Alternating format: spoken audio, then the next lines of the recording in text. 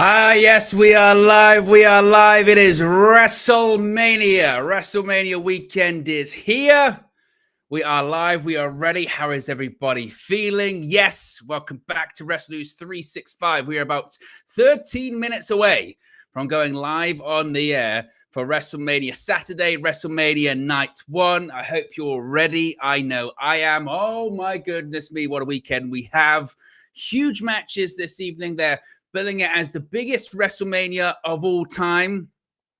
We shall wait and see, certainly. But how is everybody doing? Be sure to click that like button. Be sure to subscribe, bottom right-hand corner. You can see people already in the chat as well. Mark says, nothing like WrestleMania weekend. Indeed, nothing like it as well. Chris Day says, what's good, Owen? Osama says, will KG make an appearance? Wow, this is the thing. Me and KG were discussing this the other day. I think if you're a Manchester United fan, this probably comes at like the worst. It is the busiest weekend you can possibly imagine.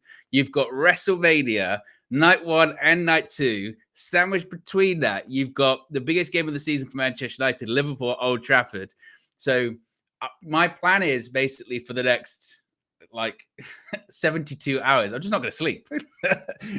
Sleep is just being ruled out at this point. So KG may or may not be making an appearance as well. You know what he's like as well with streams in terms of actually having things that are up to date as well. So we shall see. We have planned for all eventualities, of course. He did say that he was going to be out tonight. So we shall see. If he does, you know me, I've got my plans.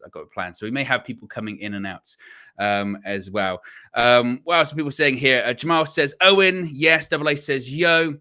Pico says, will Cody's mum get involved in the match of Rock and Roman? Possibly. Yes. Possibly. You never know. What else are people saying here at the moment as well?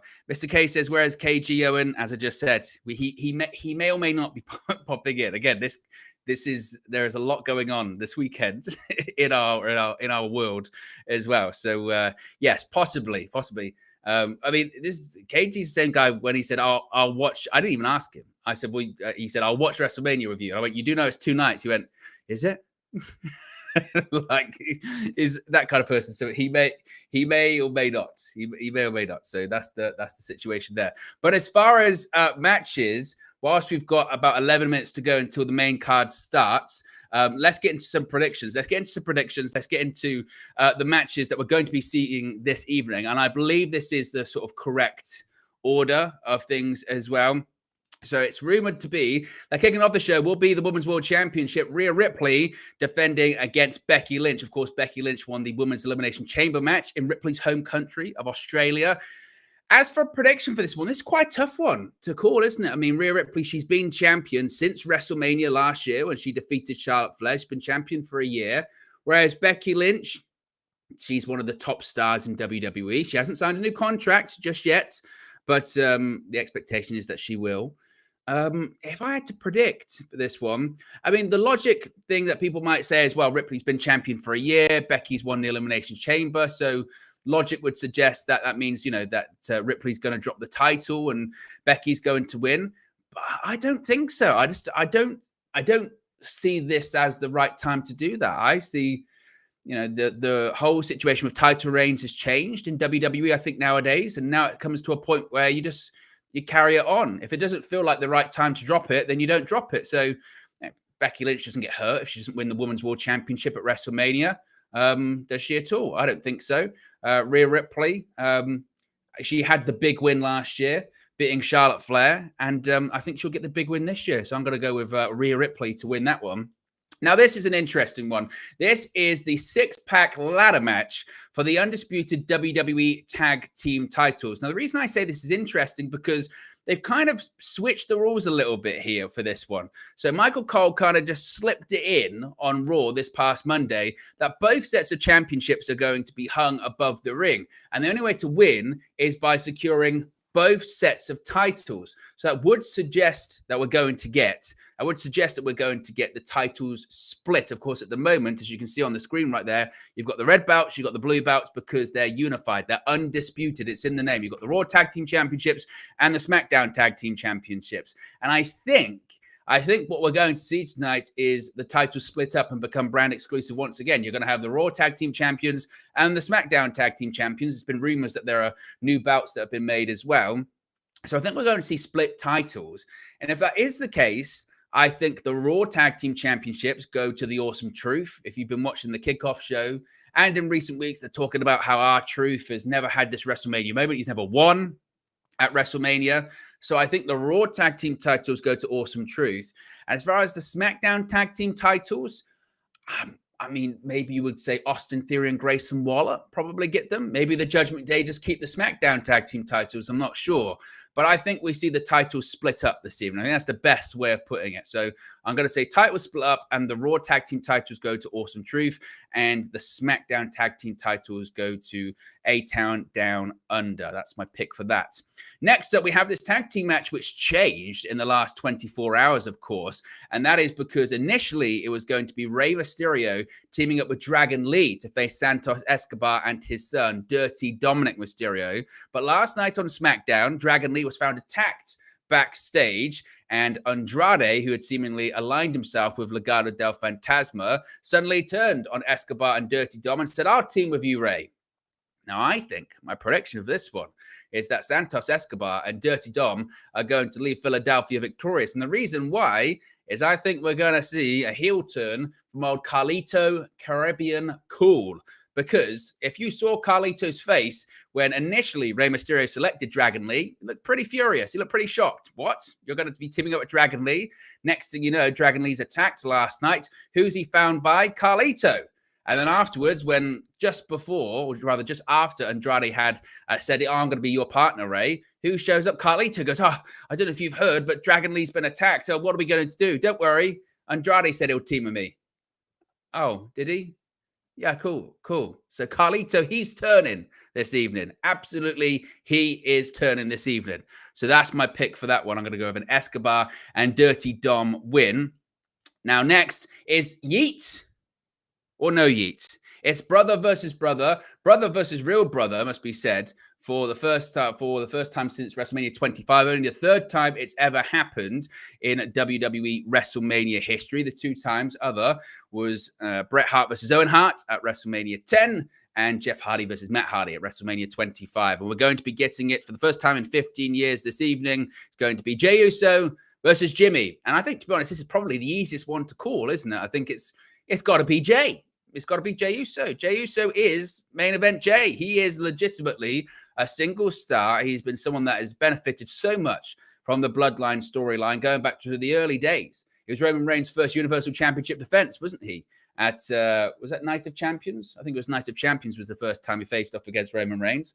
And he's a bona fide main event star. So I think it's going to be Jey Uso getting the victory this evening. That's my pick for that one. So I'm going to go with Yeet versus instead of no Yeet.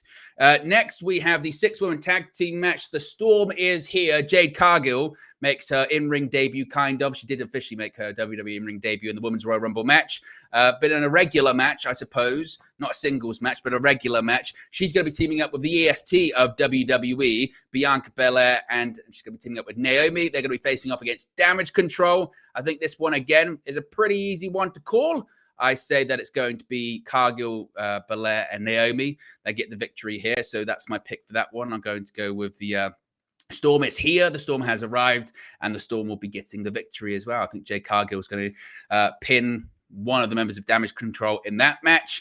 The penultimate match of the evening is for the Intercontinental Championship, the longest reigning Intercontinental Champion in WWE history. The Ring General Gunther facing off against Sami Zayn. The whole point of Sami Zayn, he doesn't want to fail, doesn't want to have be seen as a failure, wants to be successful for his wife, for his child. I know it's WrestleMania, and I know that every single time at this point Gunther defends his title, we say, is this going to be the person that defeats Gunther for the Intercontinental Championship? I think no disrespect to Sami, but I just don't see him as being the guy to do it. I don't. I think that Gunther still is going to be the Intercontinental Champion. We know they have that big Bash in Berlin event later on this summer. I think that Gunther could very well be challenging for the World Heavyweight Championship come then.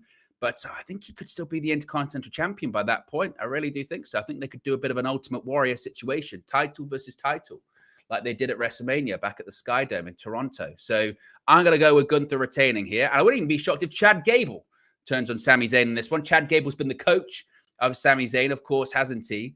But it did look like that, really. He wanted to be the guy to face off against Gunther at WrestleMania. So I'm going to say that Gunther retains here. And then finally, we have our main event. It is what is being billed as the biggest tag team match in WrestleMania history. It's Roman Reigns teaming up with his cousin, the final boss, The Rock, against the American Nightmare, Cody Rhodes, and the World Heavyweight Champion, Seth Rollins. WrestleMania 40 Night 2 implications, because, of course, if Cody and Seth win the Bloodline, they're banned from the main event of Night 2, which is that undisputed WWE Universal Championship match between Roman Reigns and Cody Rhodes. But if the Bloodline win, it is Bloodline rules on Night 2, which means anything goes. And if anything goes, that really stacks the deck against the American Nightmare, doesn't it? As far as a prediction for that one, that's a tough one to call. It's a tough one to call. I feel like they're going to stack the deck even more against Cody. I think that we're going to see the Bloodline win tonight, and that's going to lead to shenanigans tomorrow. That could lead to an Avengers Endgame-like moment where we maybe see, I don't know, The Rock, most formidable opponent, Stone Cold Steve Austin, John Cena, come out to maybe help Cody Rhodes on Night 2, something like that. So I'm going to go with the Bloodline winning tonight. I think coming out of WrestleMania in general, my prediction is The Rock has a match for next year. It's just a case of who is it going to be? Is it going to be The Rock versus Roman Reigns, the original planned main event of WrestleMania 40? Is that going to take place next year at WrestleMania 41, where not only will it be available on Peacock in the United States, but it will be available on Netflix internationally? We're going to have that match then, that main event then. Or next year, are we going to have the final boss, the heel version of The Rock, sticking around and facing off against the American Nightmare, Cody Rhodes, who at that point, could he be the undisputed WWE Universal Champion? We have to wait and see, but those are my predictions for this evening. Get your predictions in the chat as well. WrestleMania is about, 60 seconds away from going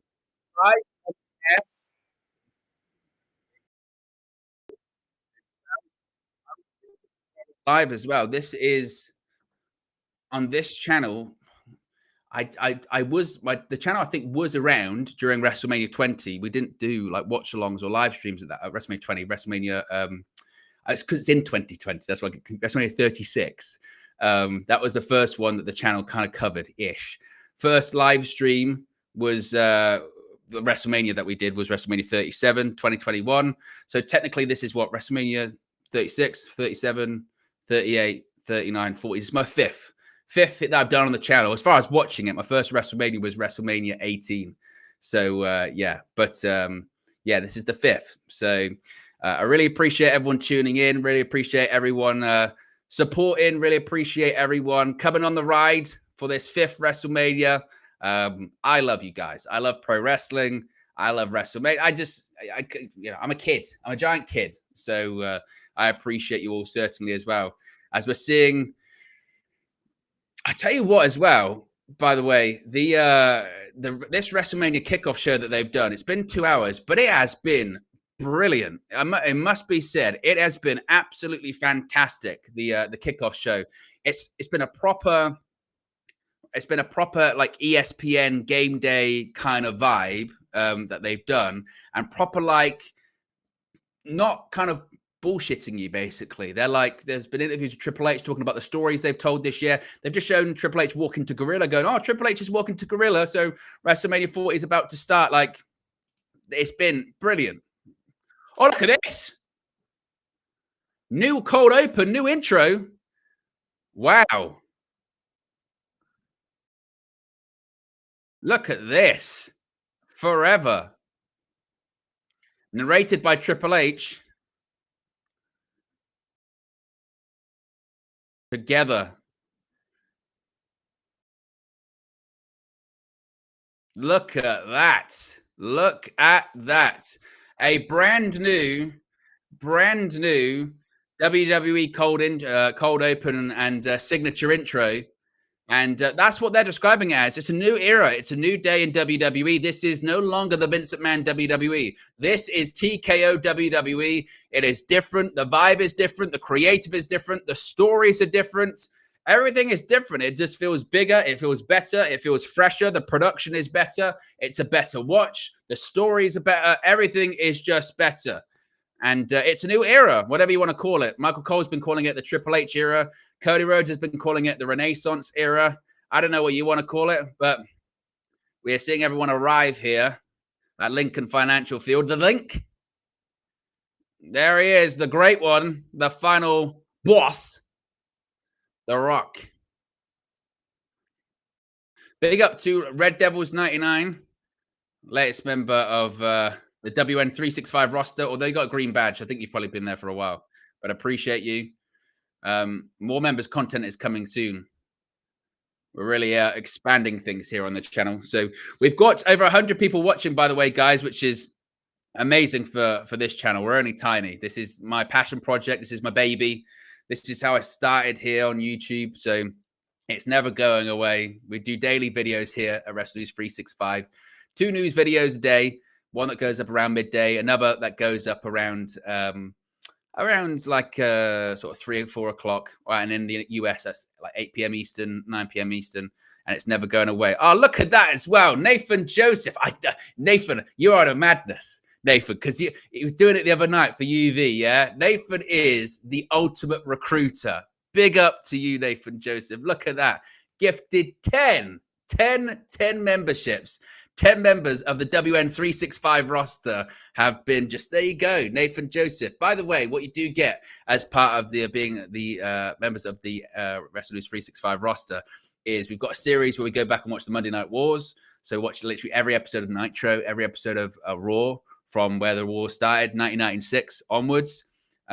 We also do like select match watch longs as well, which if that's what you guys want, then we'll do more of it. We'll do more of it, certainly. So there you go. Big up, Nathan. Really, really appreciate that. Thank you so much. It's not lost on me at all. And big up to all the new members there. Adam, Nathaniel, Andy, Mike, Leaving Normal, Beautiful, Darth, Shelter, Jason, and Chrissy, all members of the WN365 roster. Thank you so much. It is very much appreciated. We're also 5 likes away from 50 likes. As I mentioned, that is fantastic already here on the channel. We're going to do big things this weekend. I hope you're all strapped in. I hope you're all ready. And there you go, Nathan as well. Joins the WN365 roster. Thank you very much, Nathan. You are a superstar Nathan Joseph. That's the new nickname. Okay, and even when you do it on United View, by the way, if it's a stream that I'm on and it's Nathan Joseph, he is now known as Superstar Nathan Joseph. That's what he is, yeah? That's what he is. As Superstar Nathan Joseph says, let's go. Let's go. So big up to you. We're just seeing the intro for WrestleMania 40 right now. I did also notice this on the kickoff show that the production level, I know that people kind of roll their eyes when they say this when you talk about production for WWE or pro wrestling. But no joke, like the production level for WWE, especially in recent weeks, now that Kevin Dunne is gone from WWE, the production level is just on another level. They're doing unique stuff, different stuff. It's just incredible. Absolutely incredible. And here we go. Oh, Superstar Nathan Joseph, you've done it again, you madman. you madman. That's why he's known as Superstar. Superstar. Nathan Joseph. Look at this. It's WrestleMania XL. It's Nathan Joseph XL. That's what he is. Woo. Look at this. Nathan Joseph gifted another 10. Another 10. And that's gone to Danson, Clint, Superman, Danielle, another Nathan Joseph, I think. Jan, BEP, Brad J, Patchaby as well.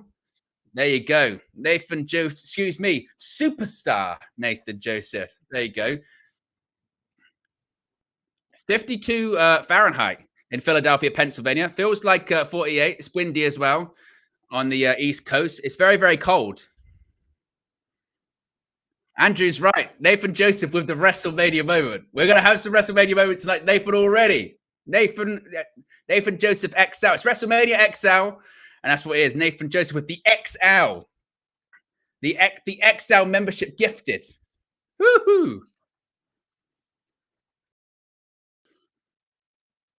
We're going to get the American National Anthem. Now, this is a change too, because the many Vince McMahon weird things about him, there's a lot.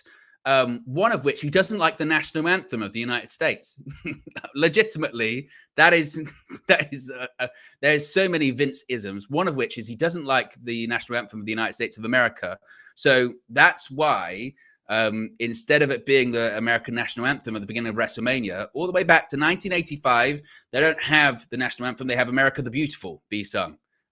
So that's why. So if you always wondered, why don't they do the national anthem? Why is it America the Beautiful? Vince doesn't like the national anthem. So he used to always have America the Beautiful. But that, like many things in WWE, has changed. Triple H, he likes the national anthem. It's WWE's biggest event. It's the Super Bowl. Of course they would have the national anthem of their country be sung there. So that's what we're getting right now, the American national anthem. So if you are from the US of A, I'm sure you'll be standing or sitting there with your hand on your heart. Do you sing your national anthem? Regardless of where you're from, I suppose, by the way, guys. But when you hear your national anthem played, do you sing? Are you a singer? I could tell you, if I was a football player, I certainly would be sing. I'd be a national anthem singer.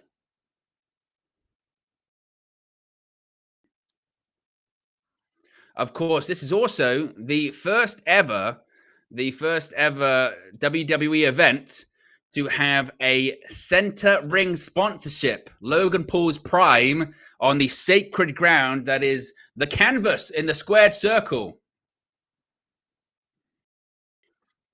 As the national anthem is just concluded there. Big up to Danny DeVito. Says, what's up, Owen? What's up, Danny? Says, I take it KG was too lazy for 2 nights. Disgrace cheat. No, like I said, it's fantastic, isn't it? Oh, it's the game. Here comes the game. The King of Kings. What better way to start off the official kickstart of the Triple H era than the cerebral assassin, the chief content officer.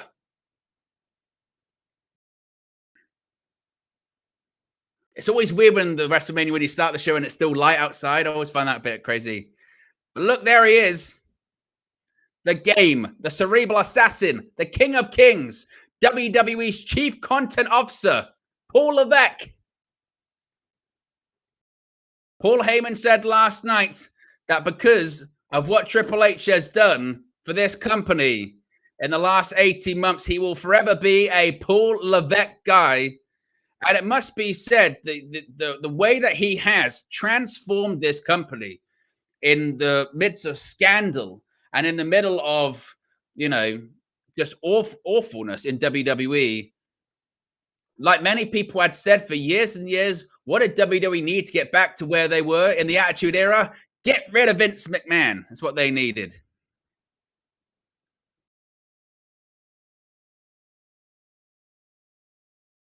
There's Corey Graves, Pat McAfee.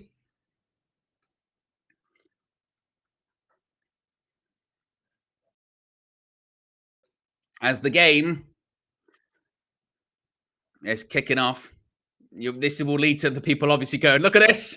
This young whippersnapper Triple H opening up the show. The golden shovel again, burying people.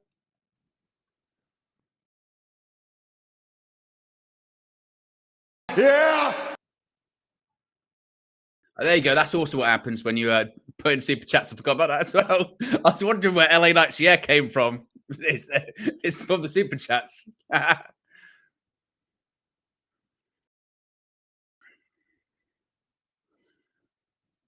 Let's go. There he is, the game. By the way, we've got over 130 people watching, which is fantastic here on WN365. If you haven't already, click the like button. Let's see if we can get to 100 likes. We are 37 away. Triple H says, man, I live for this. You and me both, Paul. I wouldn't be anywhere else right now. Welcome to a new time, he says. Welcome. Welcome to a new era. Welcome to WrestleMania. Mania! And that's all he needed to say. Oh, he threw the microphone and he hit the cameraman on the head. I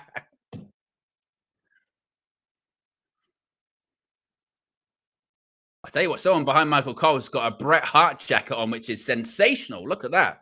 That is fantastic. A new era. What is the era going to be called? Let me know in the chat. What are people saying here in the chat at the moment as well? I tell you what, Nathan Joseph is on a madness. Nathan Jad is on madness. Says, let's get 100 likes for 20 more memberships. Hey, 33 likes away, and superstar Nathan Joseph's going to make another WrestleMania moment, guys. Oh, look at this. We're getting Becky Lynch's book. So the first match, of course, is going to be for the Women's World Championship. Look at that. Becky's entrance is her book. Becky in NXT, starting off doing the Irish dancing. They're going through the chapters. I tell you what, they're doing their best to promote this book. And you know what as well? You don't even have to buy it. If you've got a Spotify account with a premium thing, you can just listen to it on there and listen to the first chapter. And she was kind of talking about how great Vince McMahon was, and I had to kind of stop. I was like, oh. But yes, we are 26 likes away from 100. A reminder, Superstar Nathan Joseph has made a promise. I'm not your average girl, says Becky Lynch. She is the man. And she entered out of her book. Oh, the book wasn't actually there. The real Dean TK says, oh, did you watch Heel? Do you mean the show Heels? I've seen a couple of episodes. But there is the man, Becky Lynch, the winner of the first ever women's main event in WrestleMania history. The last kicker. Big time Becky Lynch.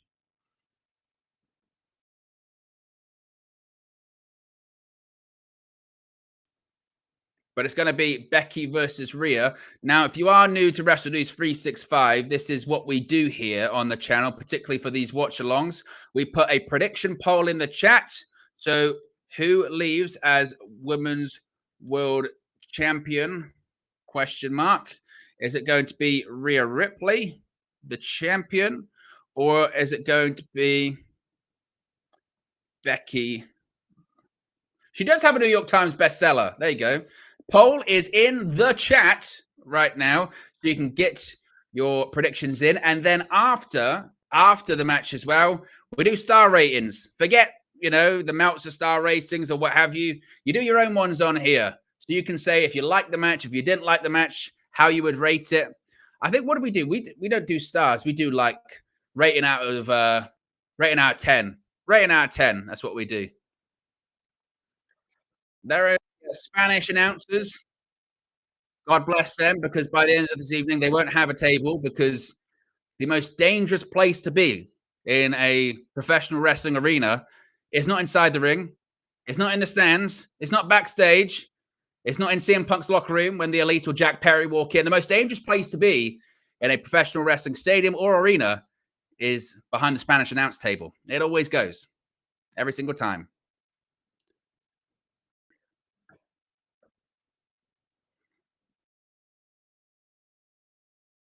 Look at this.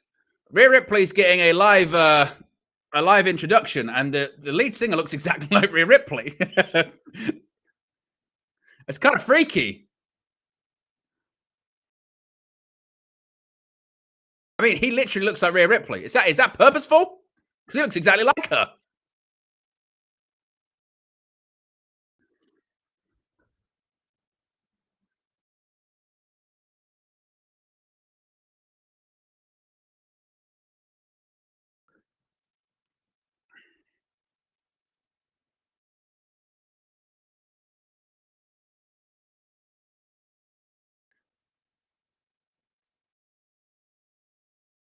I mean, you can barely hear him. The thing is, yeah, with live performances at WrestleMania, or it's in pro wrestling as well. Sometimes you have these songs that you love, and then when you hear them live, they're not that good. I remember when Cody got played to the ring at Revolution, and obviously his song's iconic, isn't it, at this stage? But even then, it was very well known, and they were terrible. They were awful. They were so bad.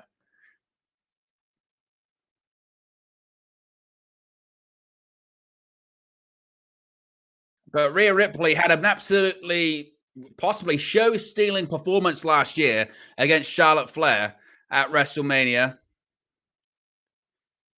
And this year she's going to try and do the same.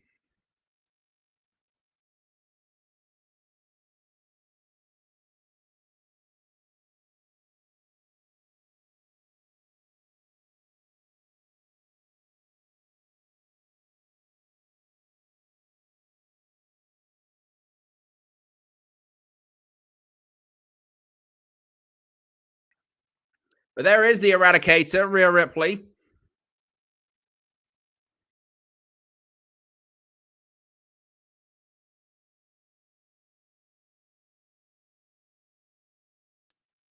We are 17 likes away from 100, by the way, guys.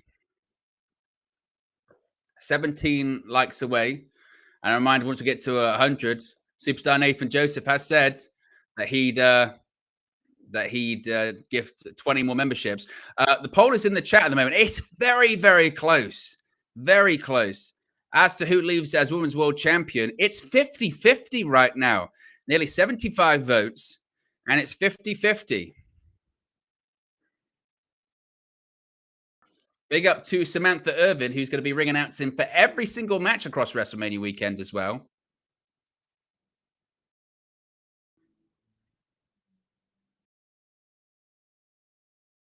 Look at that. Challenger graphics. This is what I mean. WWE under TKO, they're doing stuff differently. WWE's presentation has just honestly completely changed.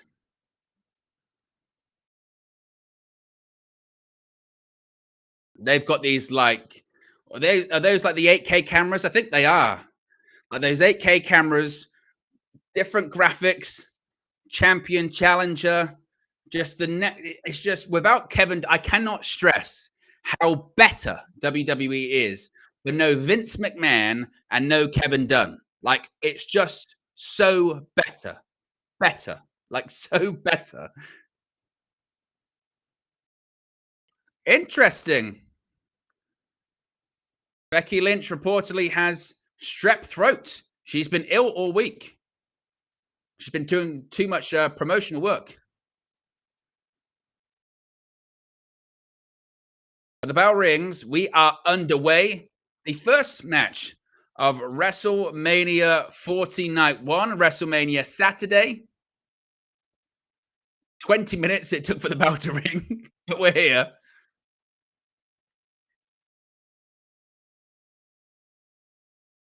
Oh, and a big slap to the face by Becky Lynch to Rhea Ripley. Ripley, who's really grown her hair out, to be fair, as well. Becky thrown into the corner. Oh, springboard. Oh, went for a kick to the face. And Ripley, oh, sends Becky into the ring post. And the ring decked out with that Prime sponsorship. Prime on the top and bottom turnbuckle. Prime in the middle of the canvas as well. And a missile dropkick by Becky Lynch sends Rhea Ripley out of the ring. Becky hits the rope. Oh, tried to go for a baseball slide. Ripley catches her. And now she's up on Ripley's shoulder. What is this? Oh, puts her on the apron. Kick to the shoulder. On a forearm.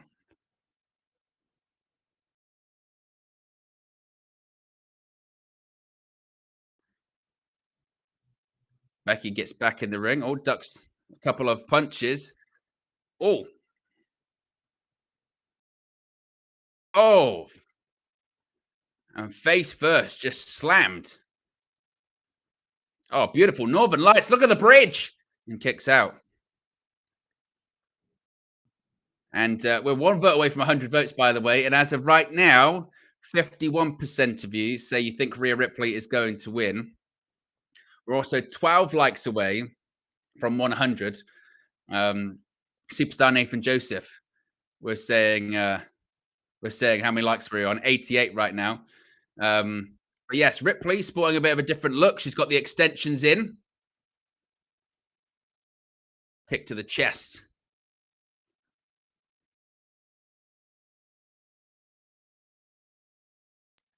I think also as well with the Prime logo in the middle of the ring.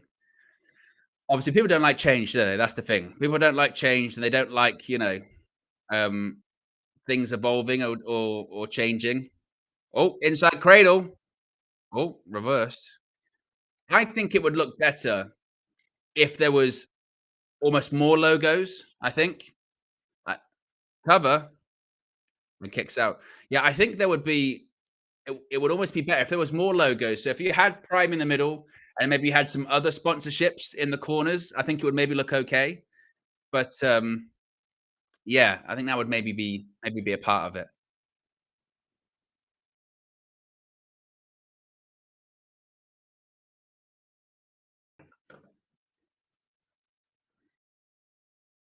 But of course, they're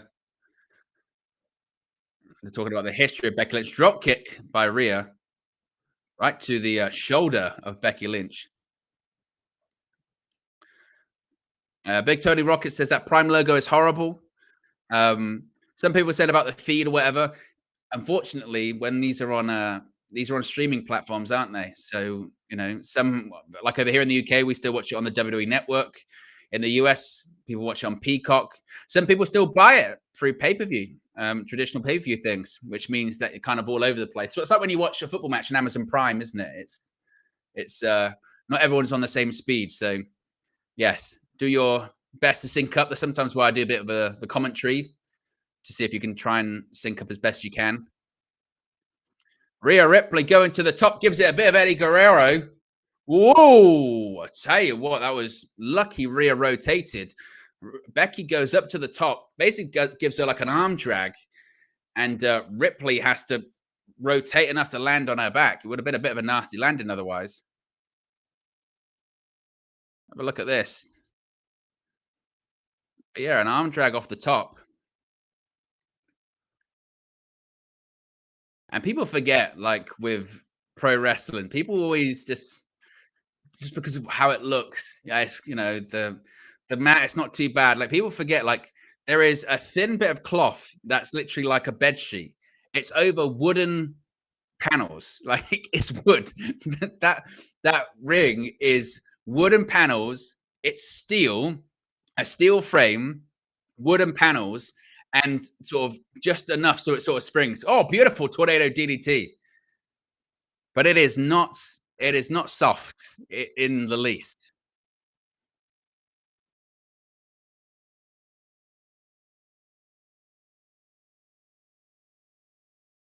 Rhea Ripley's got a fantastic sell of a DDT.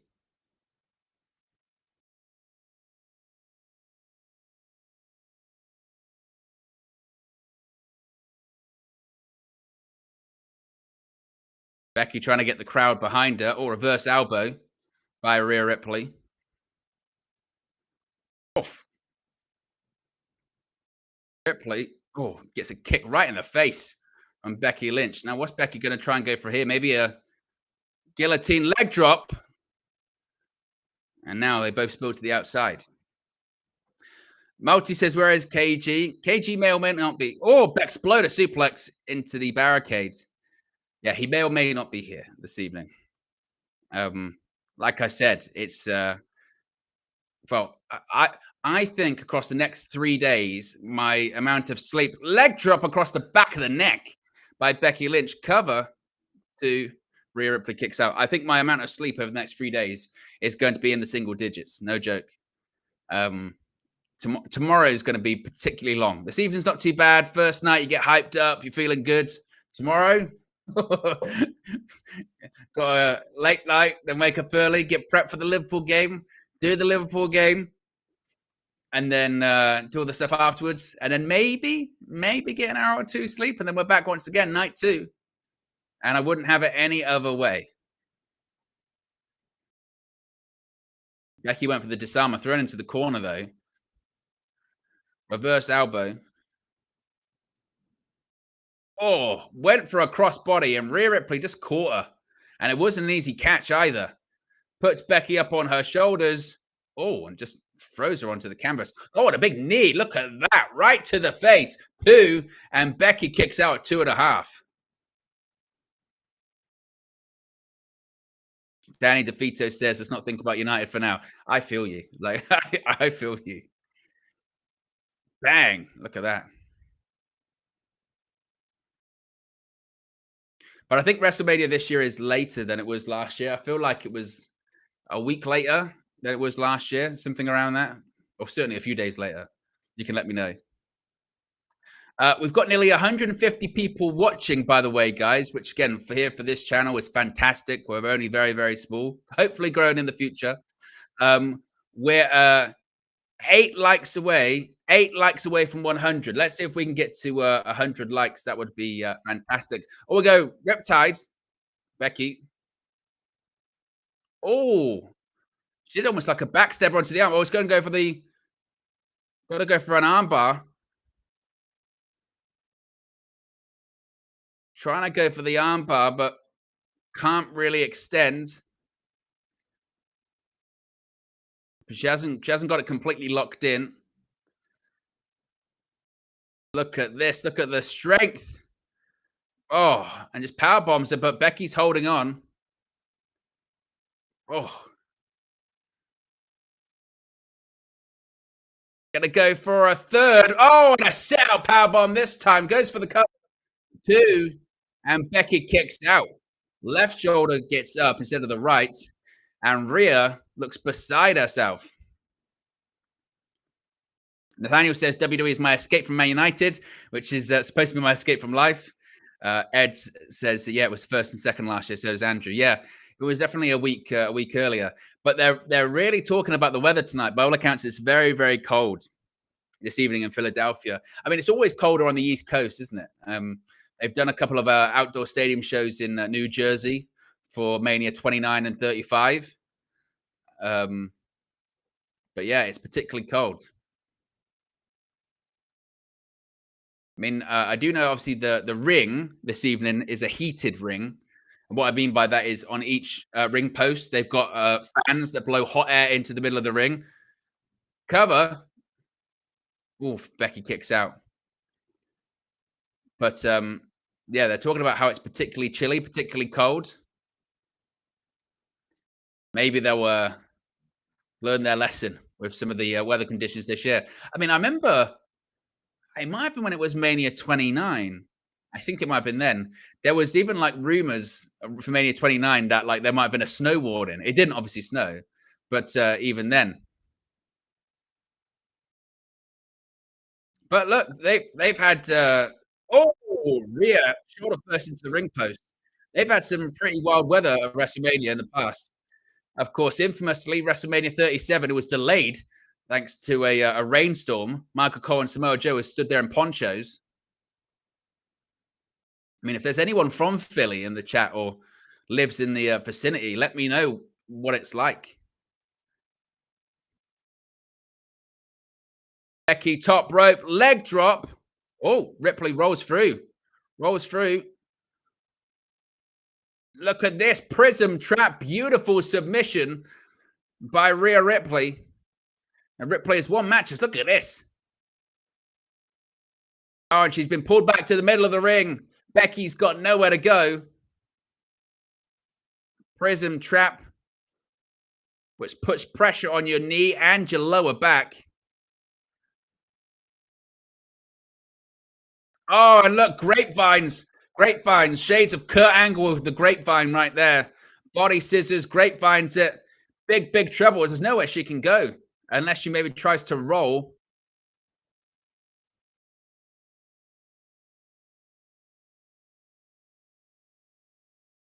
Oh, yeah, that's exactly what she's doing. Rolling. Ripley, her shoulders are down. Shoulders are down. Oof, Ripley kicks out. 4 likes to go, by the way, until 100. And the promise made by superstar Nathan Joseph for 20 memberships. Uh-oh, Riptide, this might be it. Oh, floats through. Here we go. Manhandle slam. This might be it. Cover 2. Oh, and Ripley kicks out. It was close. It was close. But no cigar. Look at this. Rolls out of the Riptide, lands on her feet. Uranagi, boom. Her version of the rock bottom. It's the manhandle slam. We're probably going to see more of those this evening.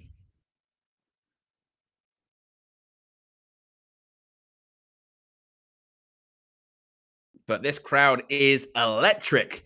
The sun is starting to set in Philadelphia, Pennsylvania. Some very faint signs of sunlight as we head into the night. And only in our first contest here at Lincoln Financial Field. Just trying to go for the disarmer once again. Ripley. Oh, ducks the clothesline beautifully there by Becky Lynch. But backslide, floats over. Goes for a kick once again. Oh, beautiful. What a counter. Riptide, beautiful. 2. That'll be it. Oh, she kicked out.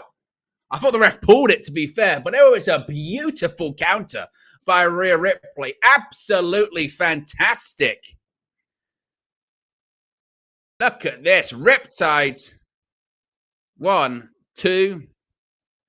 Yeah, ref pulled it. Becky Lynch, she kicked out late. And the ref had to pull it, which I hate that shit. If the shoulders are down, you count them. I don't like that stopping and starting. I know the finish is the finish.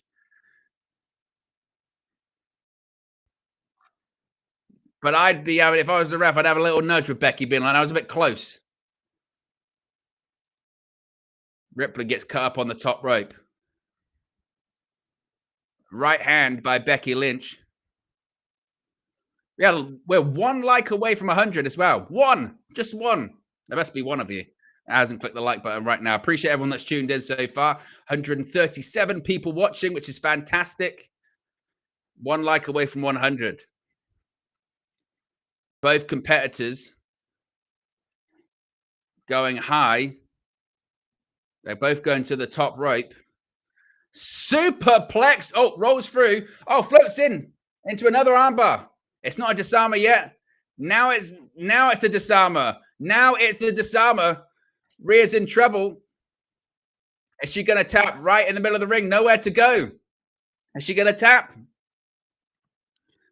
Is this going to be the moment? Trying to power out. Ripley with the power. Oh, sends him over the top. Oh, she held on. She's still on Rhea's shoulders. Oh my good God. Electric chair to the outside of the ring. And Becky Lynch just went splat like a bug on a windshield. My God.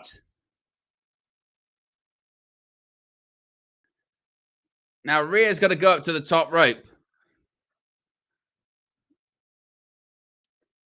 What's she thinking about here? Not evil intentions. Frog splash. 2. Oh, and Becky kicks out. This referee keeps pulling his counts. It's really pissing me off. Look at this. Frog splash. This is what I'm saying about Rhea Ripley. Some people have the nerve to say that she can't work or whatever, which I think is just nonsense. Rhea Ripley is the complete package. Rhea Ripley is one of the most complete performers in the women's division that I think we've ever seen. She can do it all. You could argue that weak point would have been her promos. They're getting better. She's still in her 20s as well. This is another thing people forget. She's been around for ages. She's in her mid-20s. She's not even in her prime right now. And she's still been a women's world champion for a year. She's doing match after match, banger after banger. Unbelievable stuff. But you need a dance partner, and that's certainly what Becky Lynch is. By the way, guys, we did it. Over 100 likes. We're at 106 likes. So superstar Nathan Joseph, over to you, my friend. Is the superstar a man of his word? Becky, what are they going for here? Uh-oh. Manhandle. Oh, Rhea, she jumped off. Oh, what a that big right hand. Riptide again. Oh my God, riptide into the top of the turnbuckle. And a second.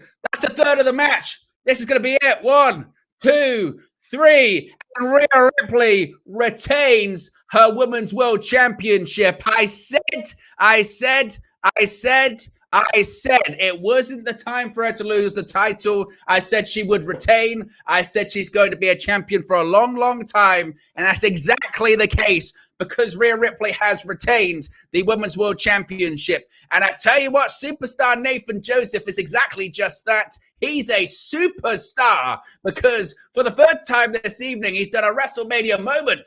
Superstar Nathan Joseph with 20, count them, 5, 10, 15, 20 memberships to the WN365 roster.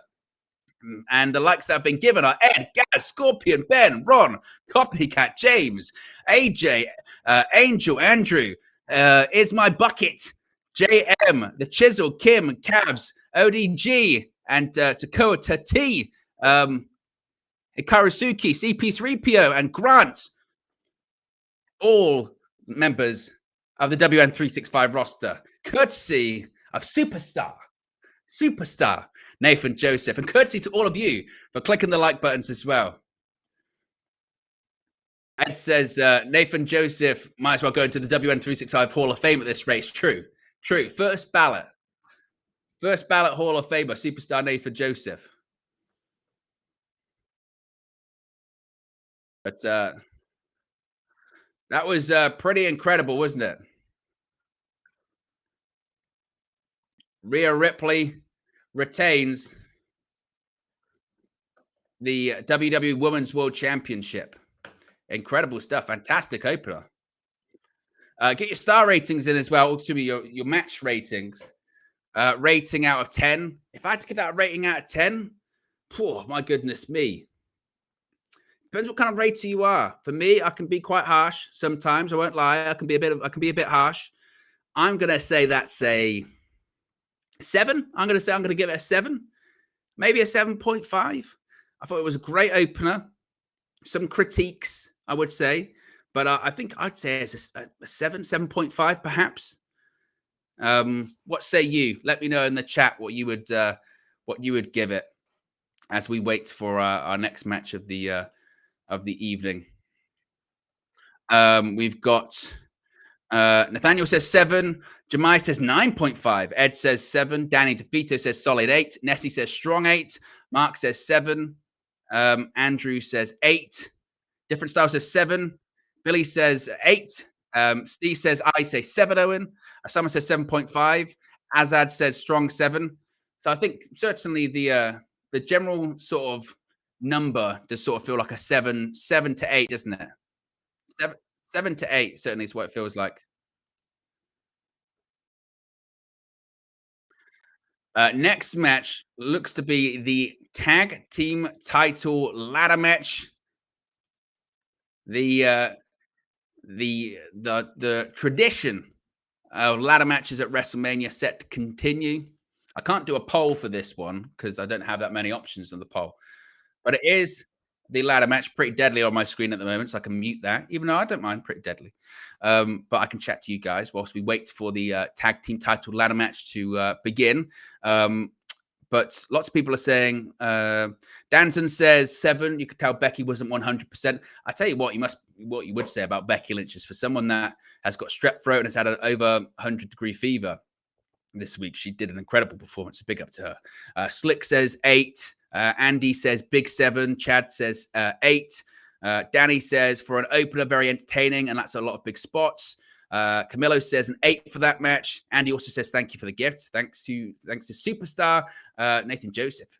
He is a superstar. First ballot. I like that. First ballot member of the WN365 Hall of Fame. Absolutely.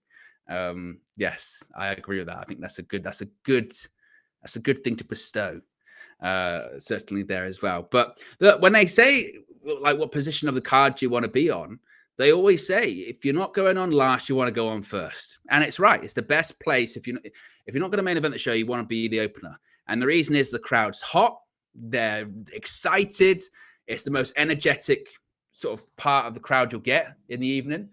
Because sometimes even being the main event can be tough, particularly on these WrestleMania shows. Not so much now because the card's split up, but for that period of time there in sort of 20, once the network launched, WrestleManias for a period of time became pretty insufferable. I would say sort of from 2016 onwards, 2016, 2017, 2018, 2019, 2019 in particular, those WrestleManias started to be so long. I mean, I think WrestleMania 35 was the peak of that in 2019. Like legitimately, these shows would be like 6 hours, maybe even longer. Well, they'd be 6 hours plus a 2-hour like kickoff show. It'd be unbelievable, to the point that by the time you got to the main event, nobody cared because they wanted to go home. And we were all wrestling fans. We were like, I just want to go to sleep or I want to go home. So the 2-night thing, it happened because of the pandemic. But I think there was consideration to go to that model anyway, because New Japan had been doing it a while for Wrestle Kingdom. They'd been doing 2 nights. And even they took it a bit too far. They ended up doing 3 nights, didn't they? They do 2 nights and then a 3rd night, which was different than the 2 nights in the Tokyo Dome. But this format works, isn't it? This format works with the 2 nights, both shows being about 4 hours long, maybe a pinch longer, but that works. Absolutely. You get a full weekend of it. The only thing I would say with the 2 nights is that, not that there's fatigue by the second night, because there isn't, but sort of in retrospect, it's a strong argument to make that more often than not, and I think that could be the case this year, maybe not so much because the first night sets up the second night, but more often than not, the main event of the first night kind of has been better than the second night. Not always, but sometimes it has been. But there's the ladder. Right, come on. You love it. You love a good ladder match. A 6-pack ladder match for the undisputed WWE Tag Team Championships.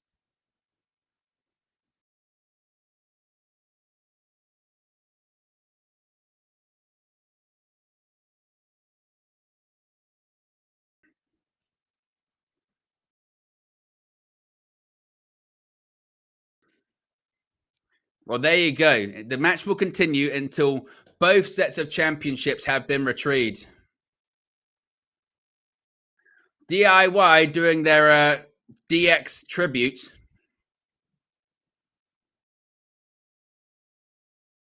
Look at this. They've actually got full on the DX graphics. I don't know if I like it. That feels kind of sacrilege to me, to be honest. So Johnny Gargano is being Shawn Michaels. Tommaso Ciampa is being Triple H. Yeah. To me, the whole DX sort of stuff, even with the stuff on the screen, again, it kind of feels a bit sacrilege. Here come the Awesome Truth. I want to see the Awesome Truth get some titles this evening.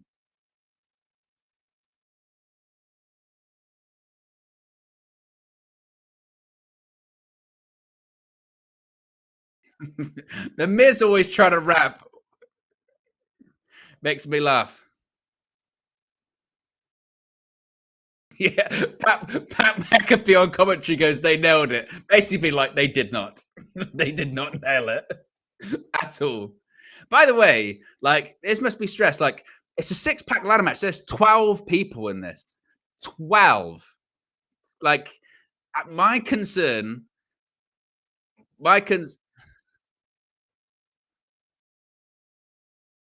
By the way, New Catch Republic are coming out.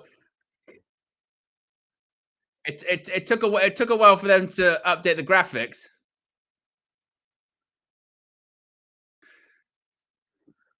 A couple of botches already.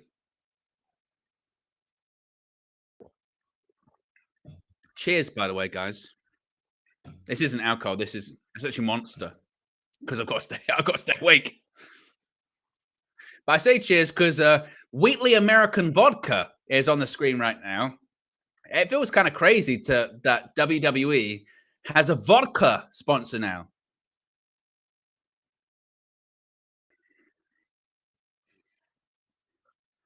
But here come A-Town Down Under.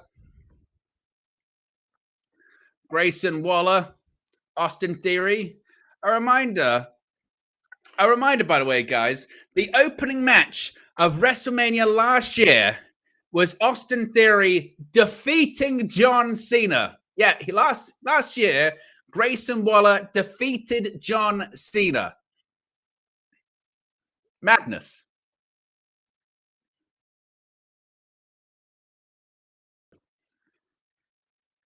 Also, to be fair, Solo Sikoa, he beat John Cena at Crown Jewel. I don't even know if he's won a match since.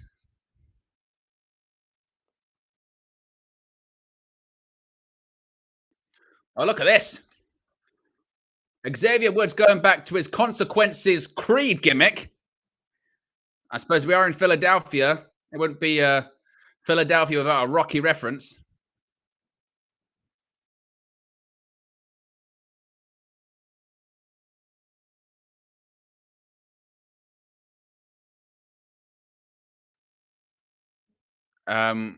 We still got 122 people watching, 114 likes. The ratio is ratioing this evening, which is fantastic. And here come the champs. The Judgment Day, Finn Balor, Senior Money in the Bank, Damian Priest.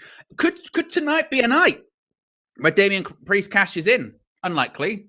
But what about tomorrow? There's 2 world titles on the line tomorrow. Could Damian Priest cash in?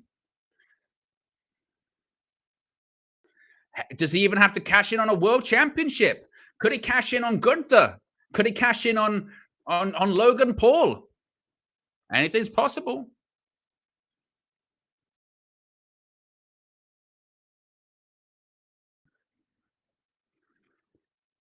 Look at the masks they're wearing. They don't have their titles with them because they're, of course, hung above the ring.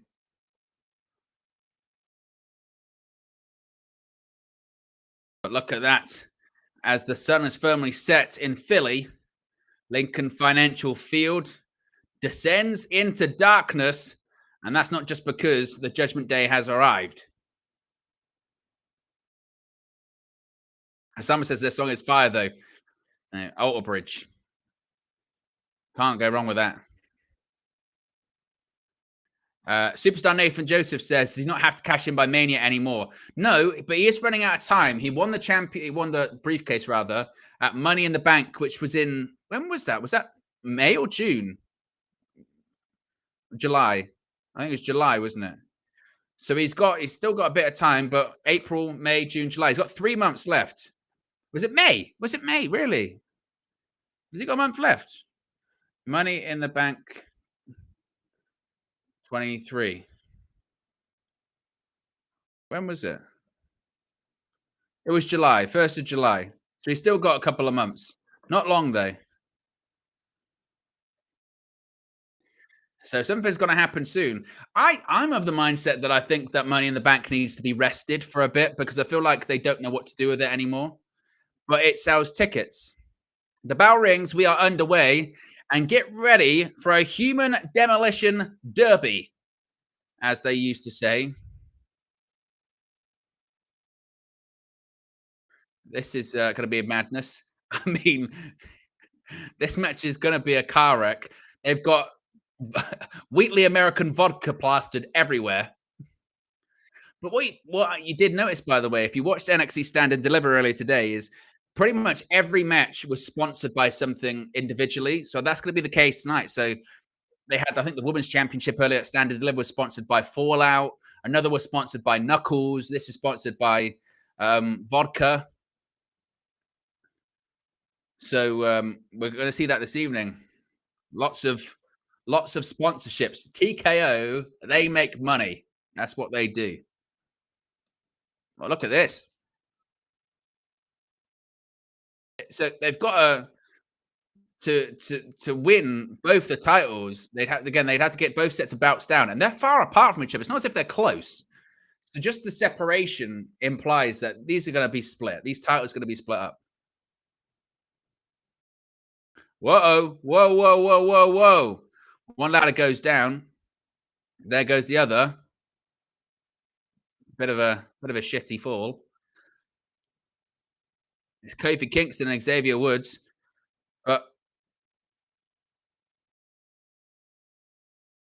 and this is the thing with the ladders as well. They've got a mind of their own. They'll bounce around. They'll do all sorts of crazy stuff. So not only are you dealing with 10 other opponents, you're dealing with opponents in the ladders themselves. As Damian Priest just launches a ladder at Grayson Waller's face. Oh, Pete Dunne sent it into the ladder. I mean, one thing is for certain is, oh, God. Damian Priest just smacked that ladder off the top of the bald head of Tommaso Ciampa.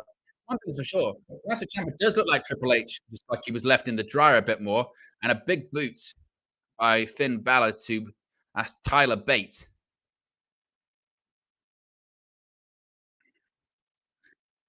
And Priest, oh, Tyler Bate moves out the way. What is this? What is this? What is this?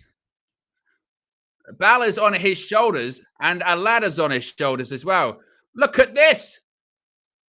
A unique aeroplane spin. Watch out. Be careful, Kofi. Oh, good God. His head took off.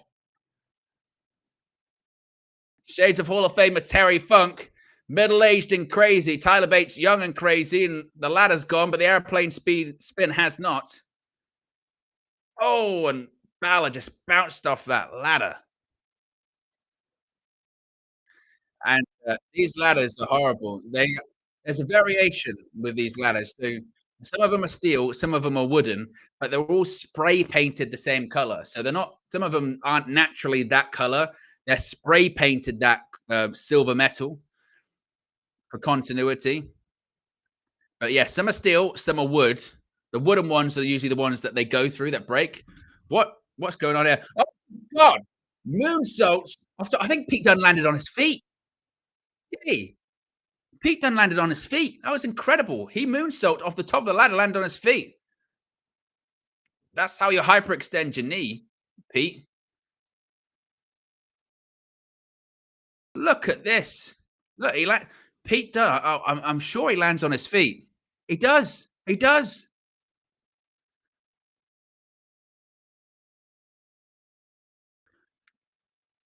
New Catch Republic trying to set up a ladder. Oh, Tyler Bate still going for the ladder. He's touching. Oh my God.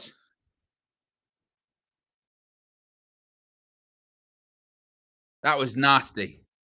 Really nasty. Tyler Bates climbing the ladder, and Damian Priest just throws Pete Dunne into him.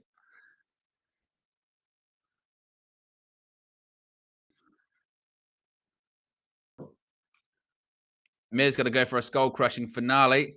Miz nearly falling. God, this was my worry. Is there's so many people and there's so many ladders that it's just turning into a bit of a cluster. Like it's like there's almost too many moving parts. R-Truth's going for a tag.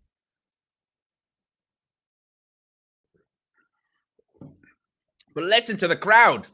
They're going crazy. They're going insane. Oh, ducks under. And he tags in. Here comes Truth. Oh, split.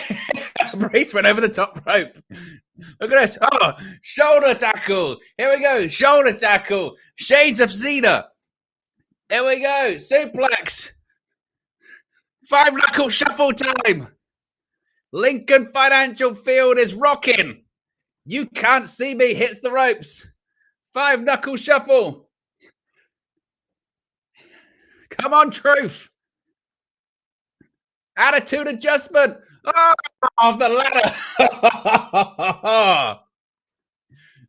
Cover. 1, 2, 3. Yes. Yes. Truth wins. Yes. He won.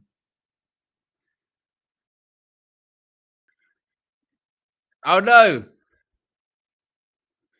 Oh, oh, look at that skull crushing finale into a flatliner.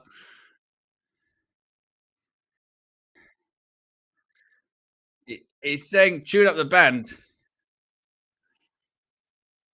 And the crowd's not into it. Oh, super kick. Ciampa with a pedigree. Oh no. Oh,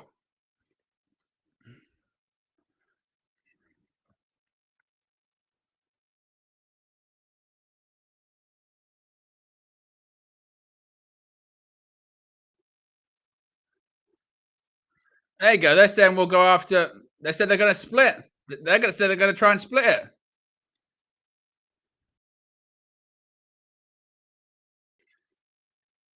There is so much carnage.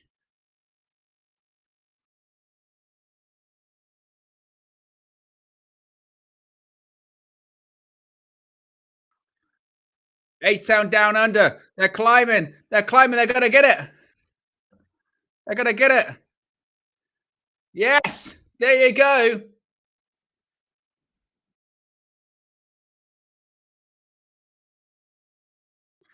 Grayson Waller and Austin Theory. I told you. I told you.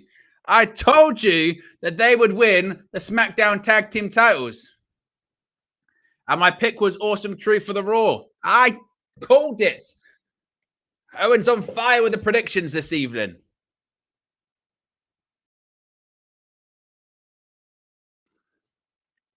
Grayson Waller's got the SmackDown Tag Team titles.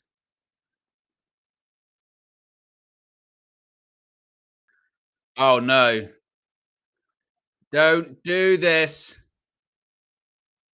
Oh, good God.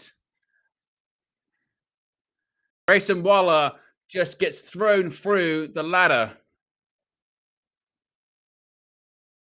Look at this. Oh, my good God.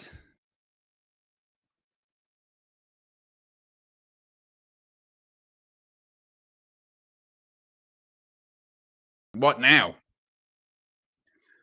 So now the only titles that are in play are the Raw Tag Team Championships.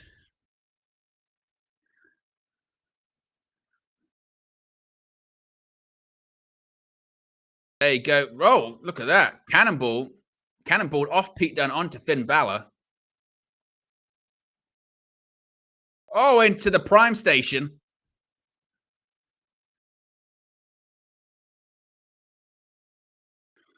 Through the Prime Hydration Station. What the hell is this? Oh, no. Oh, no. The crowd wanted tables and they said, yeah, okay, we'll give you tables. I mean, it's Philly. And we've got ECW chance. It didn't take long.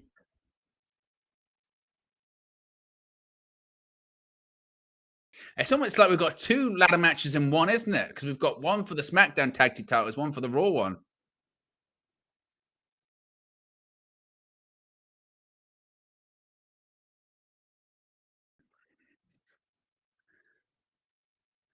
So we've got tables on one side of the ring, or two tables on one side of the ring.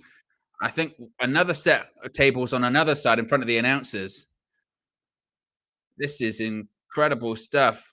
Be careful. Be careful. Oh, trouble in paradise. Johnny Gargano goes down. Ciampa, now he's in the ring.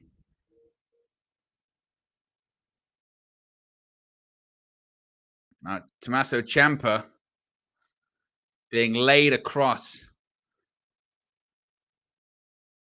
the ladder. What is Xavier Woods thinking here?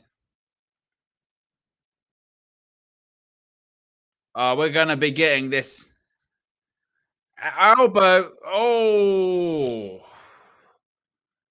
And the ladder just bounces like a seesaw. I think Woods might have busted at his elbow. I know you got the worst of it. You're right, Corey Graves. Pete Dunne gets thrown out of the ring. The Miz, he goes down. Who have we got in the ring at the moment? The New Day are trying to climb the ladder. They're trying. They're trying. There you go. They're both up. Oh, good, good. Oh, a trustful by Kofi Kingston. Oh, no, Austin Theory. Surely not. I mean, imagine they down under one of them both. Theory sends Woods over the top rope. Here we go. They're gonna get them both.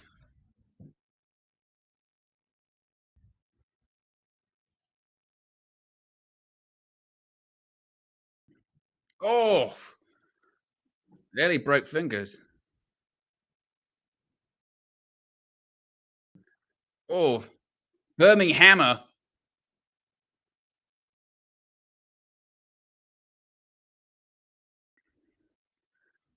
New Catch Republic are trying to climb the ladder, but they got nothing left. Ian Beale settings. Oh, kick by Gargano to Pete Dunne. Oh, good. Oh, good God. Oh, my God. A slingshot DDT through the table. That is one of the most wild things I think I've seen. Bate and Ciampa, they're up high. Very, very high. Oh, be careful. Be careful. Don't do it. Don't. Oh, my God. An air raid crash off the top of the ladder. Oh, through the middle of the ring. Tyler Bate. Call it. What time? I'm calling it. Time of death, 103. Oh, it's Truth. Truth's in there. It's Truth. He's in the ring by himself. Climb the ladder. Climb the ladder on. You can do it, R-Trizzle. Do it, R-Truth. This is your moment. This is your moment. Who the hell? Oh, it's JD McDonough. Oh, my goodness. The Devil Inside by JD McDonough. He's McDonough again. That son of a bitch. With a head like a Funko Pop, he's going to ruin this tag title match. What a disgrace.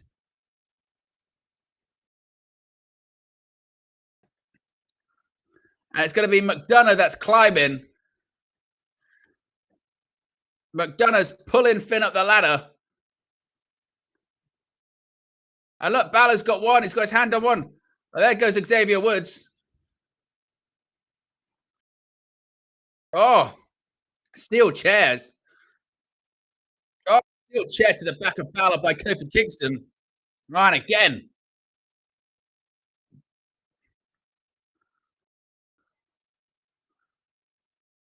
What's happening? What's happening?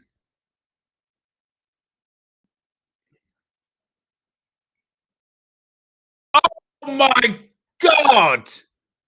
JD McDonough has just gone flying through the table at ringside. Oh, Priest just kicked the chair right into the face. Get ready for a Razor's Edge. Razor's Edge on the chair. Wow.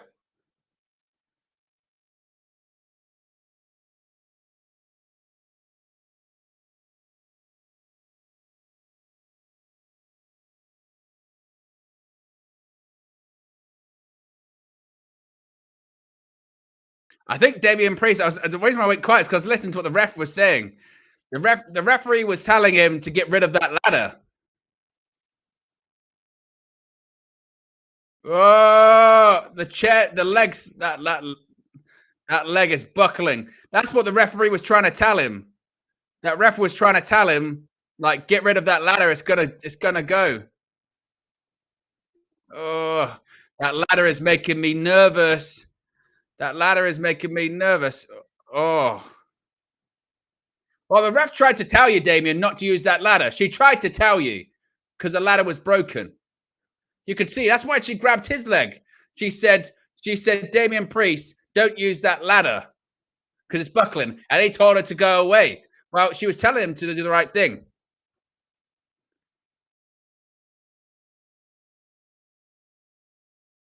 Welsh says, "What was the ref doing?" She got told, "Don't use that ladder because it's broken," and Priest said, "I don't care," and then they botched the spot because it was broken. Oh, our truth.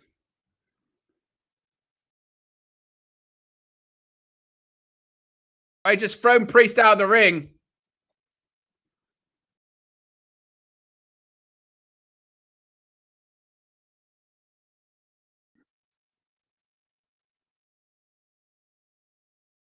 I mean, this is a madness because if you even saw when McDonough was going through, he was shouting at the New Day, "Just tip, just tip, just tip. Don't pick up and throw me."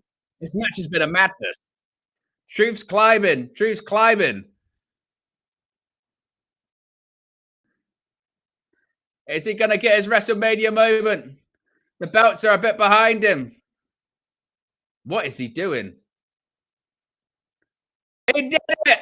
He did it! Awesome Truth are the Raw Tag Team Champions. Our Truth has just got his WrestleMania moment. And there you go. For the first time in his career, Awesome Truth, our Truth wins at WrestleMania, rather. And Awesome Truth are Raw Tag Team Champions. I'm 3 for 3 on my predictions thus far. I said I thought it would be Rhea Ripley to retain. I said I thought A-Town Down Under would win the SmackDown tag titles. And I said I thought Awesome Truth would win the Raw tag team titles. But that was a crazy match. And the reason why I say it was a crazy match is because there were a couple of very near calls on that. The ladder was too far away for JD McDonough to be tipped. They thought they were going to pick it, and he was saying just tip. Damian Priest nearly killed The Miz.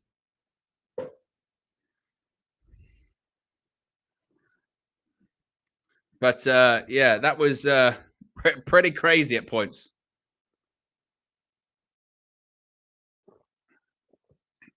Johnny Gargano DDT for a table was incredible. Look at the mat bounce. Oof, Jade McDonough. That Jade McDonough one was crazy. And I think part of the problem as well was with that finish is with Damian Priest kind of screwing up the ladder thing. It kind of slowed it down towards the end. But get your ratings in out of 10. What rating would you give that?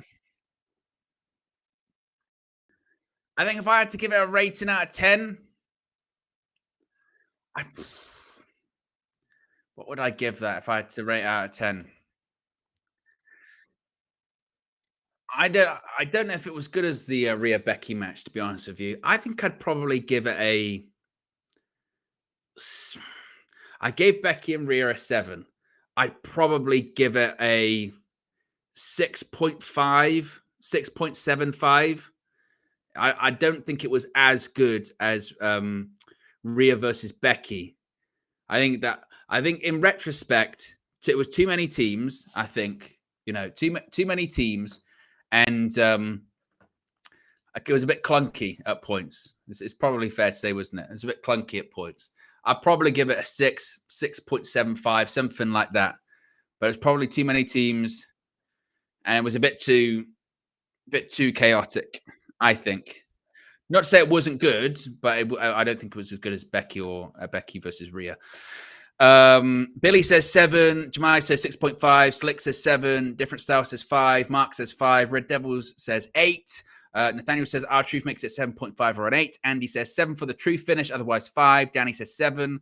Moonak says 8. Carlos says 5 out of 10, too much of a cluster. Jemai says 6.75 free. Ed says 6. Camilo says this one gets a 7. Starlord says 6. Randy says 6.5. Team Nathan says 7.5. Adrian says 7. Brian says 8. It's interesting, that one. It's a bit more spread, isn't it? It does seem like the numbers kind of sort of between 6 and between 6 and 8. Oh, there you go. The Fireflies are out in Lincoln Financial Field. R.I.P. Wyndham Rotunda. known as Bray Wyatt.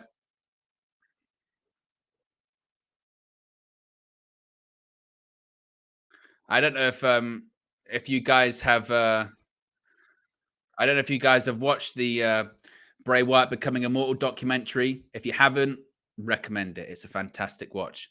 Doesn't go over everything. Like I feel like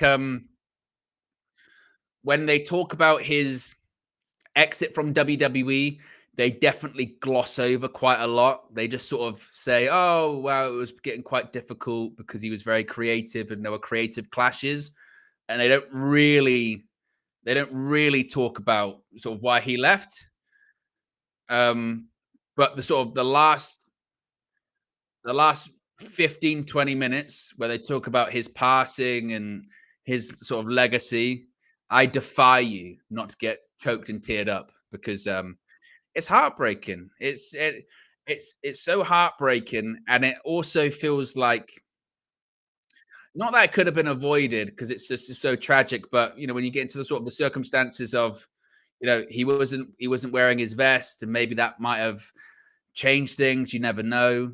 And he's just so young, and he's got such a young family. He's got 4 really young children, and it's just heartbreaking. Yeah, it really is. But I recommend to watch it.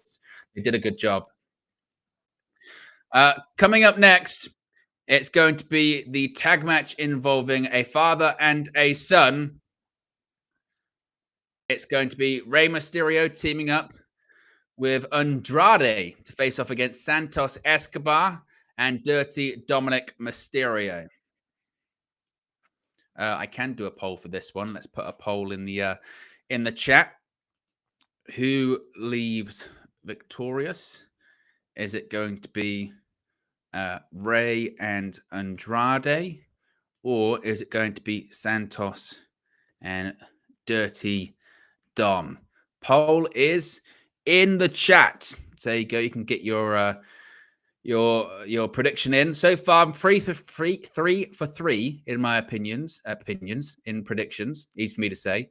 I predicted that Rhea would retain. Predicted that A-Town Down Under would become SmackDown Tag Team Champions. Predicted that Awesome Truth would become Raw Tag Team Champions. My prediction for this one is that it's going to be Santos Escobar and Dirty Dominik Mysterio. That's what it's going to be. And the reason why is because we're going to have a heel turn. We're going to have more portrayal in this one. And it's not going to be from anyone in the match. It's going to be Carlito. Carlito, Caribbean Cool, is going to lose his cool, I think, because I think he was pissed that Rey decided to team with Dragon Lee over him. And I think he was pissed that after Dragon Lee was taken out by a mystery attacker backstage, which was Carlito, I think he was then pissed off that he still didn't team with him. He picked another guy. And I think his point of view is going to be, wait a minute.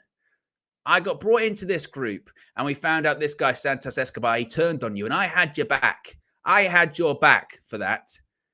And you picked this Dragon Lee guy over me when Santos Escobar took me out. And then once again, you picked this other guy who's not even in the LWO. You picked him over me. And maybe Santos was right about you after all. And then he turns his back and boom, joins the Garda del Fantasma. That's my prediction. Super chat from Danny DeFito, the Peso King. So say a prayer for Pete Dunne's head. Say a prayer for everyone that was in that ladder match. I think the aim of that match isn't to climb the ladder and retrieve the championship. The aim of that match is to climb the ladder and just not get hurt. You just want to get out of it and again not be totally hurt, I think. So yes, no prediction for this is a heel turn from Carlito.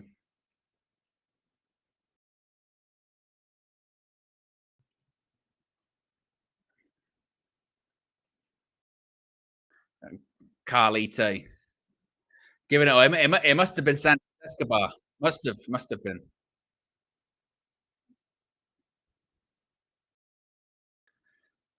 Ed says, heel Carlito is the only version of Carlito I want to see. It's Pout says, it better mean Carlito's old theme comes back. I know. Carlito's new theme is awful. Yeah. Someone who does have a good entrance, Santos Escobar.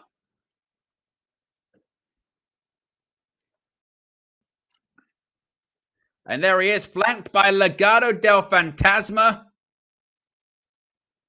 Look at that poncho. I tell you what, they have so they have so great graphics, don't they? They have great graphics. And here comes Dirty Dom.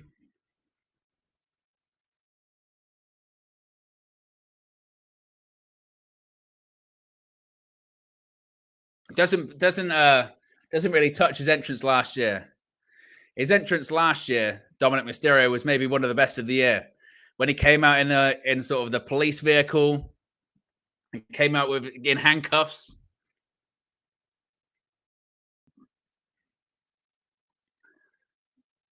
But there he is, the hybrid of Judgment Day and Legado del Fantasma.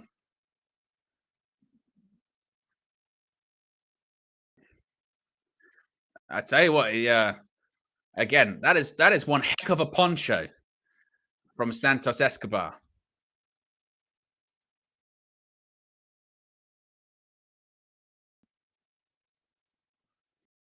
There you go. There is what is that graphic? That graphic with the guy in the handcuffs. I tell you what, Humberto Carrillo and Angel Garza are absolutely jacked, aren't they? Look at them. And of course, this is kind of gang warfare in the sense that we're going to have the LWO out there as well. We're going to have Joaquin Wild and Cruz del Toro.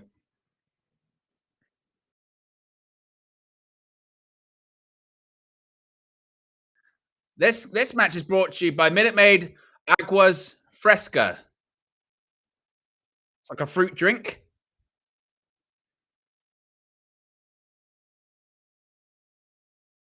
But there is Legado del Fantasma.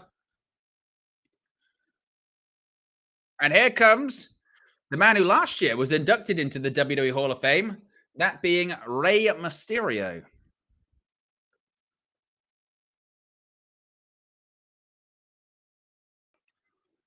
If you're just joining us, we're on our third match of the evening. There's Andrade. Well, it's not Andrade El Idolo, it's just Andrade, isn't it? Excuse me. And the LWO.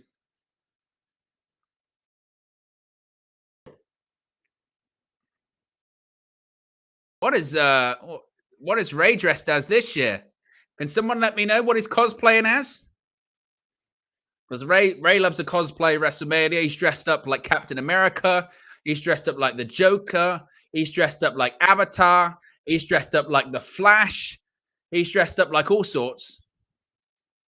So you can let me know. Is it just Philadelphia Eagles?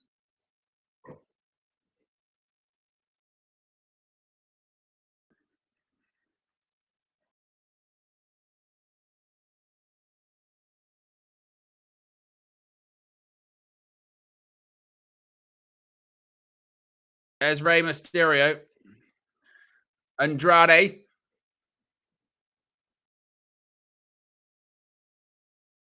Only the second time he's competed with WrestleMania Andrade. The first, I believe, was the WrestleMania Performance Center, WrestleMania 36.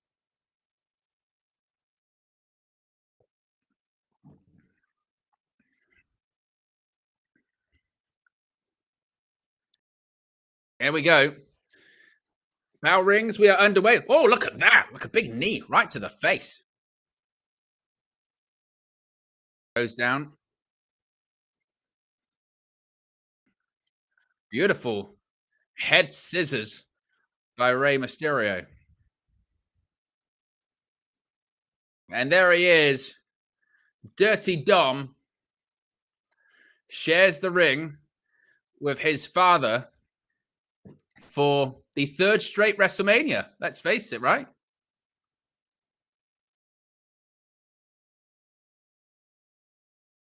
Yeah, teamed up with his father at WrestleMania 38, faced his father at WrestleMania 39, and then is in the ring with him once again this year. Was he involved in WrestleMania 37? I can't remember. WrestleMania 37.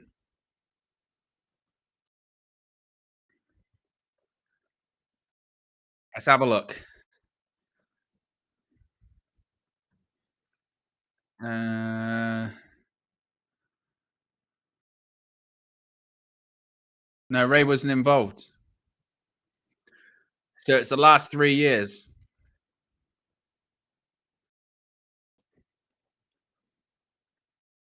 Look at that big reverse elbow by Andrade.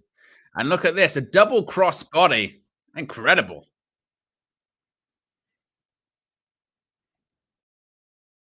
Oh, slap by Rey Mysterio to his son. Going for a head scissors. Oh, and Dom goes into the ring post. Uh-oh. The belt's coming off. Dom's going to get a whipping.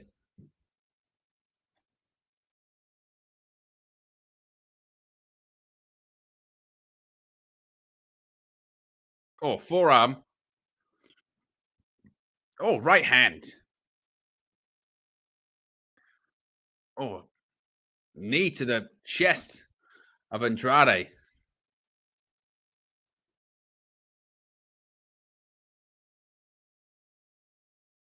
There you go. Referee Dominik was really trying to get the referee's attention. Oof. And Santos Escobar throwing Mysterio back in the ring.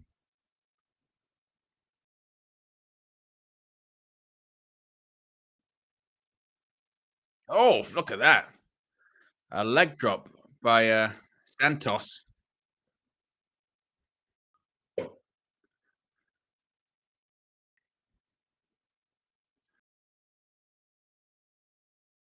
Sends Ray off the ropes. It's ring tilt-a-whirl backbreaker. He threw Rey Mysterio so hard into the ropes, the ring moved, which is pretty incredible.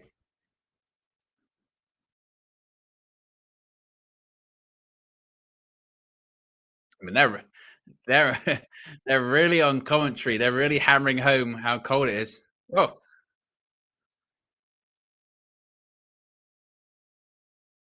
Dominic wasn't even paying attention, and his dad nearly got thrown into him. Cover. Ray kicks out. As far as the poll in the chat at the moment, 55% of you say you think Santos Escobar and Dirty Dom is going to win.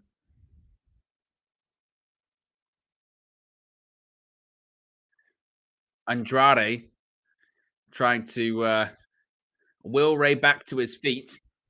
A reminder still to come. We have the Uso versus Uso, brother versus brother match. Jimmy versus Jey. We have the 6-woman tag team match. We have the Intercontinental Championship clash, Gunther versus Sami Zayn. And also that Bloodline main event with The Rock teaming up against with Roman Reigns to face off against Cody Rhodes and the World Heavyweight Champion Seth Rollins.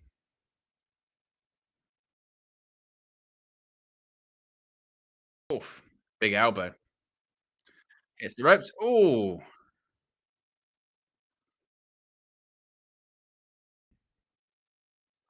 shoulders now down. To be honest, for all of the talk that they're going about, oh, it's really cold. It's really cold. Do they not think fans in Philadelphia will be aware of that? I mean, if the people in that crowd, and obviously, look, it's a worldwide audience that go to WrestleMania. It's not just people from Philly, but there'll be a lot of people that are from that area, to say the least. They go and watch the Philadelphia Eagles play in like November. you know, or December inside Lincoln Financial Field. I think they're probably aware of like to wear a, to wear a jacket and to wrap up. You know, I don't think they'll be completely foolish like that. Put it this way, I don't think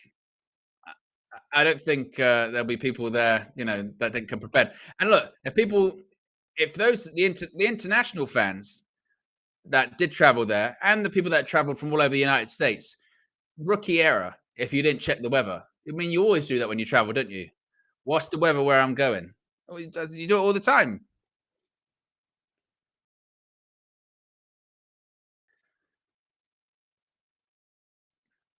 Oh, Mysterio backed into the corner.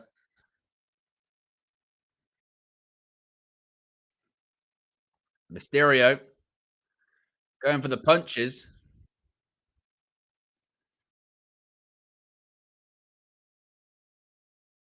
What's he going for here? Oh, right. Oh, code red. Ray, he couldn't get the cover. I thought he was going to go.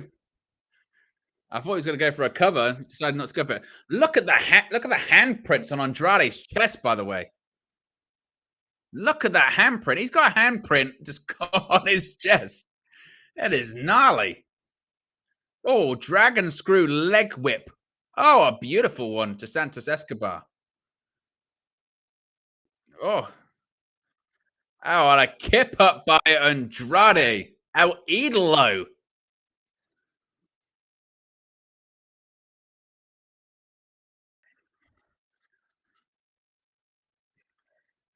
Get ready. Oh my goodness.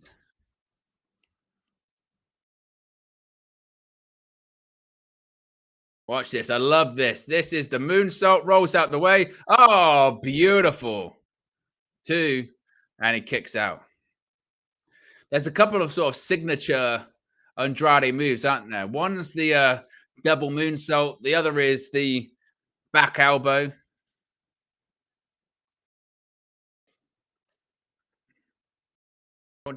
Nice neck breaker by Dominik Mysterio.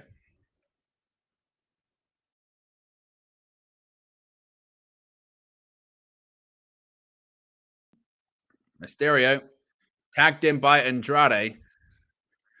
Andrade seated senton. There we go. Hurricane Runner 619. I'm not saying reload it. I'm saying 619. Uh oh. Oh, Dominik over the top rope.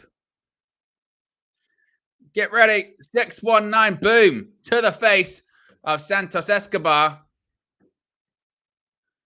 Moonsault to the outside to Dirty Dom. And here we go. Oh, it's Humberto. Held on to Rey's foot. There's a step up Enziguri.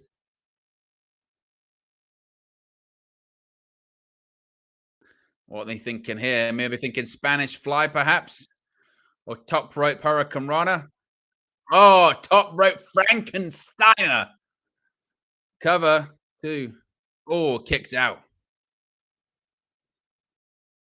Crowd just feel a little bit like, oh, we've just seen a ladder match. We've seen a great opener.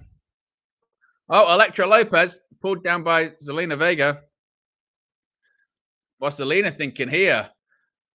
Oh, she nearly missed. Electra Lopez, catch your partner. My goodness me. Oh, Cruz del Toro. Uh-oh. Oh, good Lord. Tope Suicida like a rocket. Carlito making him pay. Oh, no. We're going to get the rocket launcher. This rocket launcher thing is crazy. Oh, good God. That rocket launcher is crazy.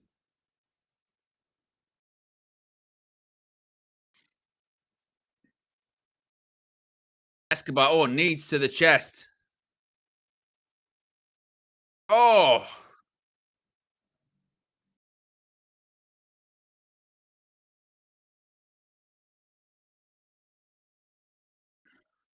What the hell? What the hell is this? Oh my god! Two luchadors. The, the hell is this?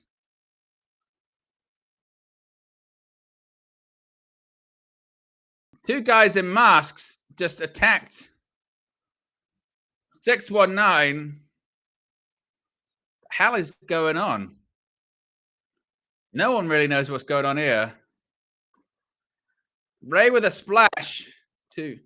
And Ray and Andrade get the win. My prediction was wrong, but are we going to find out who these people are? I mean, they kind of look like NFL players, don't they? They've got to be.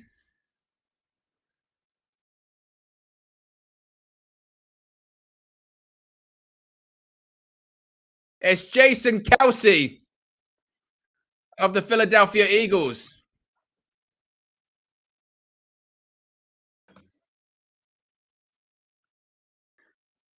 So it's NFL players.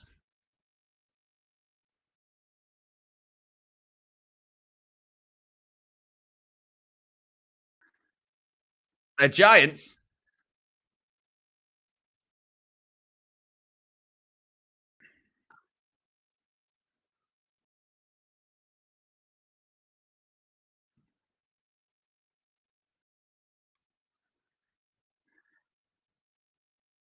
And again, they're huge. Get your ratings in, by the way. Rate out of 10. What would you give that? I think I'd give it a 5, to be honest.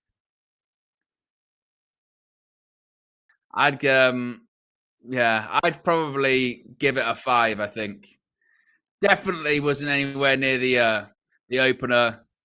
Definitely wasn't anywhere near the tag team ladder match. I'd give it a 5. That would maybe be a push as well. I don't think the finish particularly worked that much.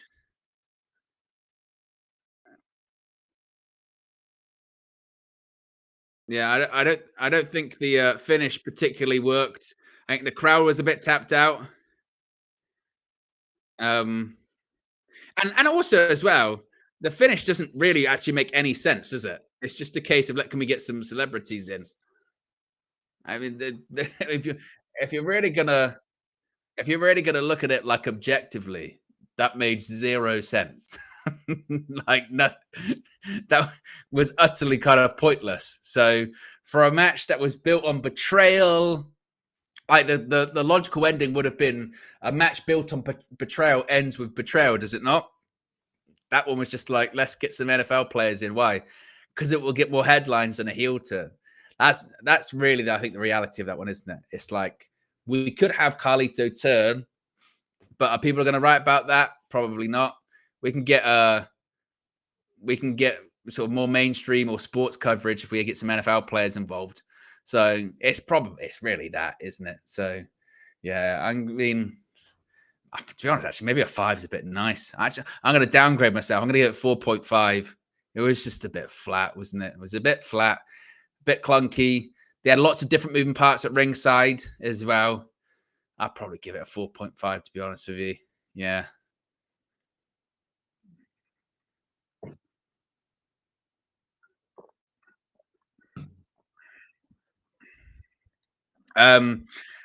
Danton said the third spot is a hard one. It is indeed.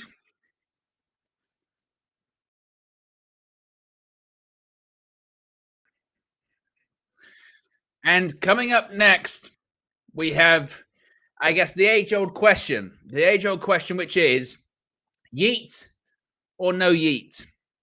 It's brother versus brother for only the third time in WrestleMania history. For the third time ever, real-life siblings face off, real-life brothers face off. First time it was Owen versus Brett. Then it was Matt versus Jeff. Now it's Jimmy versus Jey. So the question is yeet or no yeet. In fact, that's what my prediction is going to be. My prediction isn't going to be who wins, Jimmy or Jey. I'm going to simply just say yeet or no yeet. And this is going to be your prediction. Answer the question. Yeet or no yeet? Poll is in the chat. I think my prediction for this one is Jey. I think Jey wins. I think it's the story is that Jey Uso wins. I don't really see the point of Jimmy winning unless they're kind of like, because out of the two on this sort of singles run that they've done, I mean, is Jimmy Uso even really a singles wrestler at this point? I don't even know if he is, because he still just does a lot with the bloodline, really, doesn't he? He does stuff with his brother, Solo Sikoa. I don't look at Jimmy Uso and go, oh, yeah, he's a proper singles star now. Jey Uso's a singles wrestler, like legitimately. And he's super, super popular. I mean, I don't think people realize how popular he is in terms of merchandise. Jey Uso, even to this day, right now, has one of, if not the highest selling shirt on www.shop.com or at live events or at TV tapings. That Yeet shirt does gangbusters for WWE. And that's why they were so desperate to get the trademark. Because if you recall, he was doing the Yeet stuff and they went, right, we'll put it on the shirt. Let's get it. We'll trademark it. And then they found out, oh, damn, another indie wrestler, I forget who it was. I think it might have been a female indie wrestler. She had the Yeet trademark. She trademarked it ages ago. And WWE were like, right, we can't do it. Someone else has got the trademark. Crap. And Jey Uso and the fans really said to WWE, like, you've got to find a way, because we want that shirt. Like, we like it. We like that shirt. We like that he does the punches and they say yeet. We like that he does the promos and we say yeet instead of saying what. Like, you got to figure it out. So they cut a deal with whoever owned the yeet trademark. I don't know the specifics of the deal. I don't know if they bought it off them. I don't know if they got a thing whereby the person who had the original trademark just gets a percentage of the profits. I don't know what they figured out. But whatever they did, shout out to you, because that's like, you remember back in the day, I don't know if it happens as much now, but back in the day when it was like people bought out loads of different .com domains, didn't they? They bought out like people would buy, for instance here, like someone would buy OwenWrestleNews365.com. So that when I decided I'm going to make a website, I go to buy OwenWrestleNews365.com and someone owns it. And I'd be like, what? And they'd say, oh, I'll give it to you. It's fine. No problem. Just give me some money. Just buy it off me. And you go, ah, you stupid so-and-so, rah, rah, rah. And people were doing that. But they were doing it with like people's names as well.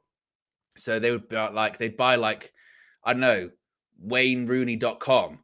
And then they'd be like, I think it then changed to, if it's your name, you can own it. I think there was sort of a weird rule with it, basically. So my long-winded point there is shout out to the person that had the original trademark, because they got paid, and good for them. Just because WWE used doesn't mean they own it. So if you had it first, you had it first. I'd say good for them on two fronts, really.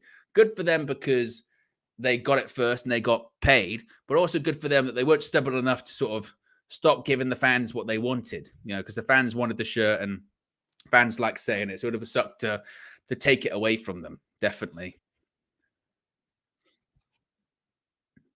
Oh, we're getting a performance. It's Lil Wayne.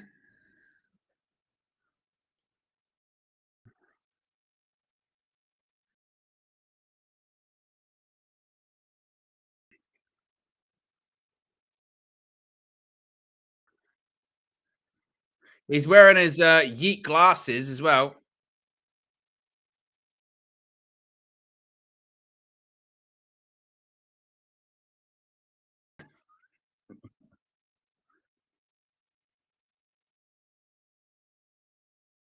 What is going on? I'm telling you, honestly. Live performances in WrestleMania, they can suck, can't they? I don't know what Lil Wayne just did. Lil Wayne came out stage and kind of ran around and mumbled a little bit. I don't know about that. And did Samantha ever call him the greatest rapper of all time? Because I'm not even the biggest rap fan, but Lil Wayne is not the greatest rapper of all time. I don't even I know that, to be honest. Even I am aware that Lil Wayne is not the greatest rapper of all time.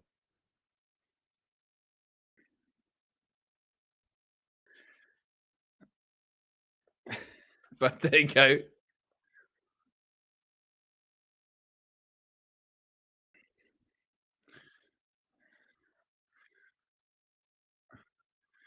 Now he keeps singing It's on You.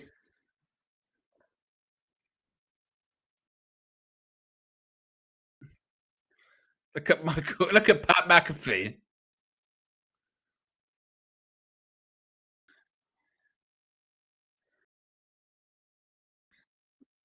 This is a complete car crash.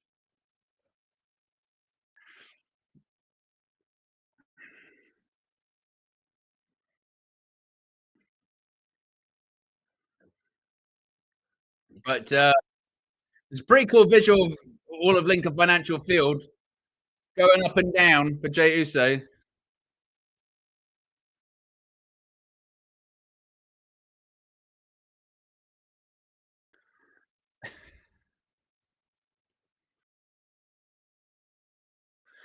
Like even again, even I know, like in the conversation of greatest rappers, isn't it like Eminem, Notorious B.I.G., Tupac? Like, isn't isn't that kind of aren't they in that conversation? And here comes his big brother.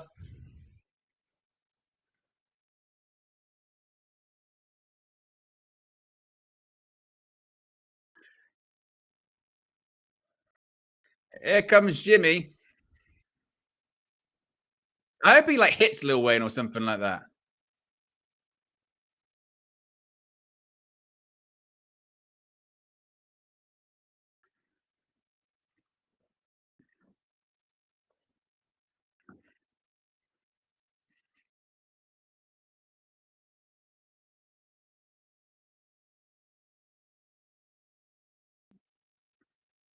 I mean, also as well, also as well with this story, and I think this is the thing people overlook a lot from it, is that a lot of it doesn't make any sense. Like, you remember Jimmy Uso was the first person that wanted out. Oh, Tope Suicida. Jimmy was the first person who wanted out of the bloodline. And then Jay was like, yeah, okay, I'm out of the bloodline. Remember, Jimmy's the first person to attack Roman Reigns. Then he decides, no, I want to come back in. I want to come back in. And then when he came back in, it was like, because I didn't want to see you become like Roman Reigns. And then you hung around Roman Reigns' rages. Like there was a people forget there was a period of time last year where all of that bloodline stuff stopped making any sense. Like a lot. So from the summer bloodline stuff, it drew like a lot of money and drew great ratings. Like their whole tribal court thing they did at Madison Square Garden got like 3 million viewers. It was fantastic. But legitimately, there was a period of time across last summer where stuff just stopped making sense at all.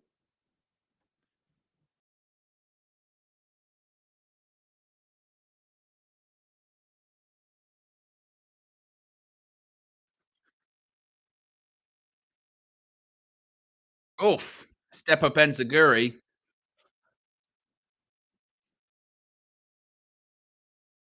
Crossbody by Jade. Ooh, close.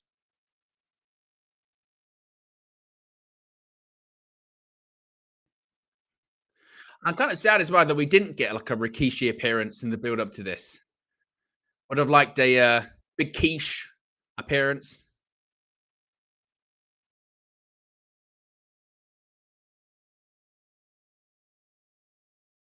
What's Jey Uso going for here? Oh, he went for a pop up Samoan drop, but that didn't work. That was nasty.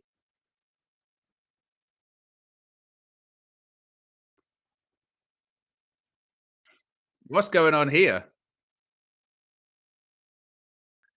Oh, hip attack in the corner.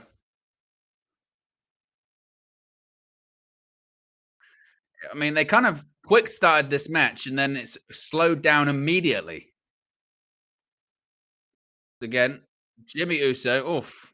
Hip attack again to Jey Uso in the corner.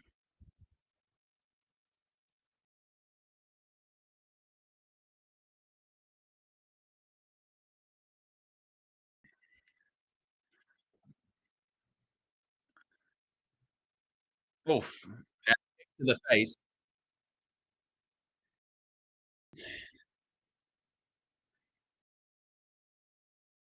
Is it is it me as well? Does the crowd feel a bit quiet? Oof. Uppercut. I mean, it feels like the crowd were hot for that first match. The second match, yes, but for these last two, is this match sponsored by like baby wipes, by the way, or like what? Dude, dude wipes best clean pants down. What?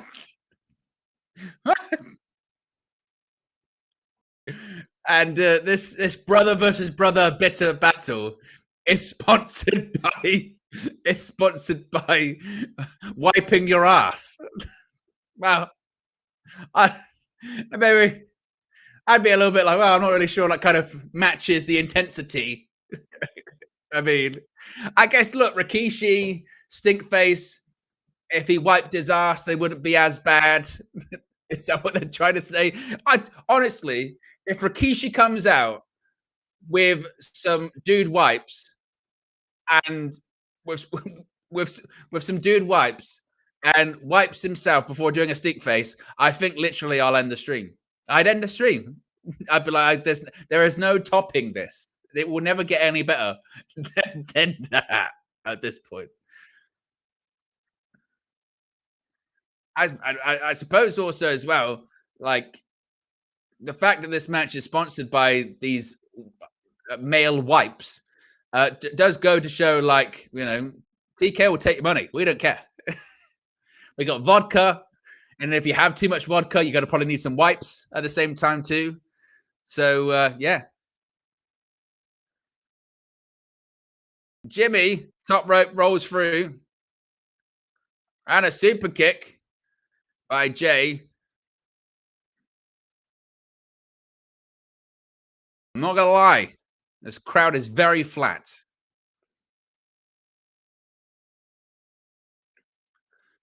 As Steffi Jenks says, I think Lil Wayne put this crowd to sleep. Or maybe it is a case of because it's so cold, they're just like, screw this. It's cold.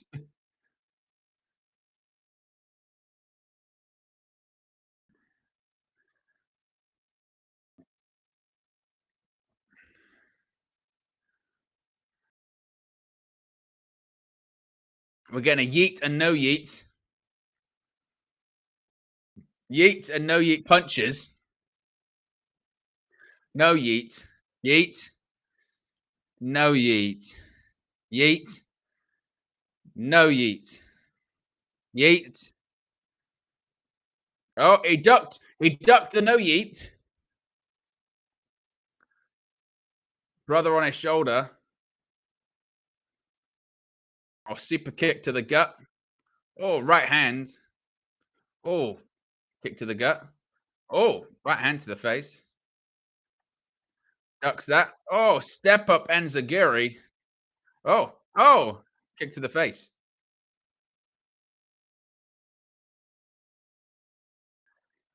And the crowd at a stalemate.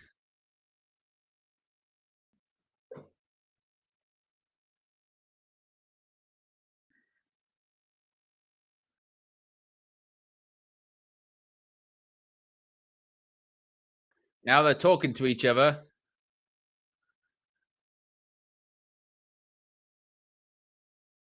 And they're fighting.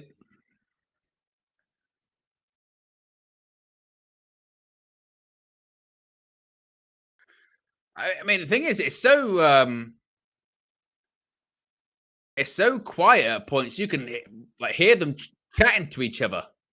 Like you can hear them chatting to each other, calling spots.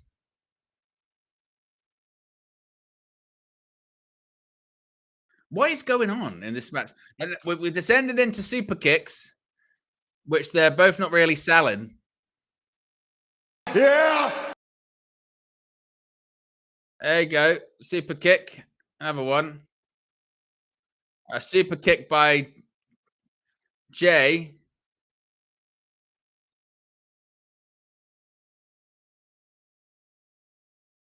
Another super kick by Jey.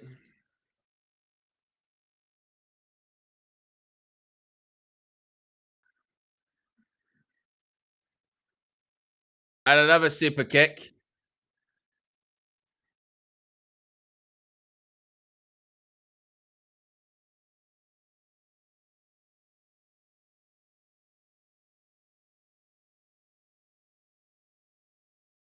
What's going on here? I mean, there's just nothing going on. I mean, that's why I'm going crying. I mean, literally, they're just sort of standing around. What's going on? And a big kick again to the face of Jimmy. What are we doing?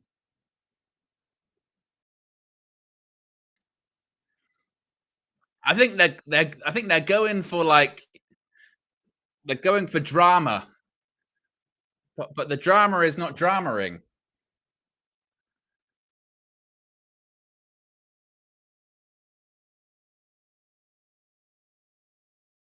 Again, they're trying. It's like trying to put down his brother, I guess.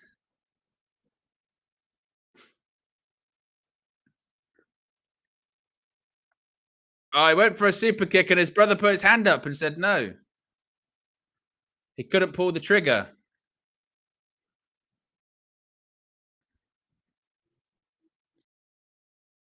He's showing compassion.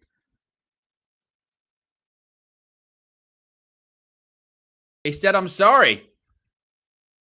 He said, "I was wrong for everything." He said he's sorry.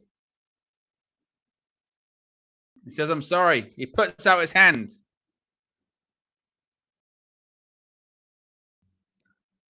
The hand is extended. Is Jey going to shake it? He's crawling.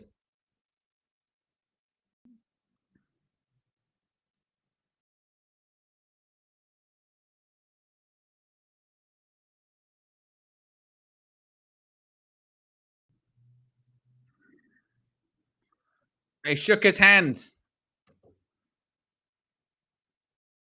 He picked him up.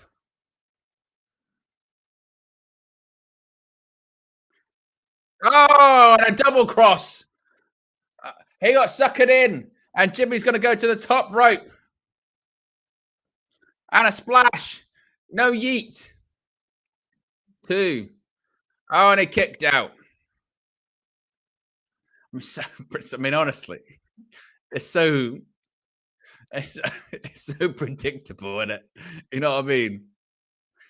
It's so like that is one of those like pro wrestling like eye roll things, isn't it? When you go, come on, guys, what are we doing here?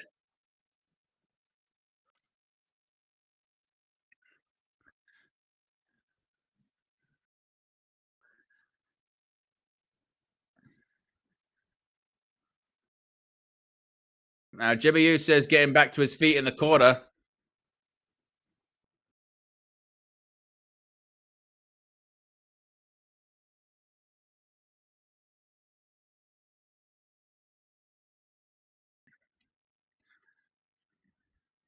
Oh, spear! Spear. The crowd goes mild. Jey Uso's going to the top rope. Splash. 2, 3. And Jey Uso wins. I'm not going to lie. That wasn't great. That was not great at all. That was flat as a pancake. Jey Uso gets the win. But My goodness me. Get your ratings in. If I had to rate it out of 10, for me, that's the worst match of the night so far. I'd probably give it a 3, maybe a 3 out of 10. But wow. Like, to be fair, like, I didn't expect huge. I didn't expect it to be a five-star classic, but that was just flat, wasn't it? I mean, the crowd didn't care. They just super kicked each other for a bit. Then they tried to do some acting. It just never. Not only did like it never got going ever. Like it just did not get going at all.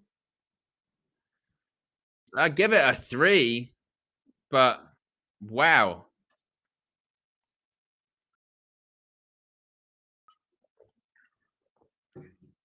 that was yeah. But there you go. Jey Uso wins. That was yeah, that was something, wasn't it? Wow. Uh yeah. This has been a really strange show actually, thinking about it. I mean, I said opening match was really good. Thought that was great. Tag ladder match wasn't as good, but it was still a ladder match. It was quite chaotic. And then it's just kind of fallen off a cliff, hasn't it? The Rey tag match didn't get going, had a bizarre finish. And then also we then have the brother versus brother match, which just didn't do anything, did it?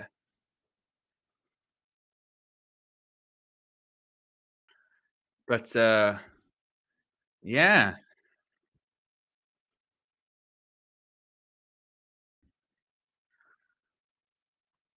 there's Cody Rhodes' bus.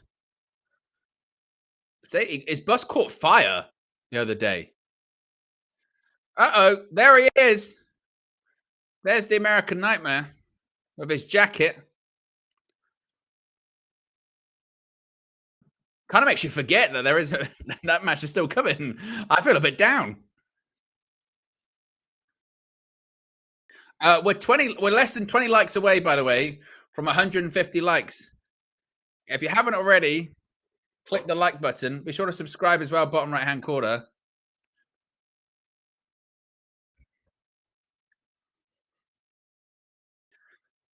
Coming up next, we're going to have the 6-woman tag match.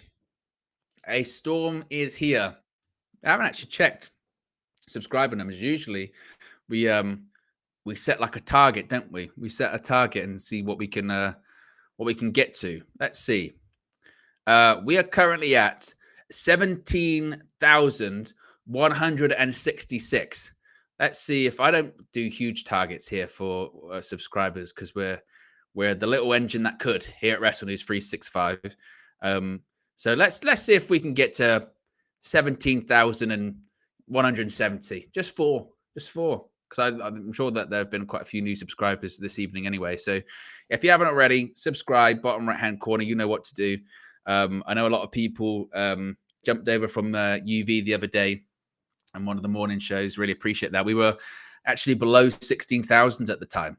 And you got us over the line to 17,000, which is, again, really, really appreciated. I know that lots of people say it and they say, oh, it really means a lot, but it really does. I totally understand, sometimes pro wrestling's not for everyone, particularly in the football side of things. That's why I don't really like plug this channel whenever I'm doing UV that much, because people don't really want to hear about that. They want to hear about football. But the story behind this channel is this is how I started on YouTube. I'm a football fan and I'm a wrestling fan. I'm a man of very simple tastes when it comes to that. This is how I started doing my stuff on YouTube. I never envisaged it getting to what it is today or going into the avenues that I ended up going into. And as I mentioned early on, the first WrestleMania live stream I did was WrestleMania 37 back in 2021. We did kind of cover WrestleMania 36 back in 2020. It's been like the channel had only been around a couple of months by that point. Just a couple of videos and what have you. So from then to now is unbelievable. Like I said, I think it's the 5th WrestleMania that I've done here, 4th one live. and the support means everything. It really does. I have to pinch myself. I think you're all crazy. I'm like, why are you here? I'm like, why? I'm, I'm not that interested. I'm pretty boring. So yeah, everyone that tunes in, it's incredible, and it makes staying up and getting up and waking up and putting the time into do all these graphics because you know, not to knock anyone else on YouTube or what have you, but all of this is all done by me as well. So, you know, some people have editors or some people have, like, you know, people that put their graphics together, but this is it's all done by yours truly. So you guys make putting the time in and everything well worth it, because you make me want to be as best as I possibly can, and everything is possible, as good as it possibly can be. So thank you very much. It is much appreciated. And I always feel incredibly awkward when I have to say thank you, even though I should say it more often. Absolutely. So thank you very much. Cheers. Cheers to all that watch. Oh, Superstar Nathan Joseph is back once again with another WrestleMania moment. Oh, Superstar Nathan Joseph is on a madness tonight. A madness. And he is. That's what he is. First ballot WN 365 Hall of Famer, Superstar Nathan Joseph, with another 10. Another 10. You madman. You madman. Has gifted another 10. Thank you so much. And congrats to everyone that's become a member of the WN 365 roster. Chris, Steffi Jenks, Danny DeFito, Richard, Pecky, Bill Hill, Randy Bowling, Dolt, and Dominus. Look at that. That's why he's Superstar Nathan Joseph. That's why he is what he is. Superstar, first battle Hall of Famer. Look at Damage Control. All of these fans.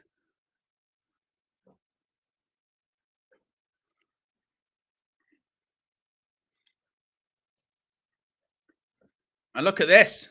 We've got confetti. We've got, was it petals? Are they petals?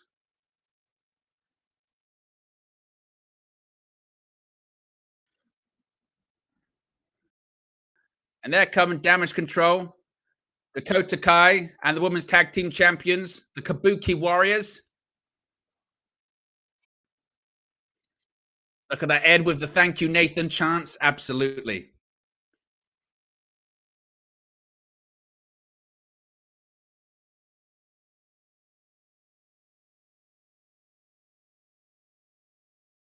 And also, as well, considering we've got so many new members tonight, what would you like to see? What else would you like to see from members' content? Like I said, at the moment, we've got the Monday Night Wars rewatch series. We've got individual matches, rewatch series. Whatever you guys want to see, whatever you guys, new members want to see, let me know. We can do it. There's in the world of wrestling anyway. There's nothing off limits. So whatever you guys want, we can work it out here at Wrestling News 365. I tell you what, they're loving their weather forecast here, aren't they? Put it up again.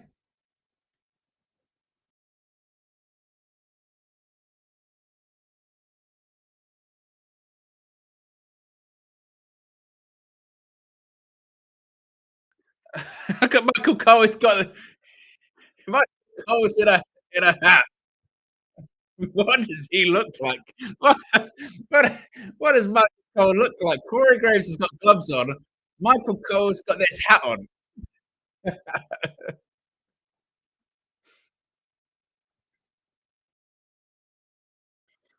But as people can see as well, with new subscribers, they pop up on the screen with a GIF as well, which is fun, isn't it?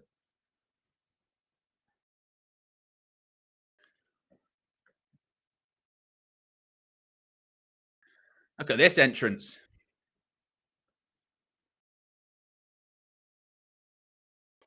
Look at this. Look at Bianca swinging a braid around in the dark. Just not stopping as well. Just constantly. They're all standing still, apart from her just going like.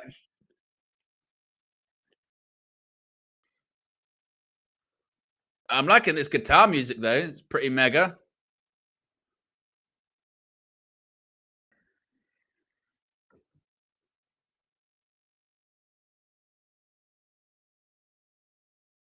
There's Jade Cargill. She's sporting a bit of a different look as well.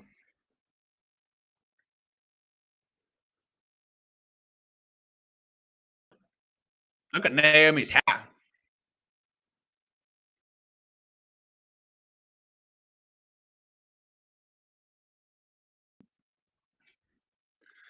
And Bianca Belair.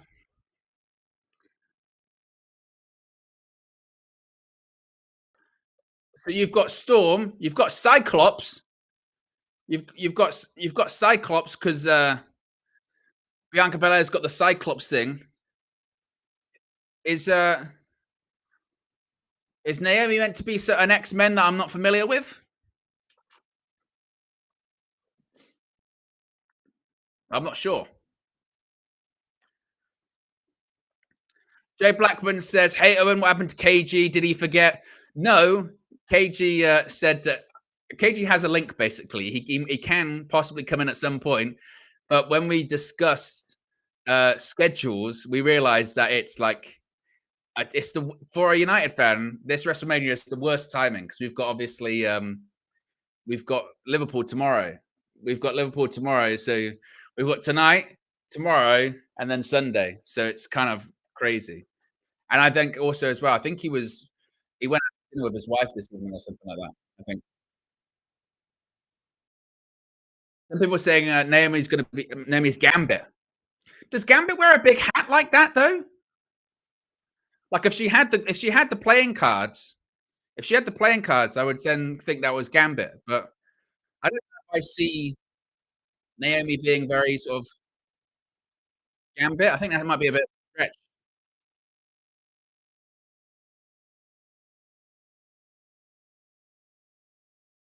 I don't think Gambit has a hat, Danny. I'm not seeing the sort of Gambit.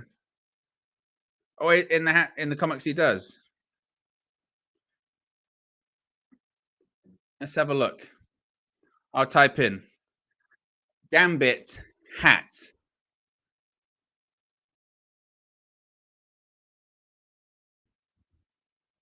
X-Men.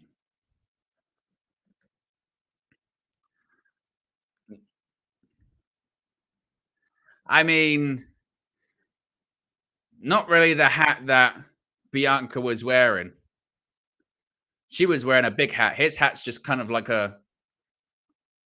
Oh no, there's one. That's a bit Gambit, isn't it? Maybe he's just got a lot of different looks. I've seen one picture. They're saying Kung. Oh, it's definitely that. Yeah, it's definitely that. It's a Mortal Kombat reference. It's not a. Yeah.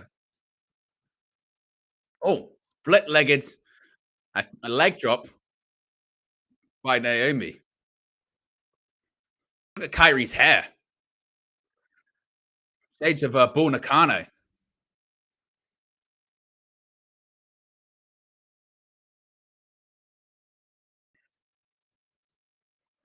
Isn't it a reference as well, though? I don't think Asuka's won at WrestleMania.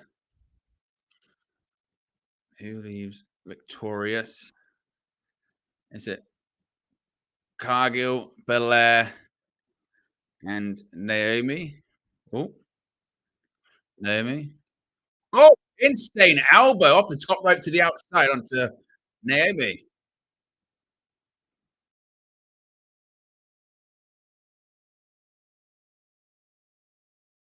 There you go. Poll is in the chat. Super chat here as well, saying from Danny DeFito, saying, I thought Lemmy from Motorhead put in the worst performance live at Mania. Lil Wayne just took that title. Seriously, what was that? You could have rapped better. I don't know. I don't know if I could that. I like the Lemmy WrestleMania performance, particularly the one where he doesn't know the words to the game and just mumbles. he just mumbled through the performance. Just goes, I don't play the game. I don't know how to play it. I am the game. You want to play me? I don't know. Baby. He just mumbles because he doesn't know the song. It's terrific. But then I think he does it a few years later at WrestleMania 21. And he was much better then. WrestleMania 17, he did it. He was not great. WrestleMania 21, he was better. He was better at WrestleMania 21.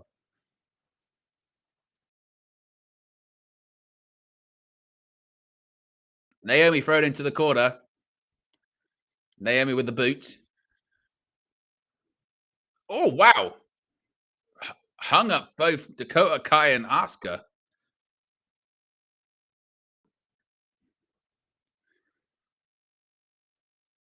Naomi with a kick to Asuka.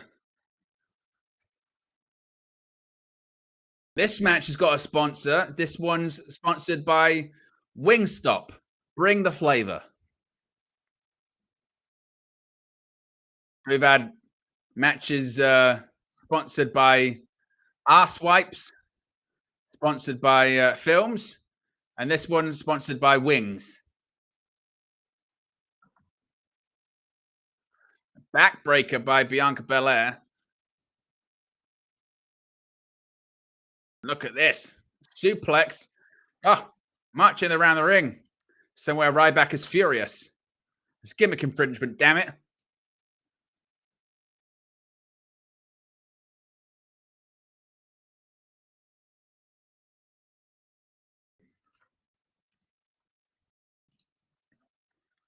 Punches to the head by Bianca Belair to both members of the Women's Tag Team Champions. Oh, look at that. Moonsault by Belair.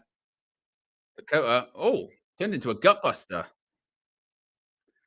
Spine buster. Look at this. Military press over the head. Pat McAfee just starts screaming at the top of his voice that Bianca Belair's kicking wholesale ass. Oh, look at that. She's got to pin all three. Oh, all three members of Damage Control kick out.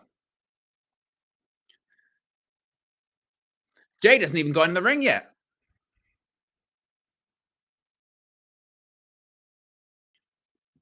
There we go. Is this going to be the moment?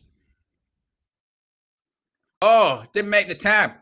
Tag, she grabbed her by the braid. How dare you, Dakota Kai. And a kick to the back of the neck.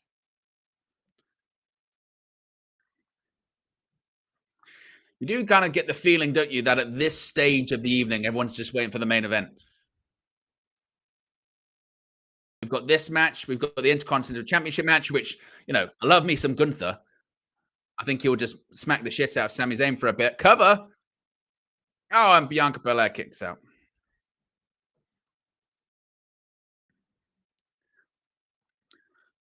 We are 7 likes away, by the way, from 150 likes. So if you haven't already, click that like button. Be sure to subscribe as well, bottom right-hand corner.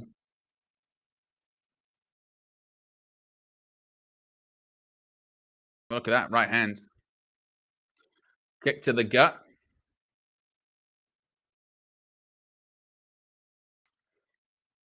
Gonna go for a double vertical. Oh, no. Rolls through. And in comes, Jade Cargill. It's the hot tag, but she doesn't need to fly in fast. She can just walk in because she knows. Oof. A boot by Jade. Choke slam.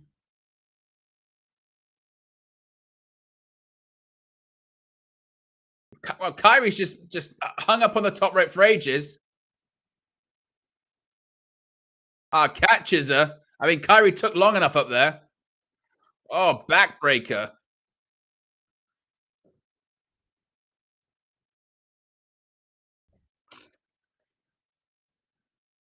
Ducks under.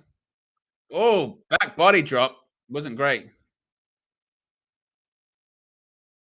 Splash in the corner by Cargill. Oh, look at that. Driver. Oh, broken up by Asuka and Kairi Sane. Look at this. Going to get KOD. No, we're getting here. Oh, missed in the face of Kairi. This one's kind of descended into a madness. What is going on? Oh, good God. She just got whipped by the braid. KOD incoming. And Cargill. Uh-oh. Dakota Kai, you've just been. Get ready. She's got Kai. Kai's up high, and she's just been jaded. And there you go. That is 1, 2, 3. And Jade Cargill gets the win.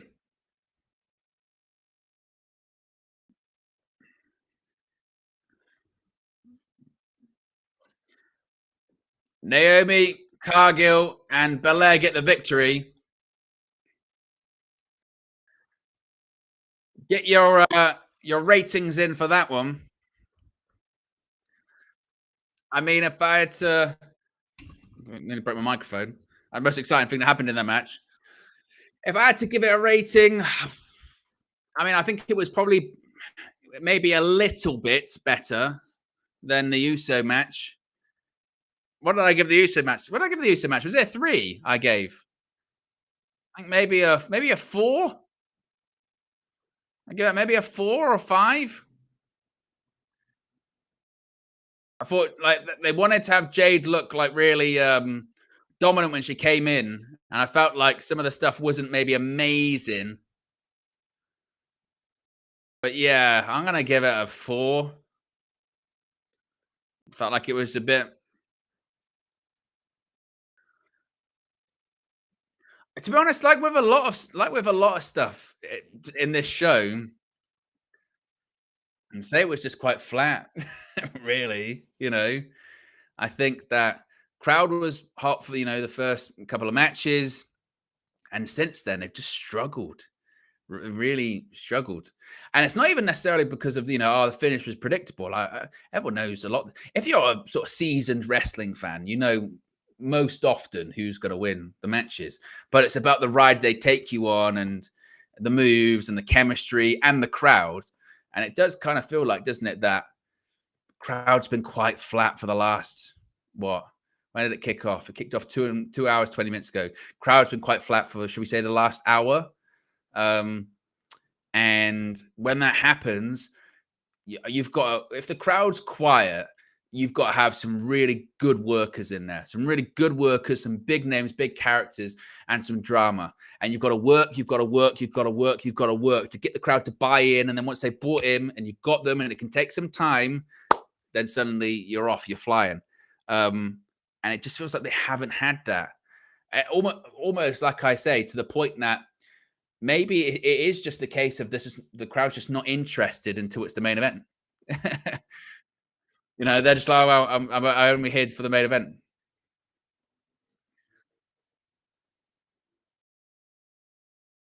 I mean, maybe some will say like it's because of the weather. It's quite cold, so the crowd's quiet. I don't know.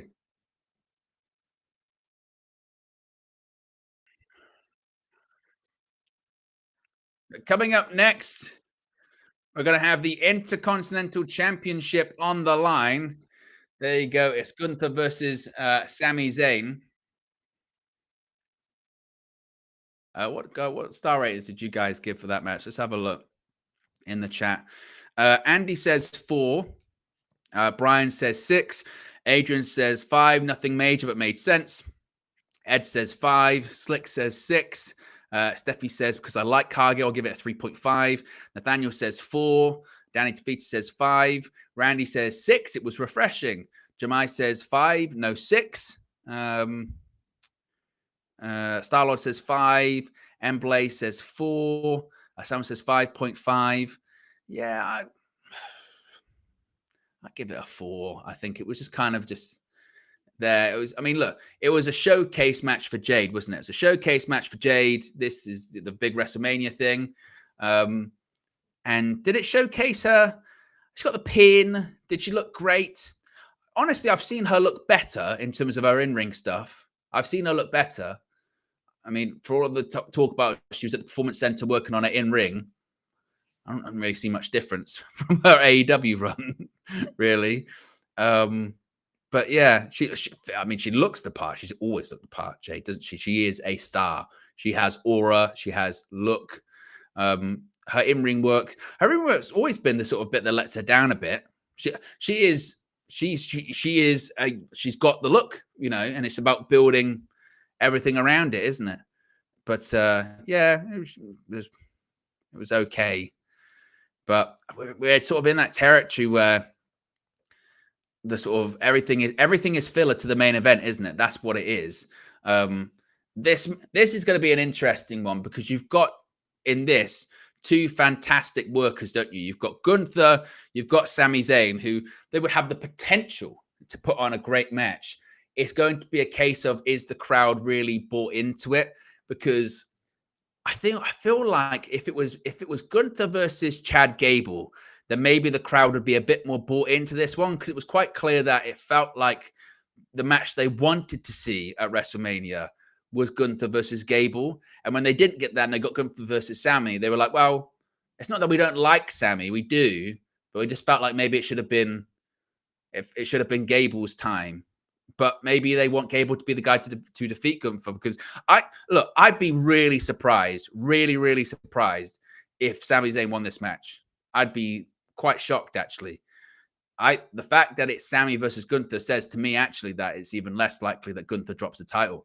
I think Gunther's holding it until Bash in Berlin. And I think that main event should be Gunther versus whoever's the world champion at the time, title for title, Intercontinental title versus world title, and have Gunther win both. I really do think that should be the case. So this is going to be, I would think, I think it's just going to be the typical Gunther match, which is Gunther beats the shit out of his opponent for maybe 10 minutes, 15 minutes, something like that. Sami gets some hope spots, some near falls, and then Gunther powerbomb, lariat, 3, win. I swear I think this one's going. That was my prediction for this. Let's put a poll in the chat. Who leaves as Intercontinental Champion? Is it going to be... Oh, there is Sami Zayn backstage.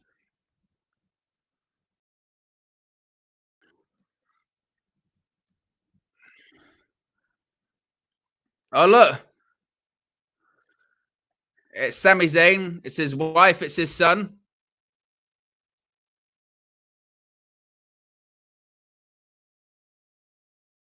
Tonight's the night.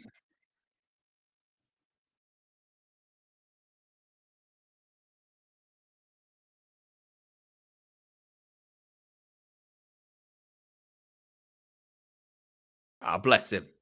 Bless him.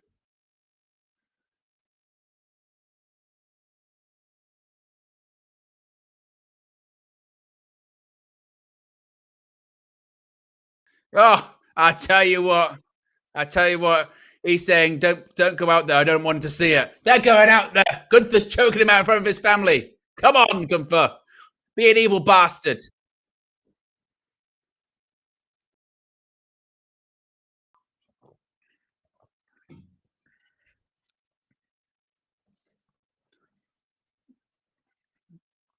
Gable says, I want you out there by yourself. You got this on your own. We always did. The sound is horrible, by the way.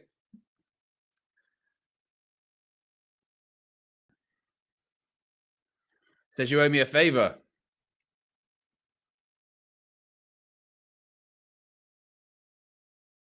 Wow. Sami Zayn going to be walking through. Oh, it's just kicked the... Psyching himself up. Look at him. Proper psyching himself up. We're getting all the way through. Continuous shot. I like this. This is what I like.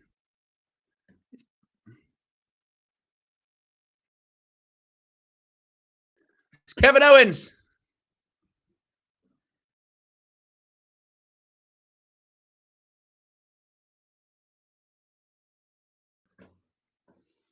He said, go do it, go.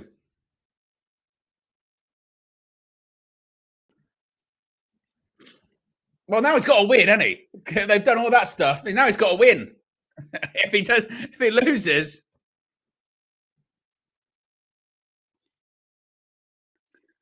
or Gunther beat Sammy in front of Gable, in front of Kevin, in front of his wife, in front of his kid.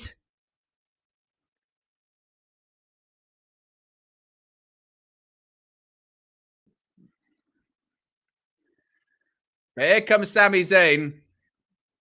Poll is in the chat, so you can get your votes in as to who you think leaves as Intercontinental Champion. We're 6 likes away, by the way. 6 likes away from 150 likes. In terms of subscribers, we're 1 subscriber away from 17,170. So if you haven't already, subscribe, bottom right-hand corner.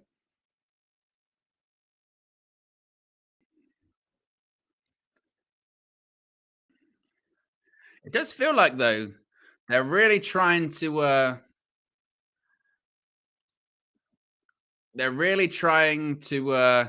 play up that Sammy has to win, and he's gonna win.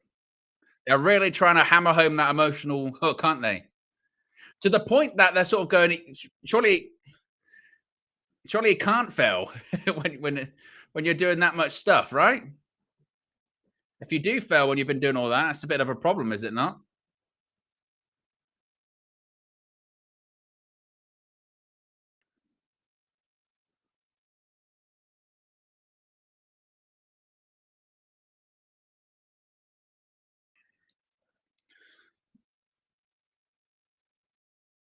Look at that. A lot of the Prime Hydration Station.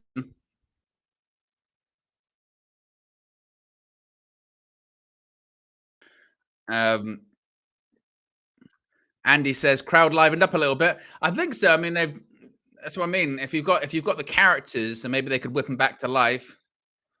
Here comes Daring General.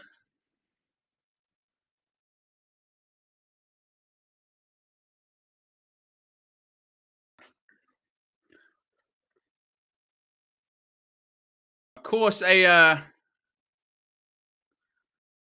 reminder that this wasn't supposed to be Gunther's WrestleMania opponent. This was meant to be Gunther versus Brock Lesnar at WrestleMania. Of course, because Brock was not named, but he was mentioned in the lawsuit, even though not by name. That didn't happen. But it was meant to be Gunther versus Brock.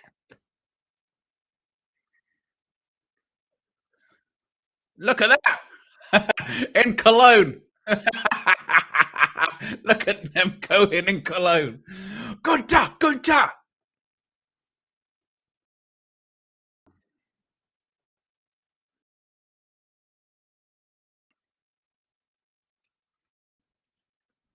The Intercontinental Champion. Longest reigning Intercontinental Champion in WWE history. I don't think that ends tonight.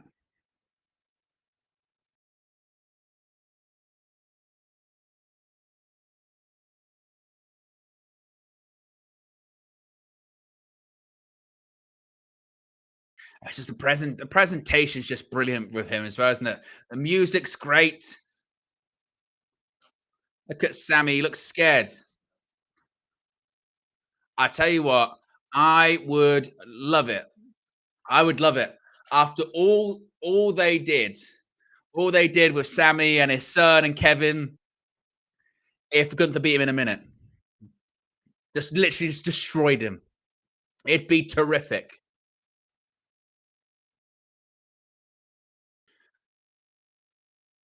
Sami Zayn trying to keep his distance from Gunther. Collar and elbow tie up.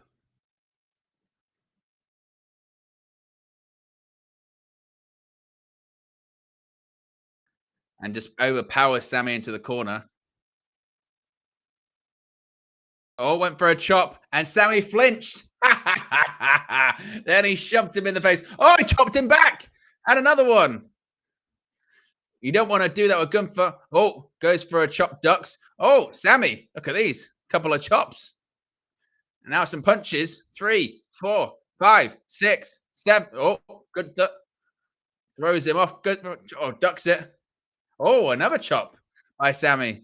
Sami Zayn with the chops. This first one's going to be glorious. Springboard catches him. Look at this. Oh, German suplex. Just like that.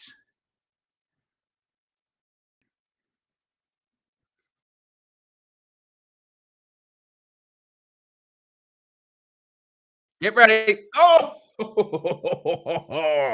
there's one. Oh, and just a boot to the head.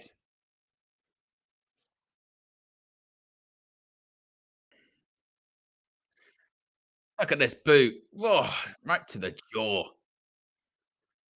2 likes away from 150 likes, by the way, guys. If you haven't already, click the like button.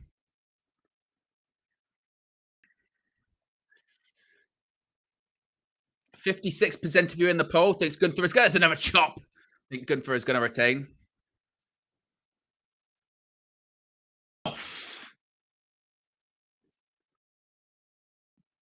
And Gunther looks in great shape, doesn't he? Oof.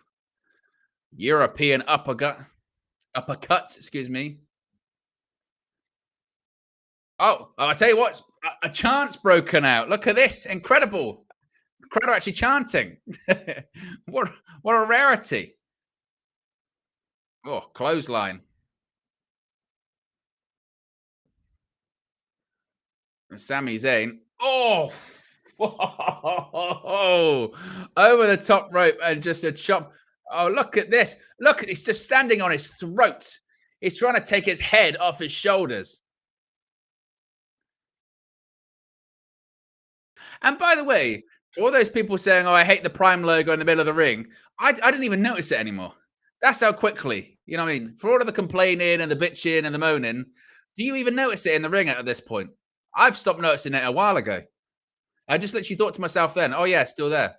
I don't care. Look at that, just clubbing blow to the back of the neck. Ugh. And Sammy, what a sow that is. He just goes down dead weight.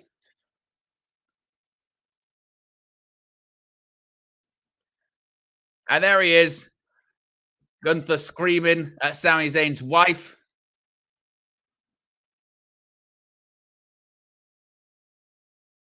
Oof, and just a knee. Oh, look at those kicks. Oh, what a chop by Gunther to Sami Zayn.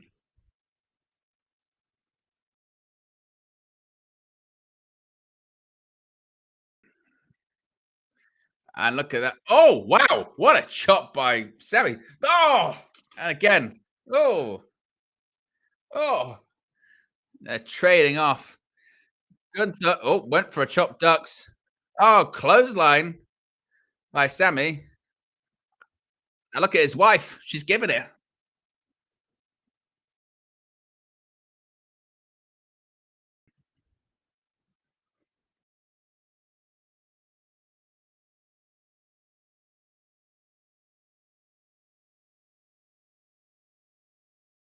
Oh, look at this. Open hand chop. Oh, oh my goodness. Oh, Sami just right hands. Look at this. Rights and lefts.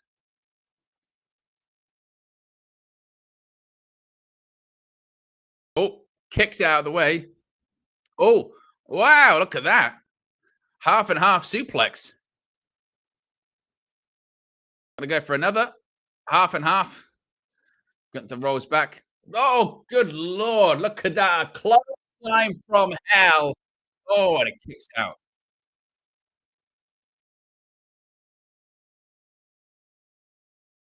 Look at that. Sami Zayn turned inside out.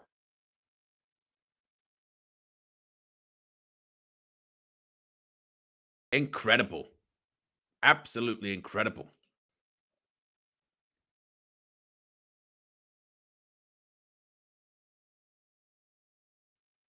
Well, I think in fairness for our criticism about the crowd maybe not being up for it, They seem a bit more engaged here, don't they?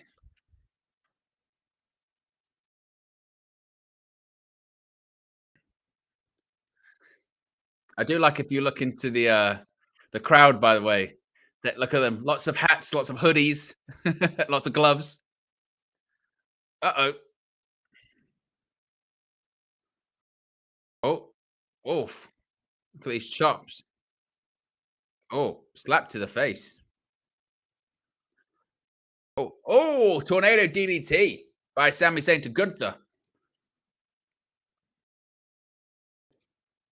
Sami's him, mate. He's going to go for maybe a haluva kick. He's got him lined up. Haluva kick. Ah, look at that. Catches him in a sleeper hold. Terrific. Terrific heel wrestling. Uh-oh.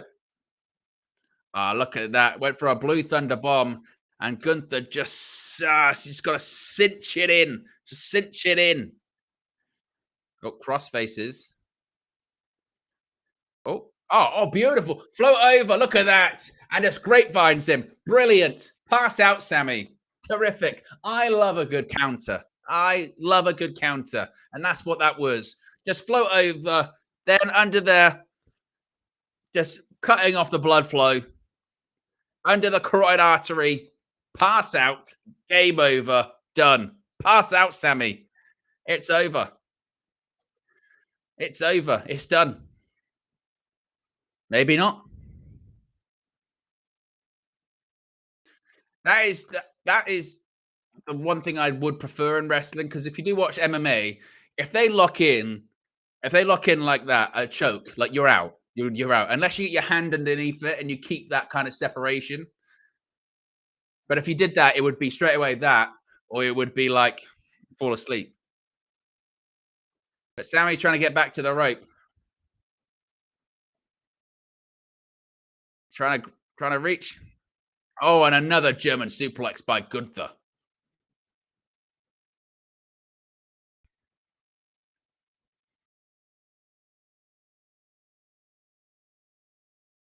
Sami's in the corner. Gunther, what's he going to do? Oh, caught. Exploder. It does feel like, doesn't it? Because even now, he didn't get it. It feels like in every match tonight, there's just been like, oh, it wasn't perfect. It didn't connect perfectly. Oh, beautiful shotgun drop kick. Boom. Get ready. Power bomb. Game over. 2, 3. Oh, he kicked out. Oh, be it. We've seen Gunther defeat plenty of people like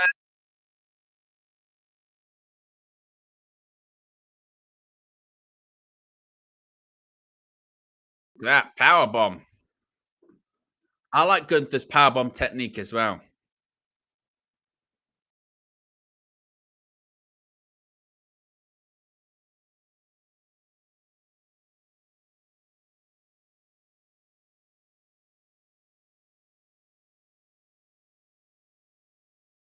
Sami Zayn trying to get back to his feet. And if he can.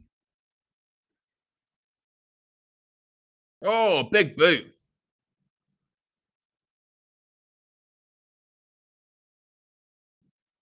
And Zayn just collapsed into Gunther and is looking at his wife again. Oh, watch out. Haluva kick. Where did that come out of nowhere? Haluva kick. Covers. 1, 2. Oh, he kicked out. Out of nowhere. It was like an RKO out of nowhere.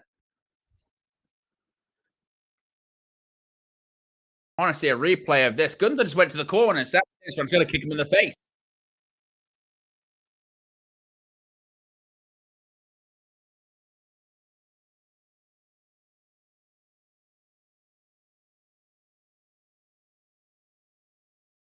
He's going to go for it again. He's going to go for it again. Second haluva kick in a row. Oh, and just a lariat. It wasn't a close one. It was a lariat. Here we go. Power bomb. Second one. Oh, good Lord. Don't do it. Second in a row.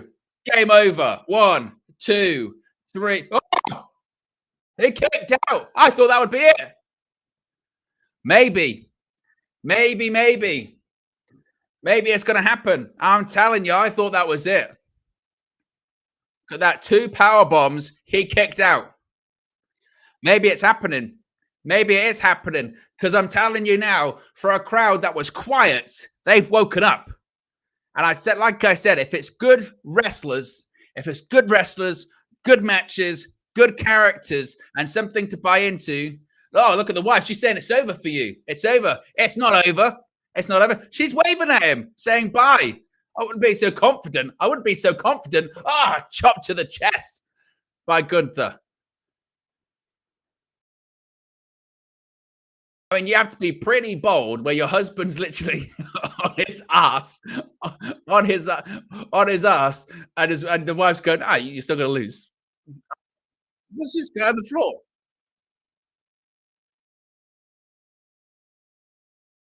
Oh, look at these. Stamps to the jaw. See, I'm such a heel. At this point, I just get disqualified. I'd be like, screw this. I'm out of here.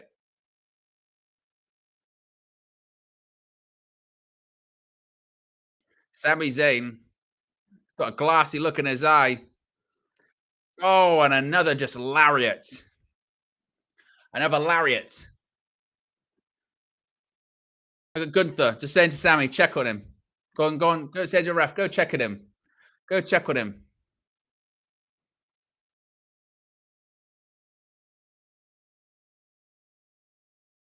Gunther saying, what are you going to do? Look at him. He's saying to the wife, get in the ring. I mean, she's got to factor into the finish, does she not? She has to. Oh, God. Power bomb. Game over. Power bomb. Official. Call the damn match. Call it over. Referees to stop it for the sake of Sami. And look at him. He's laughing.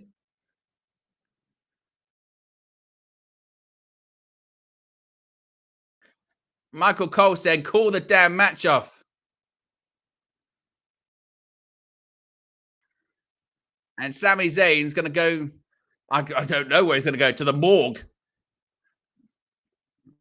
Oh, big splash.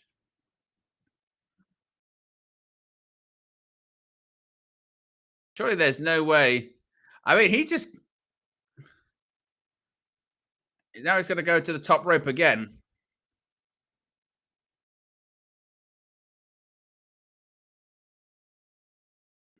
Another splash. I mean,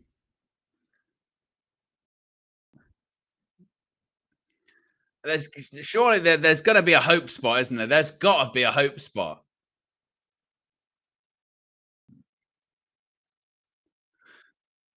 And also, Sami Zayn's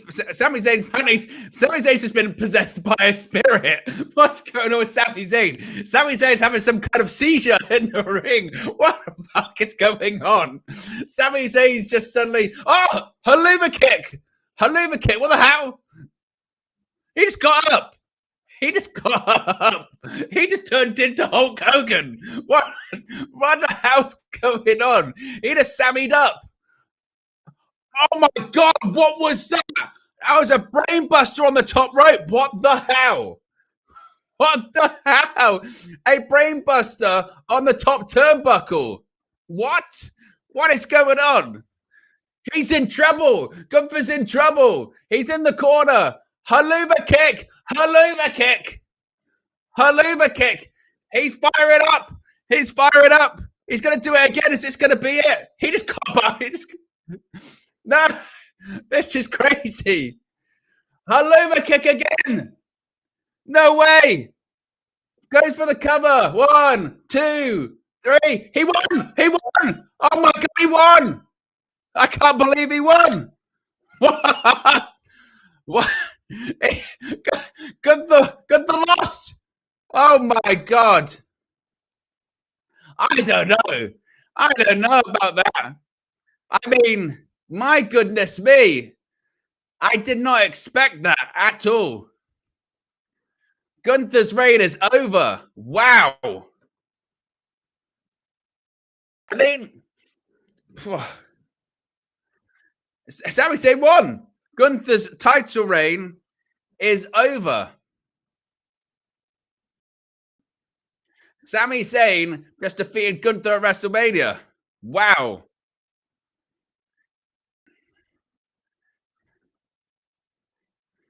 I mean, the finish, the finish is kind of nuts when you really think about it, because like Gunther beat the hell out of him, powerbombed him like 3 times, splashed him twice, and Sami just kind of like got up. Sami Zayn just kind of got up and then just hit him with 2 haluva kicks. Well, brainbuster and 2 haluva kicks. Sami Zayn is a 4-time Intercontinental Champion. Wow. I mean, look, that's the story they're telling. They're saying that, you're the underdog. You did it.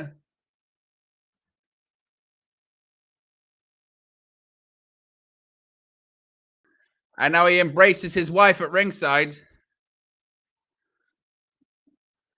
But Sami Zayn wins. He is the brand new Intercontinental Champion.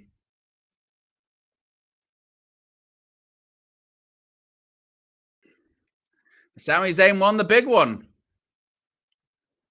Hey, look, it woke up the crowd. It woke up the crowd. I mean, I really thought the person that was going to win it was going to be Gable. That's why I thought, they won't do it with Sami. He doesn't need it. But Sami Zayn wins, and the crowd's going nuts. But what do we think about that, guys? Get your match ratings in. Rate out of 10. If I had to rate that one, I'd probably give it a 7.5, 7.5, I think, something like that. I mean, I'm quite taken aback that Sami won, to be honest with you. I mean, looking at the story, obviously, that they're telling, it makes sense, because the story they're telling is, Sami can't win the big one, so he wins the big one. I just thought Gunther would carry on. I thought that it would be Gable that would do it. But Sami gets the big win. I mean, maybe... And also, this is sometimes what you've got to think about too. Does that maybe give a bit of a hint as to what's to come later on in the evening? Because that's a big feel-good moment. So does that maybe suggest that we're not going to get a feel-good moment in the main event?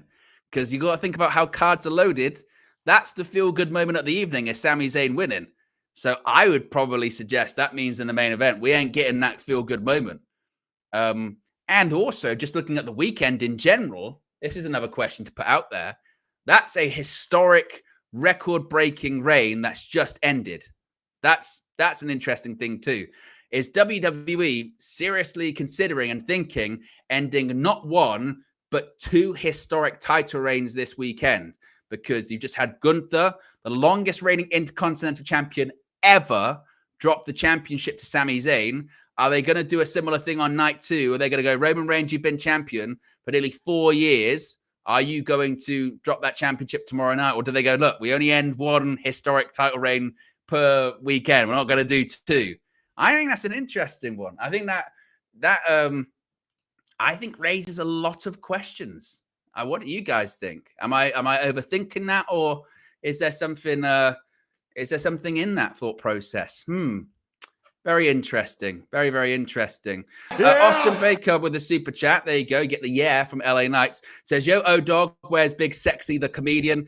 Well, he does have a link, like I said, but we kind of did work out logistics that it was going to be difficult. And I'll tell you what, we WrestleMania without a siren. Siren in the chat as well. We get an O siren. Terrific. And Garfield is the latest member of the WN365 roster. Appreciate you. Appreciate all the new members. Big up to everyone that's become a member. Big up to, obviously, superstar Nathan Joseph, who's been a big recruiter for members of the WN365 roster. He's been giving out contracts like Tony Khan tonight. We got a stacked roster as well. So yes, big up to everyone that's become a member this evening. As I said, given that there's so many new members, we're doing a lot of members content. There is already some members content on the channel with the Monday Night Wars rewatch series. But whatever you guys want to see, let me know. Let me know in the comments. Let me know in the Wherever there is to let me know. I might do like a community post or something. I could do that now, actually. I could do a community post to all of the new members and say, what do you guys want to see? And we'll pick some things out of it. Why not? Let's put this here. There you go. There's a siren because it wouldn't be home without one. New members. There you go. New members. What exclusive members content would you like to see? Any specific matches you want to do for watch alongs? Comment below and let's do it. There you go. And that post is, there you go, on the, that post is on the community tab for WN365 roster members exclusively. So any matches you want to see specifically or what have you, you put them there and we'll do it. We'll do it. Or specific events, shows, or just specific video types, whatever you want to see, we can do it. But if you are just joining us, we have a brand new Intercontinental Champion in Sami Zayn. Gunther's reign is over. We're seeing the finish to the tag team match involving Rey Mysterio earlier on. Pat McAfee is doing his telestrator.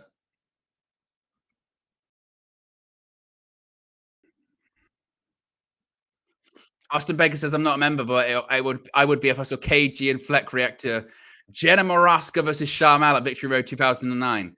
If you're not familiar with what Austin is referring to there, that is the what some people think anyway is the worst match of all time. There's another one that's got on Raw in 2002, I think, involving Jackie Gator, I think, and Bubba Ray Dudley and who else? I think Bradshaw's involved in it. It's awful.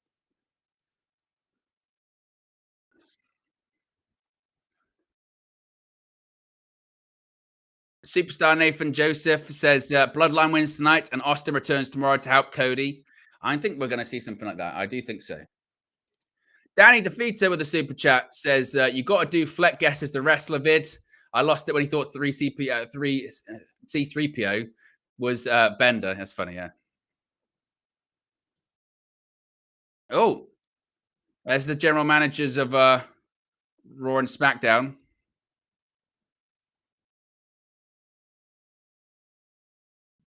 They're thanking everyone that's there. I think they're going to do an attendance thing or something like that. Some like attendance thing.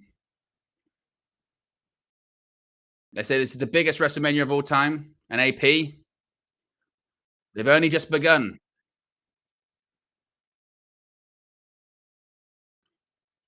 All night long, you've given us your passion and energy.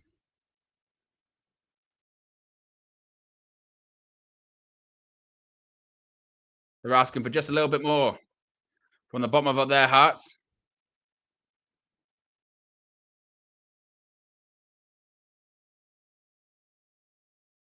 $72,543. Maybe take it with a pinch of salt. They say thank you. Yeah.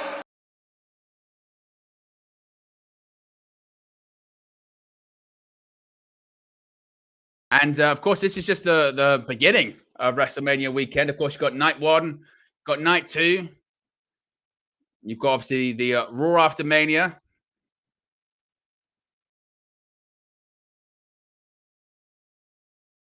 I didn't even recognize that was Vanessa Hudgens then. Wale Mania.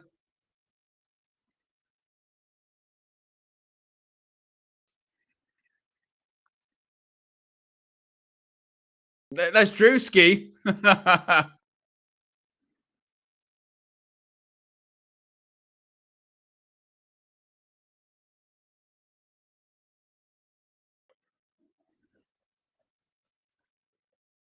Michael Cole is taking his hat off. No, the Slammies are back tomorrow. By the way, we're 1 like away from 160 likes. So if you haven't already, click the like button. Be sure to subscribe. The WrestleMania press conference immediately after the show. But don't go there, because immediately after this, we're going to have a post show where we're going to be chatting our thoughts about what we've seen this evening as they're going through the card for tomorrow. A reminder, I will be live once again tomorrow evening, WrestleMania Sunday, and have a post show. By that point, I'm pretty confident I'm going to be rolling, very much on fumes. Like very much on fumes. Because tomorrow is going to be a long day. Long day. I mean, to be fair, today was a long day. You would think, oh, why? Because, you've got to do this. But the reason today was a long day is we still got out the 2 news videos, because that's the standard here at Wrestle News 365. Every day, 2 videos. Occasionally might be 1, but most of the time it's 2 videos every day. Wanted to get those out for you guys today. And also, again, this is a peek behind the UV curtain, I suppose. But when we do the match views as we're doing tomorrow, with KJ and myself, it'll be a remote one. I have to make all of the graphics. So everything you see tomorrow has been made today by me. So it takes a while. That takes a while to put together. So it's been a busy day today. Tomorrow's going to be a busy day. And then Monday is going to be a busy day as well, because it's going to be the fallout of United and Liverpool and WrestleMania and all that kind of stuff. But coming up next, it's main event time. Remember when Todd Grisham used to do that? He used to go main event and the camera used to follow him. It is the match that many people are looking forward to this weekend. It is a match that's got potential ramifications for night 2 of WrestleMania. It is the American Nightmare Cody Rhodes teaming up with his rival turned friend turned partner, the World Heavyweight Champion Seth freaking Rollins, facing off against the final boss, The Rock, competing in a proper match for the first time in 11 years. The last time he wrestled a proper match was WrestleMania 29 in MetLife Stadium in New Jersey in 2013. Yeah, I know he faced Eric Rowan at WrestleMania 32 2016, but it wasn't a match. It was like 3 seconds, 6 seconds. A real match for the first time in over a decade. Tonight, he teams with his cousin, with the undisputed WWE Universal Champion, with the head of the table, the tribal chief, Roman Reigns. So this is what people have waited for. This is what people are tuning in for. And this sets the stage, of course. There are huge ramifications for tomorrow night's main event. If Cody and Seth win tonight, the bloodline will be barred from ringside, barred from interfering and getting involved in the match. It will truly be 1-on-1. It will be Reigns versus Rhodes. No interference. The same interference that cost Cody last year. But if The Rock and Roman win tonight, that means tomorrow night, the undisputed WWE Universal Championship, the Tribal Chief versus the American Nightmare will be bloodline rules. And as we saw in the main events of Raw Monday night between Seth Rollins and Solo Sikoa, bloodline rules means anything goes. No disqualifications, no countouts. Anything you can do what you want. Anyone can get involved, and that would certainly stack the deck against Rhodes. Or would it? Because as much as there is many members of the bloodline, there are also many enemies of the bloodline. Possibly that could lead to your likes of your Stone Cold Steve Austins, your John Cena's, your Undertakers, your whoever. They could all maybe get involved. It could be an Avengers Endgame scenario. But first, we've got to get through tonight's main event. That's what we've got to do. Ho, ho, ho. So this has got big ramifications. And the question is, does The Rock still got it? Because, not going to lie, I mean, I think The Rock's got in better shape, like cardio-wise, between the beginning of this year to now, because I don't know if you guys recall. I remember I did a watch-along for it, actually. I did a watch-along for the day one edition of Raw when The Rock showed up and did the People's Elbow to Jinder Mahal. The guy was gassed. And I don't mean like happy. I mean gassed, as in he was sucking air. after he did that people's elbow. He then got on the mic afterwards and sounded like me walking up a flight of stairs. He was like, oh, oh, head at the table. And everyone went, the guy can't drop an elbow, let alone work a match. But it must be said, between then and now, it looks like he's slimmed down quite a lot. He's been in a camp, reportedly, for the last 8+ weeks. It's kind of an MMA boxing style camp.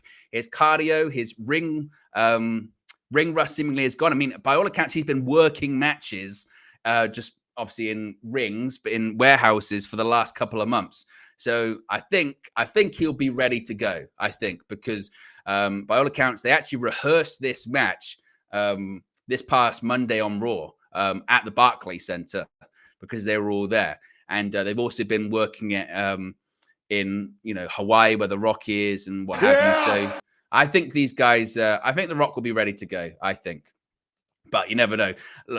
When the Rock wrestled 11 years, when was it? Yeah, 11 years ago in that match at WrestleMania 29, he got injured 10 minutes in. He turned to dust, pretty much. He got a hernia.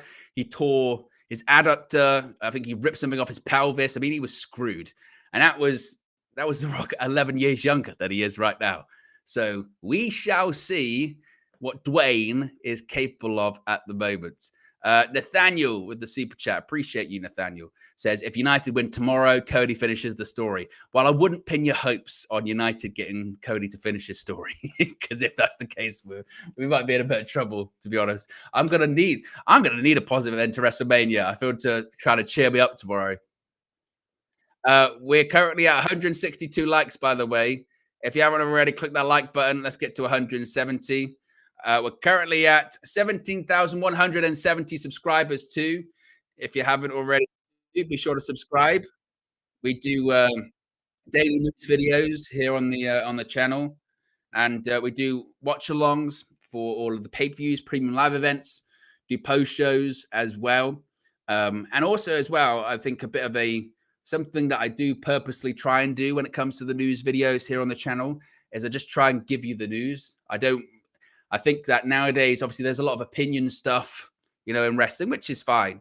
But my sort of style that I think people like and people prefer, I think I do as well when I'm just looking for news, is just to be given the news, and then you can make up your own mind. Basically, you can make up your own opinion. You can just react to it how you want. Here comes Cody. Wrestling has more than one royal family, and the American Nightmare, I think the Cody Bate is back. Oh, indeed it is.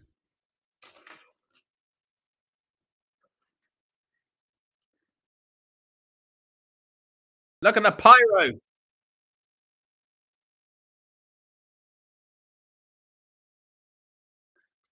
mean, this is the same American Nightmare that was caught in a bus fire the other day.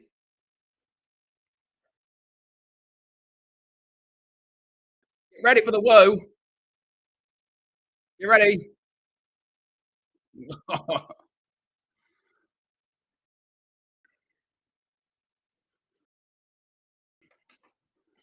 Moonarch says, so how does this match exactly affect tomorrow's championship match? Once again, the stipulation is if Cody and Seth win, the bloodline, they're banned. They're barred. No interference, no even anyone at ringside tomorrow.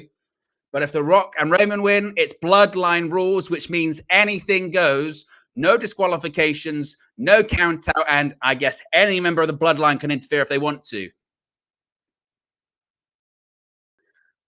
So this is really chaos or no chaos. That's really what's on the line here. A fair fight or the odds stacked.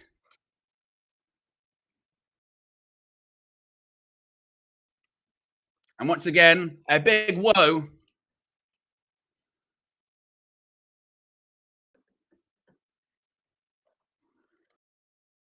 I often think as well when you think about Cody, and I know people talk about his dad so much, but I think it is so sad, isn't it? Because I mean, this is someone that left WWE and became so successful, There is his mother. Mama Rhodes is in attendance.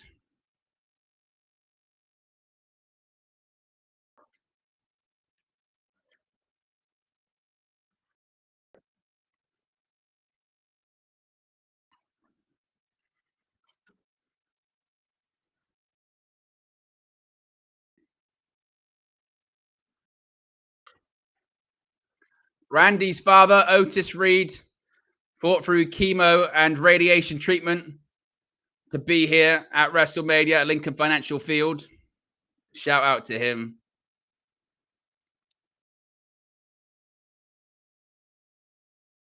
But yeah, I often think about Cody, and I think about his father, and I just think that Dusty never got to see any of it. I mean, Cody left because he was Stardust and became like the biggest babyface in the industry, and he never got to see that, and it's such a shame. But he would be so proud. He really would. And there is Seth Rollins, his first ever WrestleMania main event.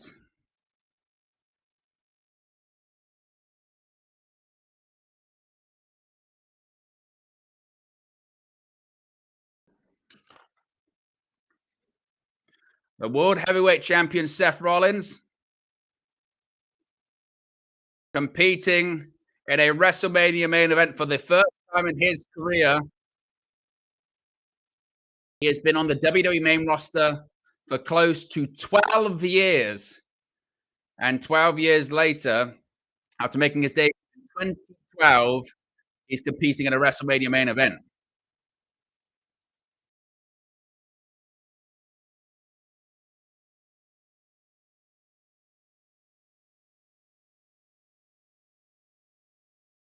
Look at the fans in London singing Seth Rollins' song.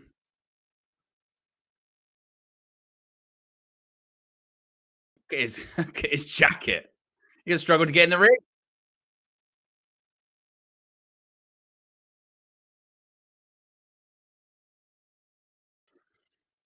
By the way, as well, when it comes to Prime, I can't actually say that I've tried it. I've never tried a bottle of Prime. I've been in places where they've been in the fridge, and I thought about it, but my impression, and maybe I'm wrong, my impression is that again, it's just like very sickly, very sweet, and I just can't. I'm great for you. You know what I mean? And I'm someone that will drink like a can of Monster to get through a stream or something like that. I mean, I wouldn't be. I'm not usually. I mean, occasionally if I'm really tired, but I would stay away from those kind of things in general. But just like drinking Prime just in the middle of the day, I don't think I'd be doing that. But the main event is brought to you by American Home Shield.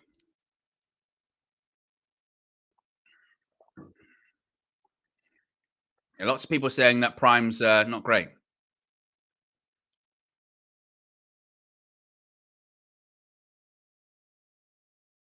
And I mean, when the marketing campaign initially from KSI and Logan Paul was genius in the sense of only make it available in certain shops and create this demand.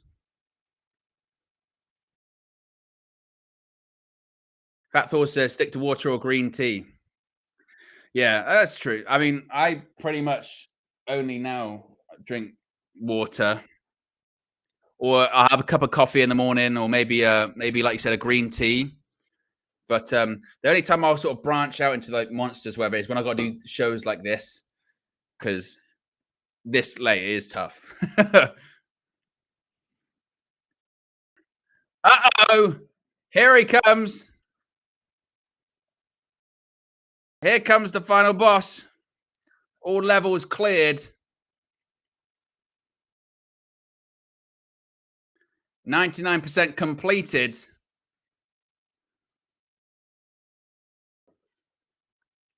Activated version 10.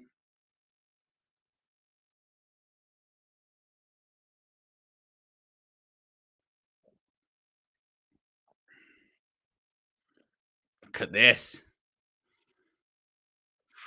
Look at these pulses. Electricity.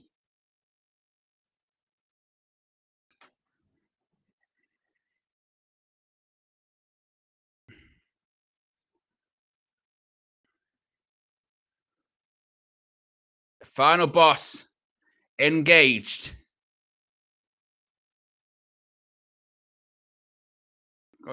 I mean, there's fire.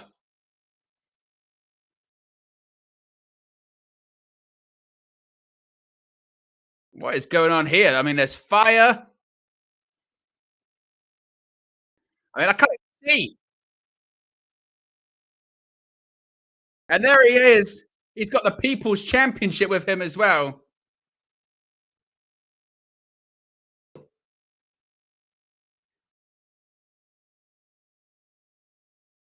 Oh, it's a Brahma Bull.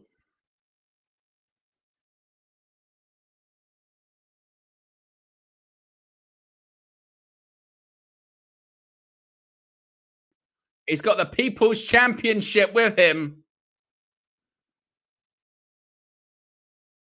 The Great One has arrived on the WrestleMania stage.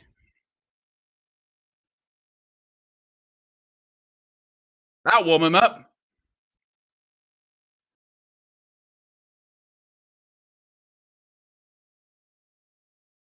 If you're not familiar with what that is, he got given a championship by the widow of the greatest boxer of all time, that being Muhammad Ali, last night at the WWE Hall of Fame.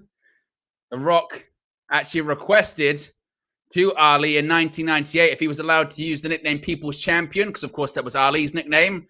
And Ali graciously said that he wanted The Rock to use it. So his widow last night said the People's Champion should have the People's Championship belt. And that's exactly what he's got over his shoulders. And The Rock, look at him. He's staying warm. How's he staying warm? He's wearing trackies to the ring.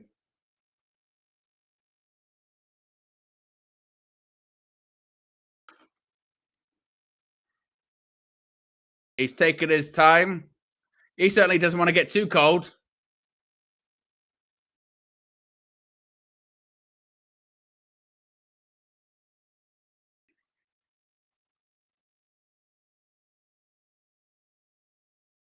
There's a heck of a lot of special attire going on at the moment, isn't there?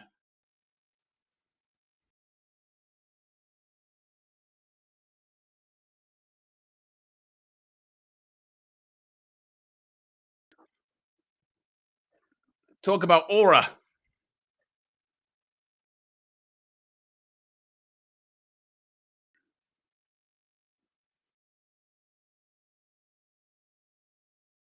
Holding the People's Championship.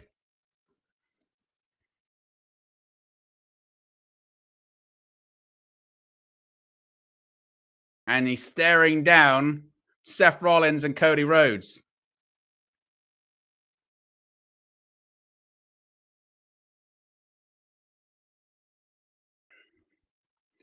So the only one without a championship right now is Rhodes.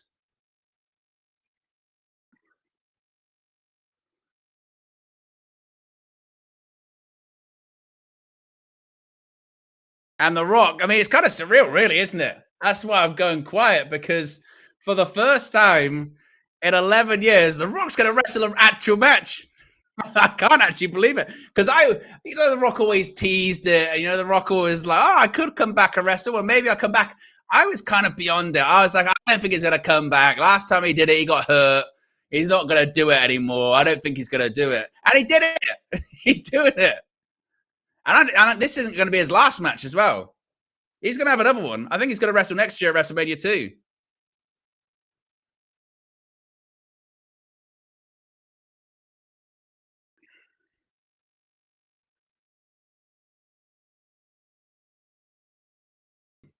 He's literally going to wrestle every 10 years.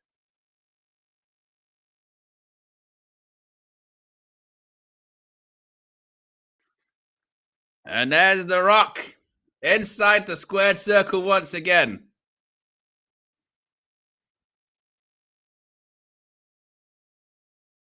Oh God! By the way, Roman Reigns' music went off. They cut to the crowd, and the crowd could look.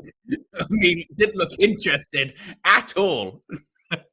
Literally, Reigns' music played. They cut to the crowd, and the crowd sat there like this. Was not a good. Was not a good. Good cut.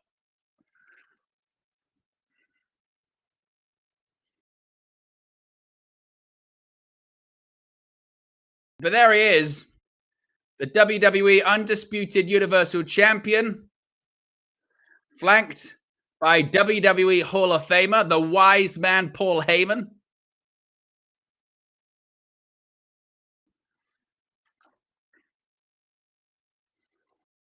You kind of get the impression, to be honest, that they just kind of want to get the match going because they're cold. And this includes the wrestlers. Like, let's just get going.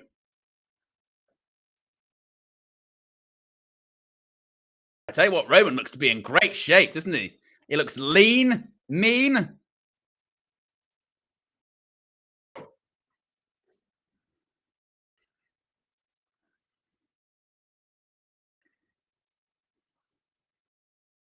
And remember, if you're Cody Rhodes, if you're Seth Rollins, if you're Roman Reigns, you're wrestling again tomorrow. This isn't one and done.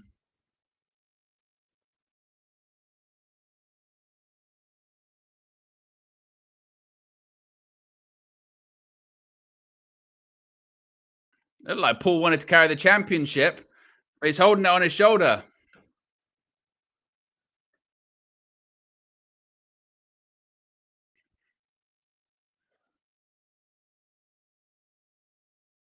Roman Reigns making history this evening, by the way. He ties Hulk Hogan with the most WrestleMania main events in WWE history, that being 8.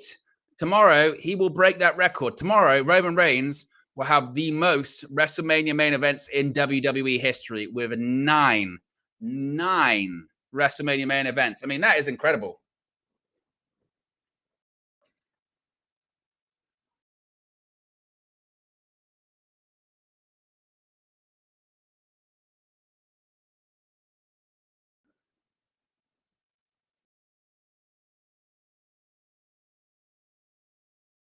But there is Roman Reigns.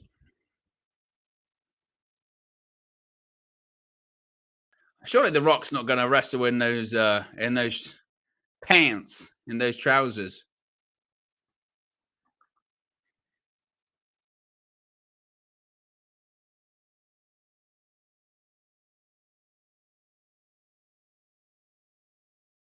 Look at The Rock. The Rock just thinking, please don't get hurt, Dwayne.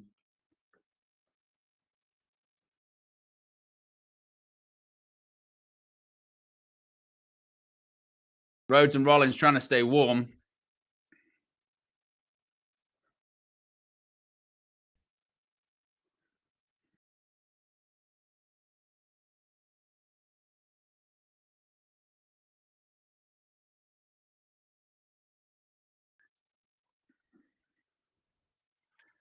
What's being described as the biggest. Look at Corey Graves and Pat McAfee.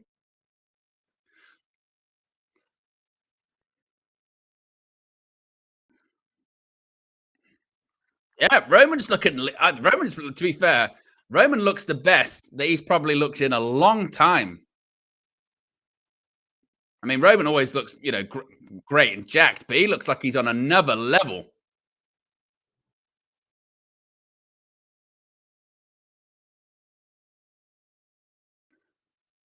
And look at The Rock's face, nodding.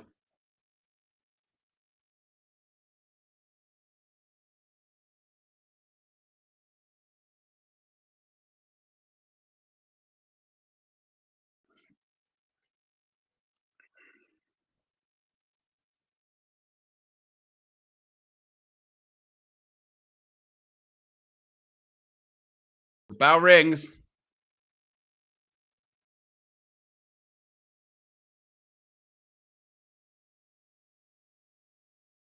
Samantha Irvin doing the intros for the main event.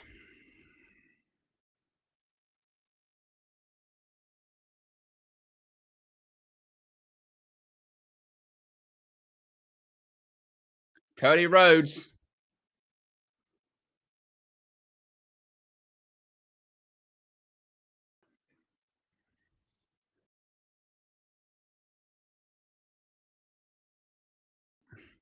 Think about how incredible for Cody.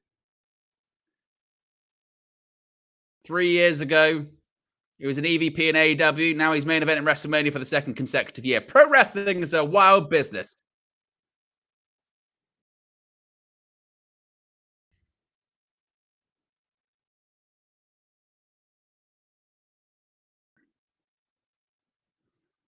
Got Seth Rollins, the World Heavyweight Champion.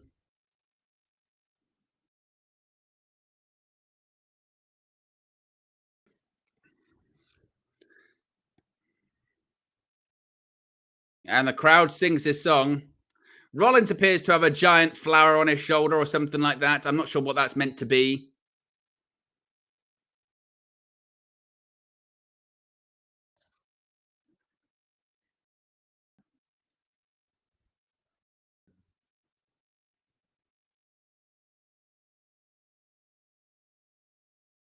There he is, the great one. Closes his eyes and feels it.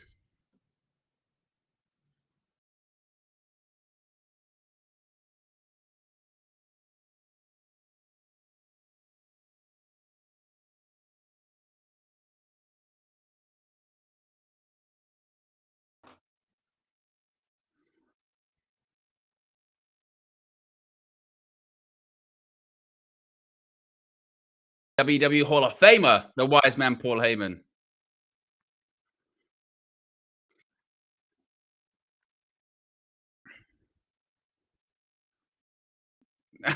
Samantha Irvin's going crazy. The undisputed. Sound like she's doing a Vince McMahon impression. The undisputed. Our Universal Champion.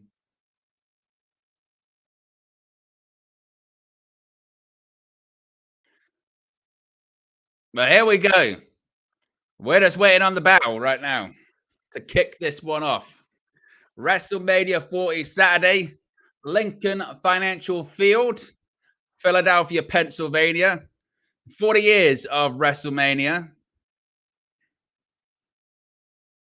The biggest tag team match of all time, certainly the biggest since the very first WrestleMania, 1985. Hulk Hogan and Mr. T versus Roddy Piper and Paul Orndorff. And The Rock's got rid of his tracky bottoms. The bell rings. We are underway.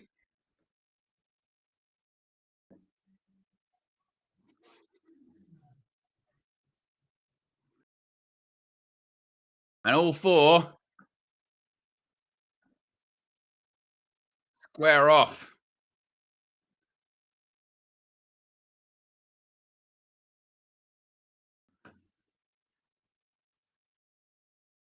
Look at these four just sizing each other up. I mean, this is officially underway. The bell has rang.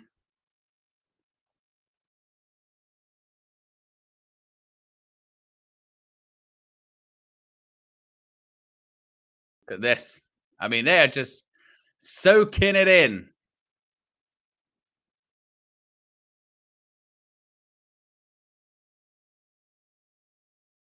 Referee is senior WWE official Chad Patton.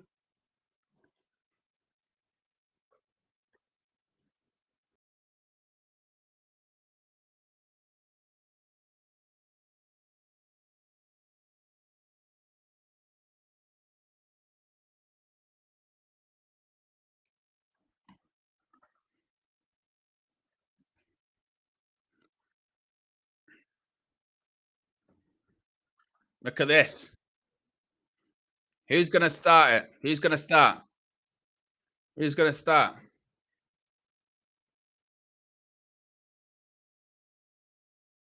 And Roman Reigns is going to start this one.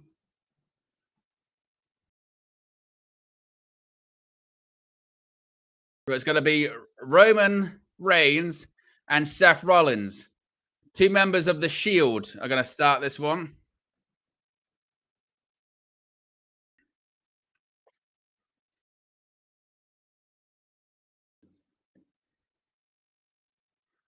It's going to be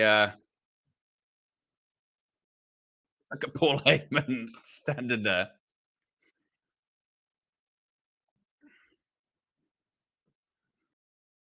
I mean, the bell must have rung, what, 3 or 4 minutes ago? We have had no contact. We've had no contact thus far.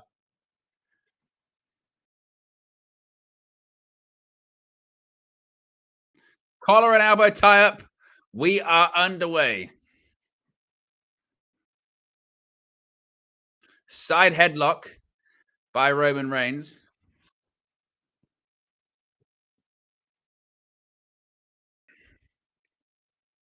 Reigns hits the rope. And a shoulder tackle points to the sky.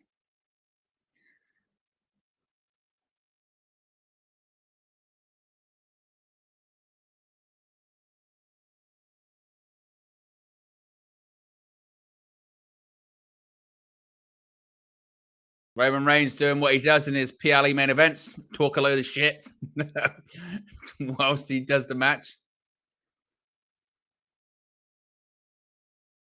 Collar and elbow tie up once again. Side headlock.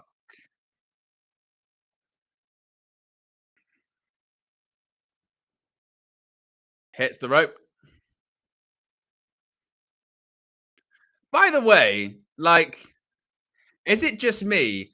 Or whenever they're hitting the ropes, this ring is moving, like, for me, way too much.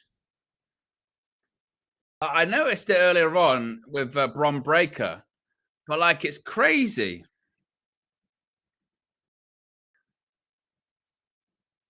Like, the ring keeps moving. And then comes Cody Rhodes.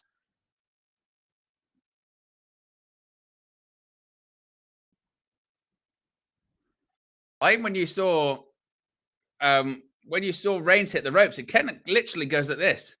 It keeps bouncing. Collar and elbow tie up. Cody going to work over the arm of Roman Reigns.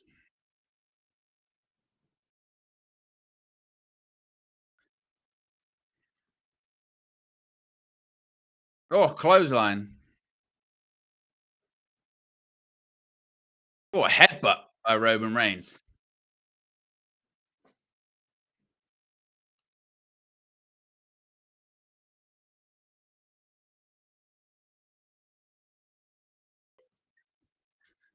Side headlock. Jumps down. Knee to the gut.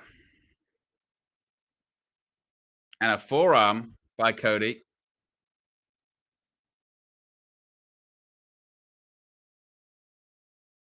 Side headlock. Oh. What was that? It just stopped. So they got lost. Now they're going to go for test of strength.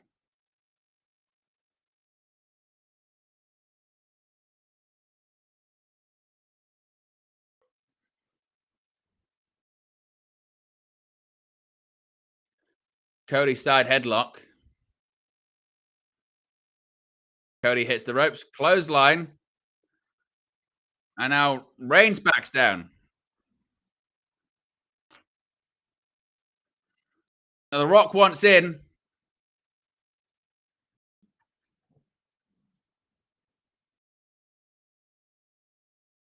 Rock says he wants some of Seth Rollins.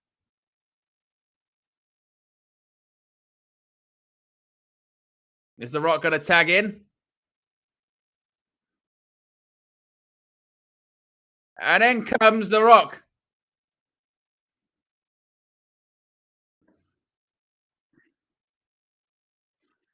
Rock and Rollins are in the ring together.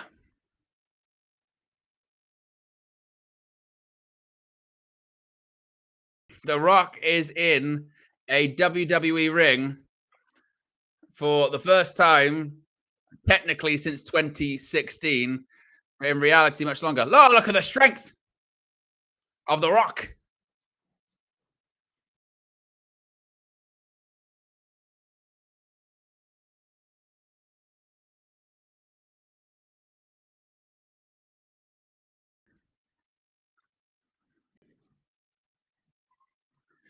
Let's see what the. I mean, it's one thing to tie up. Let's see what else The Rock's going to do. He hasn't taken any bumps yet. Oh, ducks down. Side headlock. And a slap to the back.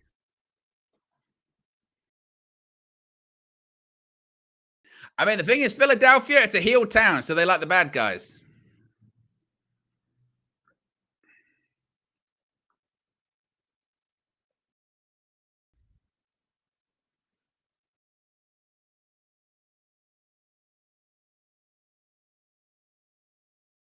The crowd behind The Rock.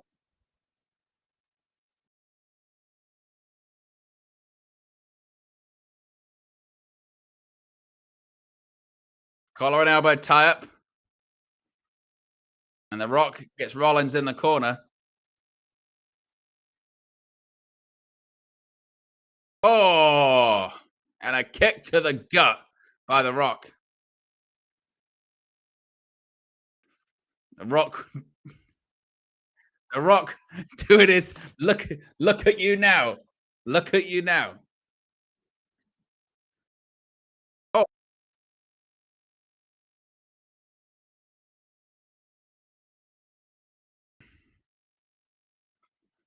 oh, and a clothesline.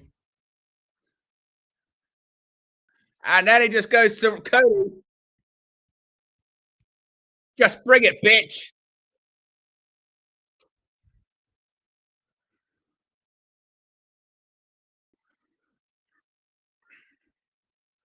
Crowd chanting for Cody.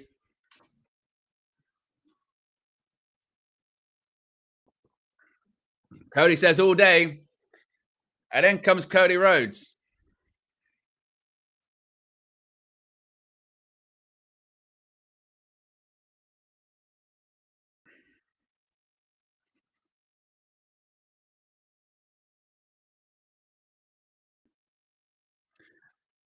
Mixed chants of Cody and Rocky.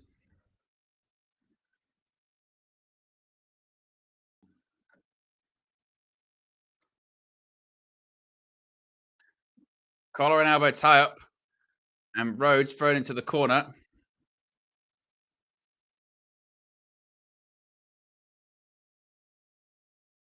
And both. It's kind of a stalemate so far.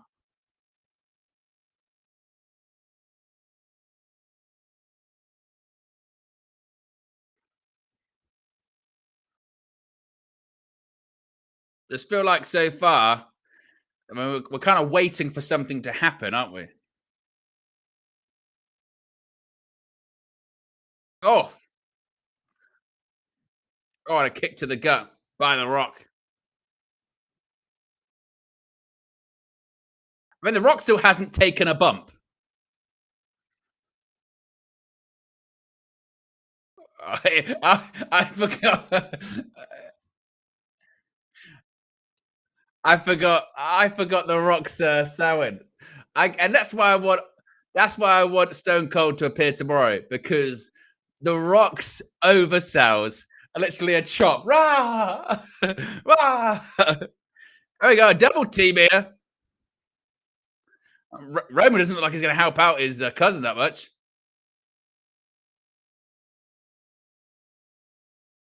I'm telling you as well, there is something wrong with that ring because every time people hit the side close to the announcers, the ring's literally going to fall over.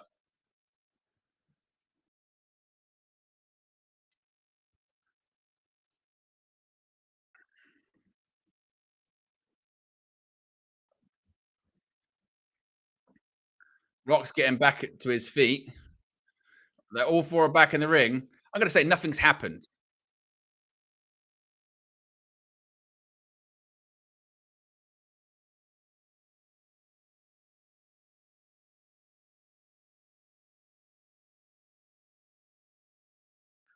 What's going on here?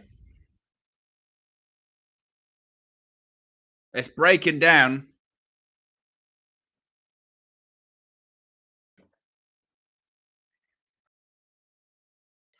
Here we go.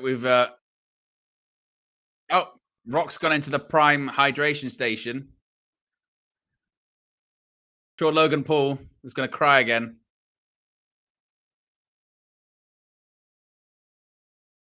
Oh, I see, just sprayed it into the face. There's the Rock's mother.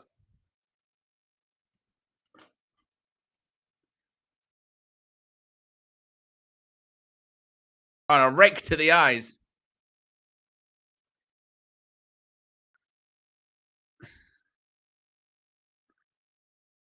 Look at that.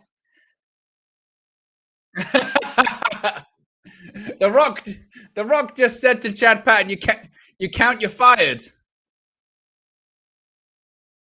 Oh,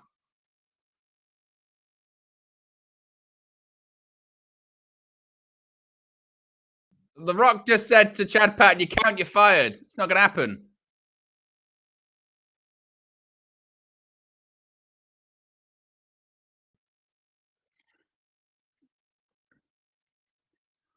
Well, the Rock is now beating the hell out of Seth Rollins on the outside of the ring.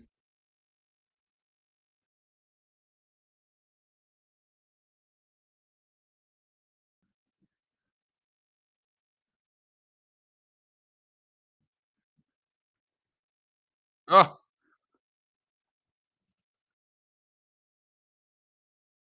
now the Rock and Rollins are brawling through Lincoln Financial Field.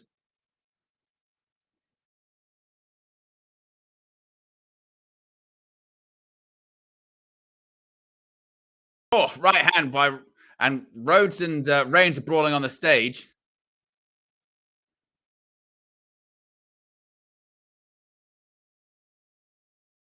We've got multi-screen going on here at the moment. Oh, Rhodes just suplexed Reigns. Rock has got a trash can. He's thrown it into the face of Rollins.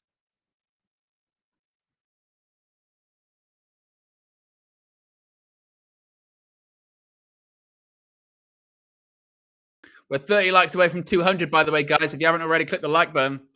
Be sure to subscribe to bottom right-hand corner. As The Rock, I still say I haven't seen The Rock actually take a bump in terms of fall to the floor. We still haven't seen it. The Rock has not taken a bump. I'm not sure hardly anyone in this match has actually taken a bump yet.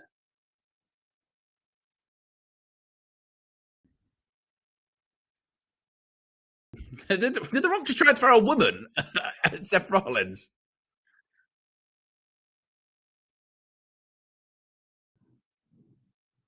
Now the Rock's just hydrate. Oh, spits in the face of Seth Rollins.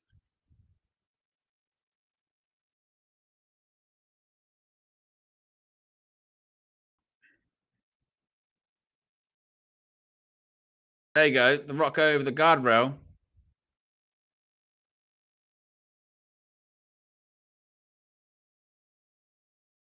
Rollins on top of the barricade. Oh, a double sledge. And Rock goes down on the outside of the ring.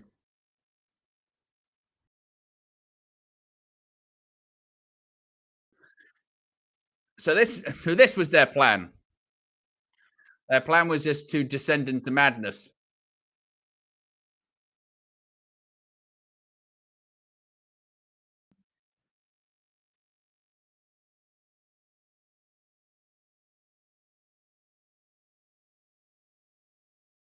And Rollins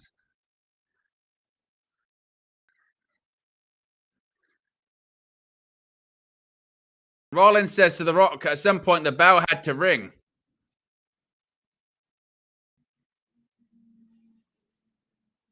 Oh, Roman Reigns goes to that knee, that injured knee.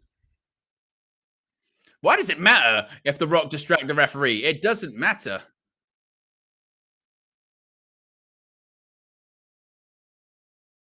They're doing the thing where Rollins' knee is hurt, I guess.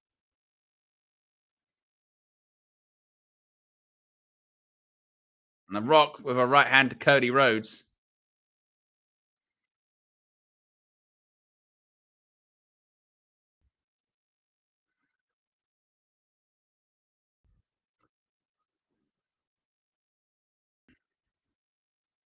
Oh, and The Rock going to work on Seth Rollins' knee.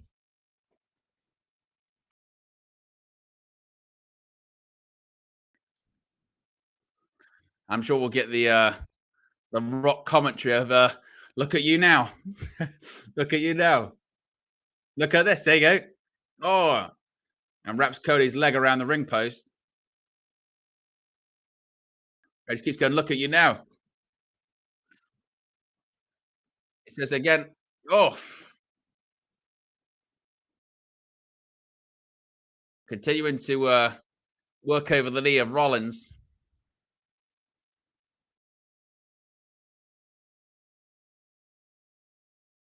He nearly slipped on that Prime logo in the middle of the ring.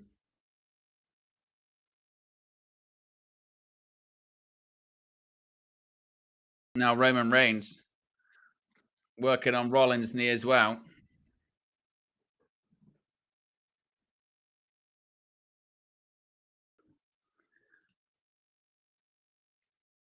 I mean, it's still a very it's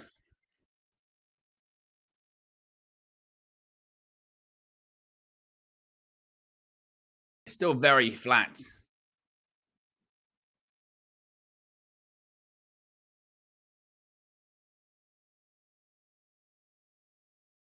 I mean, I still say, like, we haven't seen many moves.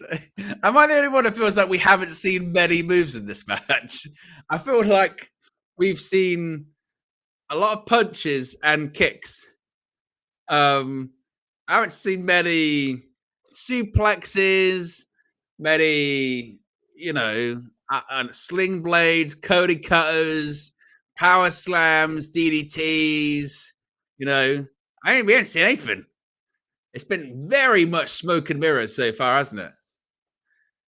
Like, let's do something where we stand off for a bit, couple of punches, we'll lock up, jockey for power, throw each other down a little bit, we'll brawl into the crowd, come back, we'll work over the knee, maybe do I don't know, half Boston crab, little kick to the back of the knee.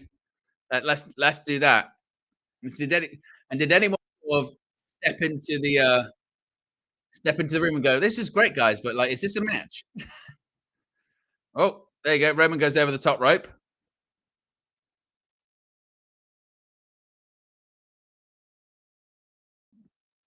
And Cody's been knocked off the apron. And The Rock just throws Rollins into the ring steps. And once again, throws Rollins into the steps.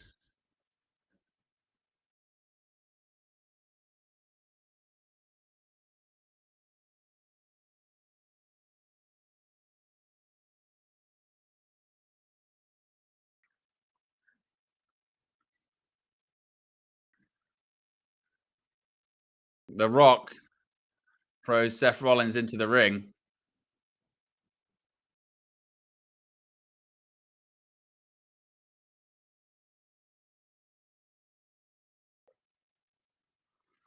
And Roman Reigns pointing to the sky once again.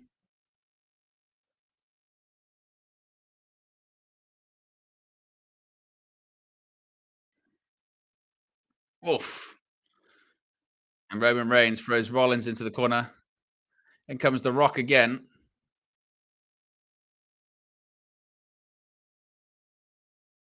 Oof. Throws Rollins into the corner.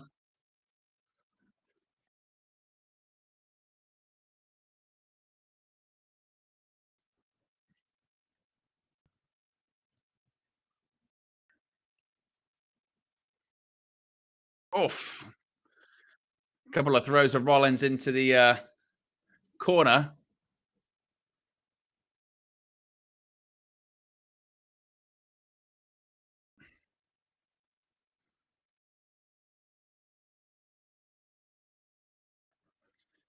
So clearly, the story is they're going to work over Seth. Seth's going to tag in Cody. Cody's going to do the hot tag at some point.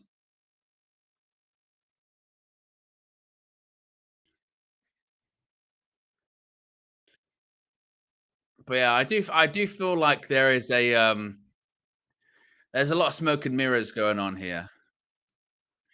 Primarily because it's like, first of all, three of these guys are wrestling tomorrow.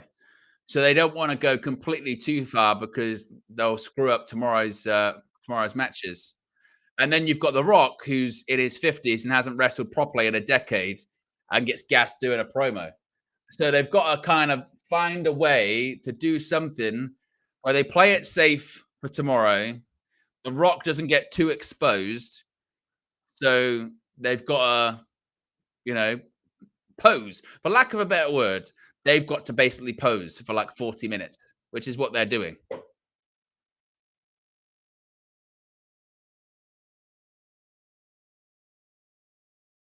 Roman's going to go for a Superman punch. Oh, reverses it. Neck breaker. That was a bump. Someone took a bump and did a wrestling move. There we go. We're going to get hot tag.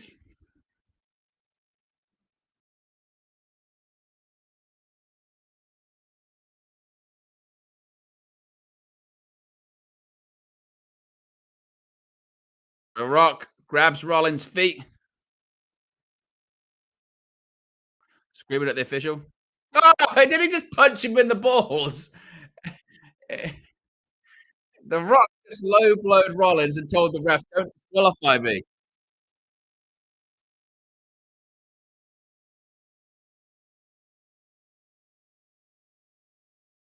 Oh, and an elbow by the Rock.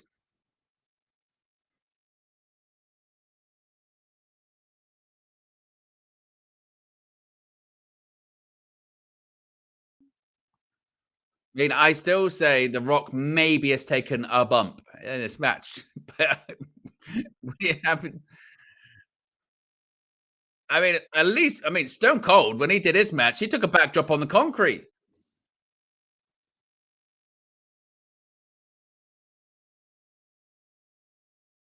We got trading off right hands. Oh, the Rock took a bump. He took a bump. it it took like 25 minutes, but the Rock took a bump. I can't believe it.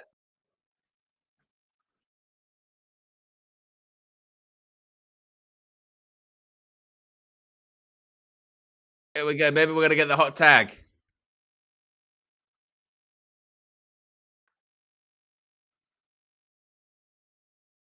Roman Reigns. Oh, sent outside the ring.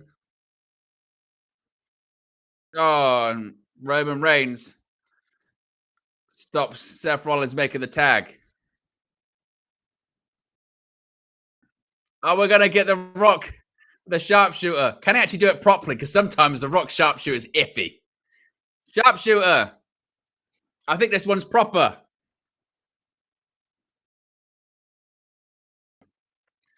Of course, the reason The Rock uses this move is because at Survivor Series in 1998, they did a screw job thing. Oh, a slap to the face. Cody just slapped The Rock.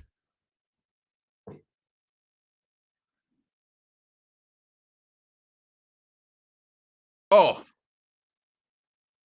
oh, The Rock took another bump. Oh, stomp. He just stomped The Rock.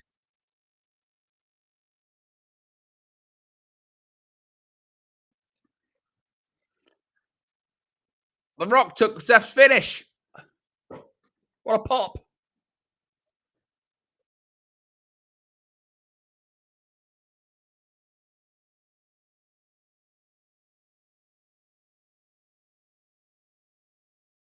And comes Cody and Roman. There you go. Roman's taking bumps.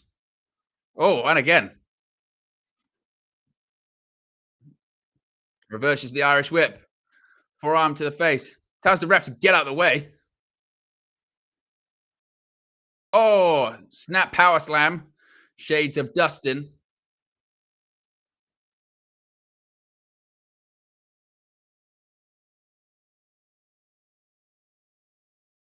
Maybe he's thinking Cody Cutter. Oh, disaster kick.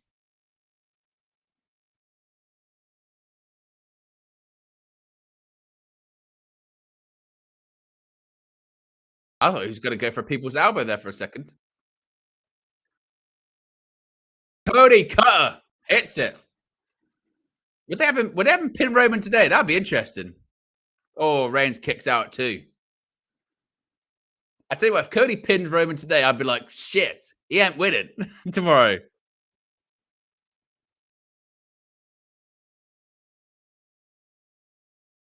Got this springboard Cody Cutter.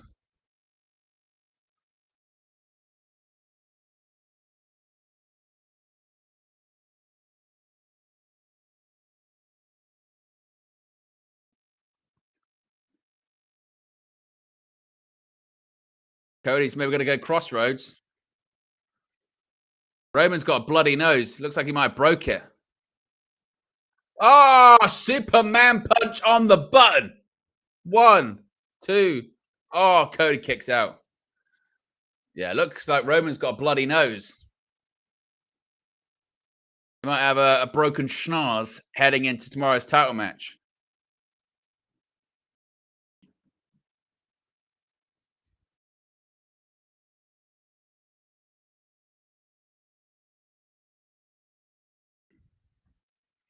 Yeah, Reigns looks pissed.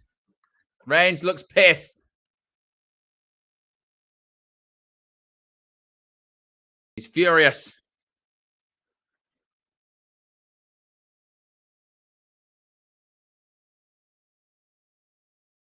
He's going to go for spear. Here we go. Oh, rolls through. Rolls through. Rolls through. Oh. There we go. This match has kind of woke up a little bit. Oh, what was that? I think he went for a super Cody car. Frog splash. Oh, Roman kicks out. And he went for a super Cody car and he kind of overhit it. Look at this. By the way, Cody just, look at that. Brilliant. Went for a Cody car. He couldn't get it. Instead, it turned into like a shoulder tackle. The balance by Cody being on the top row was pretty incredible.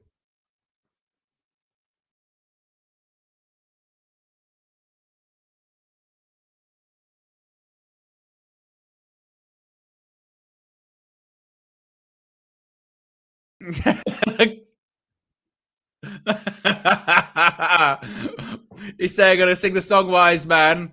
And Paul Heyman's crying, going, no, I hate that song.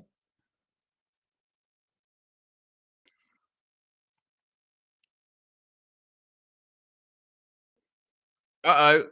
Power bomb. Again, I'm seeing lots of bumps. I'm not seeing The Rock taking any.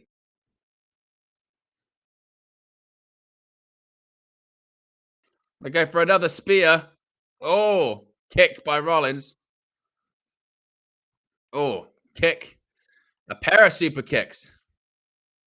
There you go. 2 super kicks. Roman's down. Where's The Rock? What's The Rock doing? Stomp. Here we go. Crossroads. Across. Surely. Oh, and The Rock. The Rock pulls Ciampa out of the ring. I mean, he nearly didn't.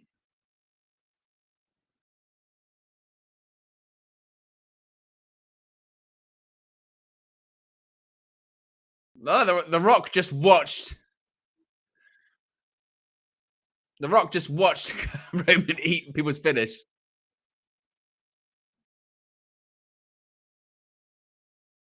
Oh, low blow.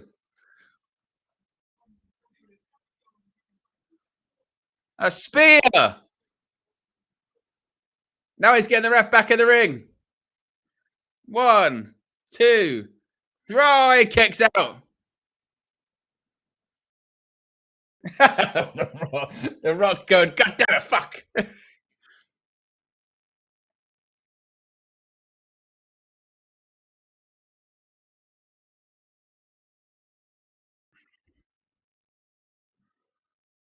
I mean, realistically as well, if this was meant to be this like singles match, what would The Rock have done? Because he's done really next to nothing in this thing. Like realistically, in this one, what has The Rock done? The actual wrestling or bumps have been taken by Reigns, Rhodes, and Rollins. There's the guillotine.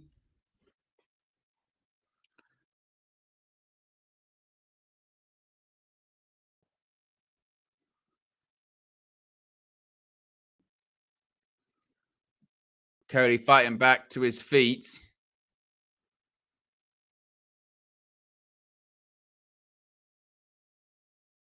Cody's starting to fade. Arm goes up. Nope. Holding on. He's holding on.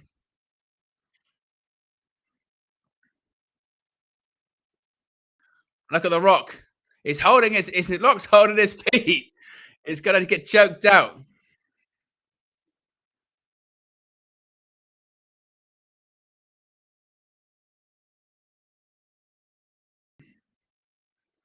Oh, it goes for a stomp, kind of, on Roman's face.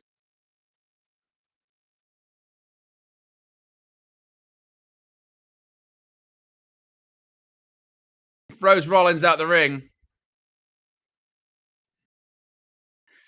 Oh, The Rock's just going like power crazy stuff. And The Rock's now officially back in the ring. What's The Rock thinking? What's he thinking? Oh no! Oh no!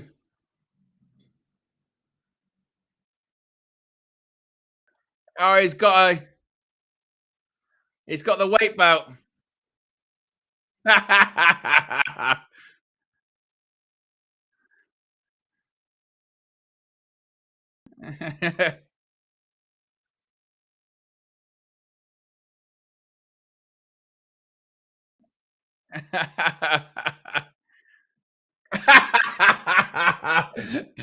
It's Rhodes mum distraction. That was bullshit. Now Cody's got the weight belt. Oh, on a right hand by The Rock.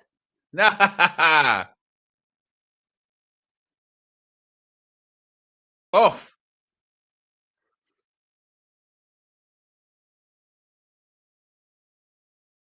Flip flop and fly. Bionic elbow.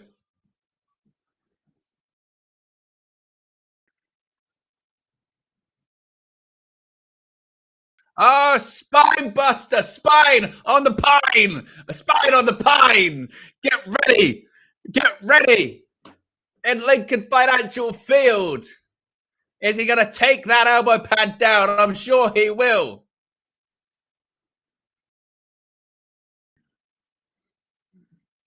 Here we go. It's the most electrifying move in sports entertainment today. What the hell is this? Oh, Cody Cutter! Cody Cutter! The Rock took a bump as well.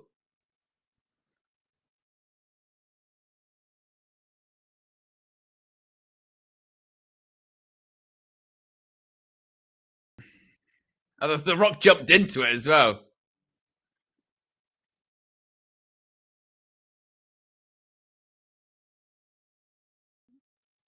Oh, Superman punch to Cody.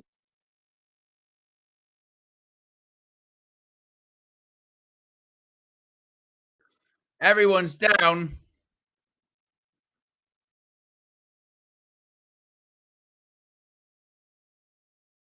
Where do we go next? What happens now?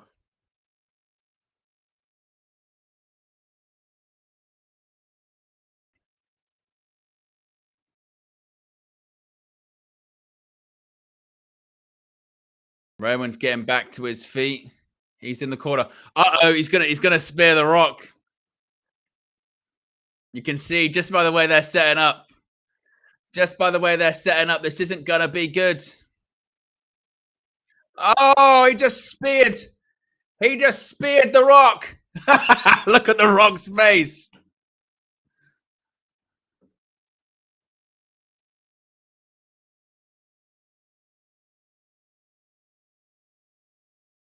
A pair of pedigrees. Pair of pedigrees. Oh, they both kicked out. Now we're going. Now we're going. Now we're going. That's a bit better. Some drama. Thank you. Something. Look at this. Speared. And the Rock's face, by the way, the oversell from the Rock, it was like Goldberg all over again after WrestleMania 19. The holding the gut, and it was so over the top. Oh,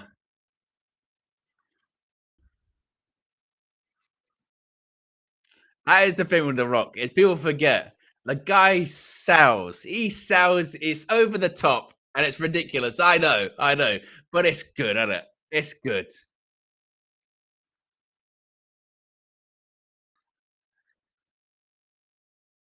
What's going on here?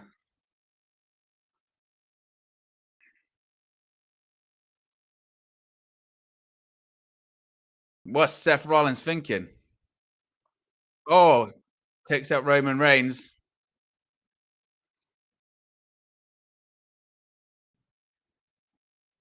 Oh, rake to the eyes.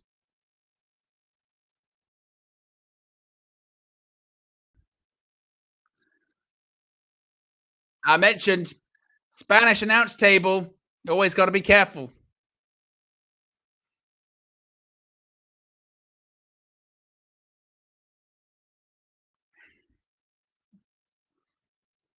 And a spit in the face by The Rock. Because, of course.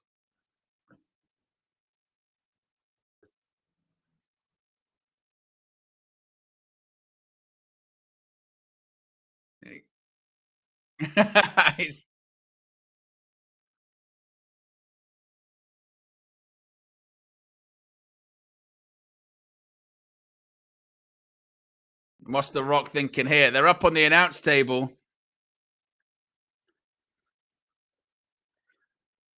This something crazy is gonna happen. Are we going for a rock bottom? He's trying to kick him off. Off. Oh no! What the hell is this? Oh, good God! A rock bottom through the table by Rhodes to the Rock. Oh my God! Oh, through the barricade. Holy shit! Now we're going. Now we're cooking. What does the Rock say? Goosebumps. Chaos at ringside. Rollins is down. Reigns down. Rhodes down. The Rock is down.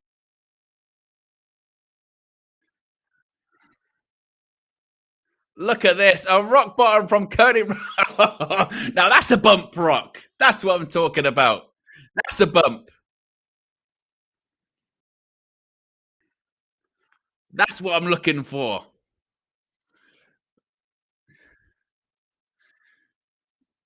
That's what we needed. We needed a bit of something, a bit of chaos.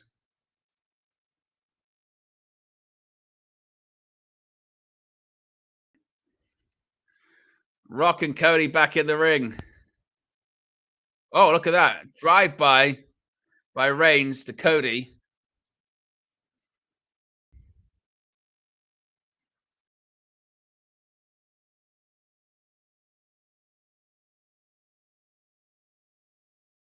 Look at Reigns' hair, by the way. Roman Reigns got a perm going.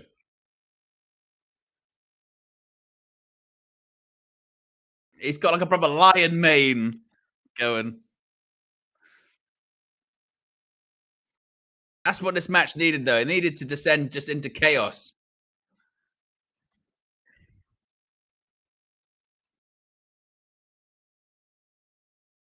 Off.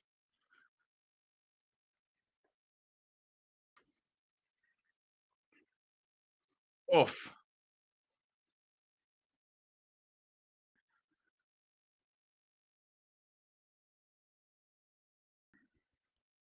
And now it's Reigns and Cody in the middle of the ring, standing over the Prime logo. Neither of them feel pretty prime right now. Oh, blocked. Oh, right hand. Now just trading right hands. Boos and yays. Or the crowd at Lincoln Financial Field.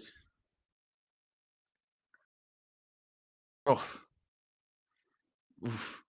This is a precursor, of course, to tomorrow. Oh, big uppercut right on the chin. Oh, ducks it. Crossroads, second of the evening. Oh, he's going to go for number 2. Another Crossroads. A third. He's going to go for the third. He couldn't get the third last year. He couldn't do it. Oh, and a weight belt off the back. Just like last year, he went for 1 too many. Last year, you went for 2 spike. This year, you went for 2 whip. And a spear. Spear by Roman Reigns. Pin him. Pin him. Oh, he's looking at The Rock.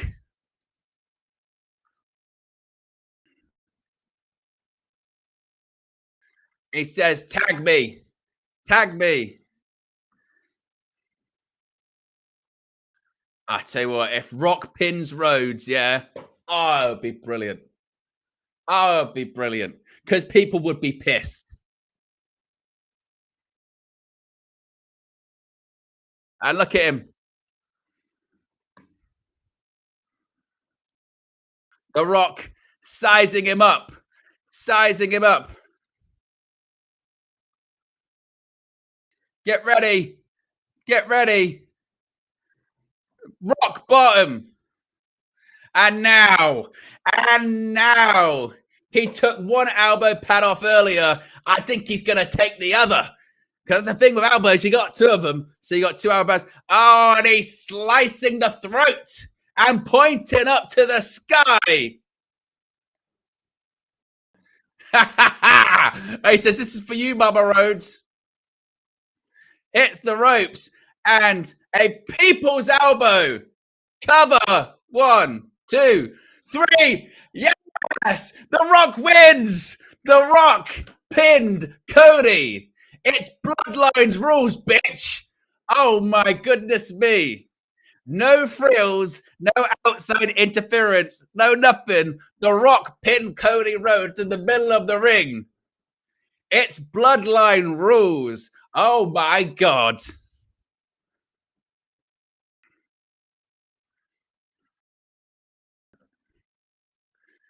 It's Bloodline rules, and The Rock just pinned the American Nightmare. The Rock just pinned Cody Rhodes.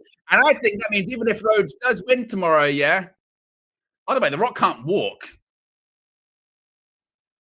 I think The Rock's torn his hamstring. I'm telling you. I'm no joke. I think The Rock's torn his hamstring. He can't walk. Like, I think legitimately, he might have got his hamstring running the ropes.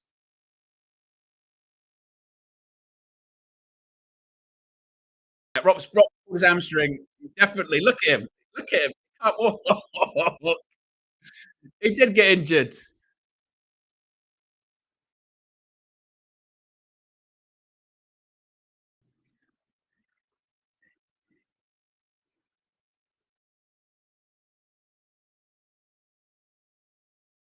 There was the spear. Rock bottom.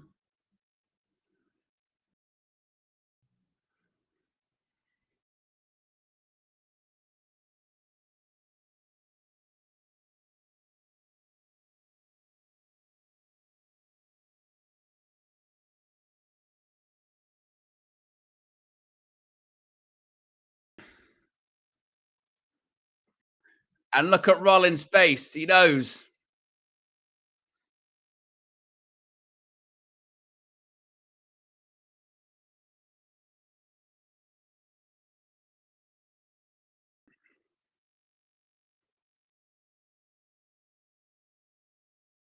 By the way, I'm not even joking. I legitimately think The Rock's completely like pulled his hamstring.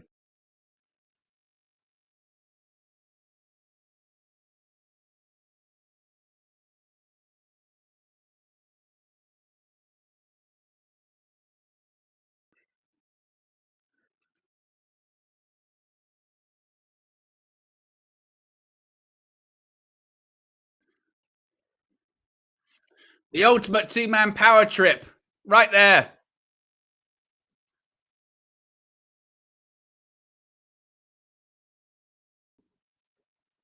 Maybe The Rock is okay. He is walking.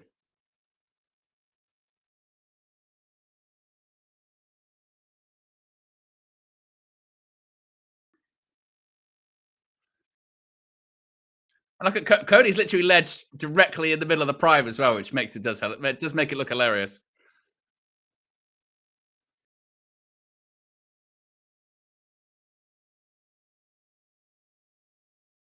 And look at Reigns' face as well.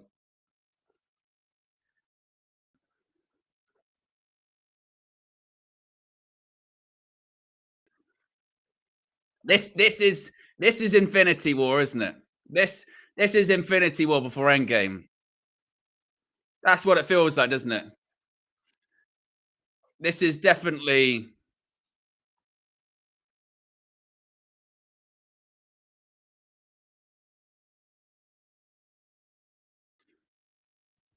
And look at the pyro.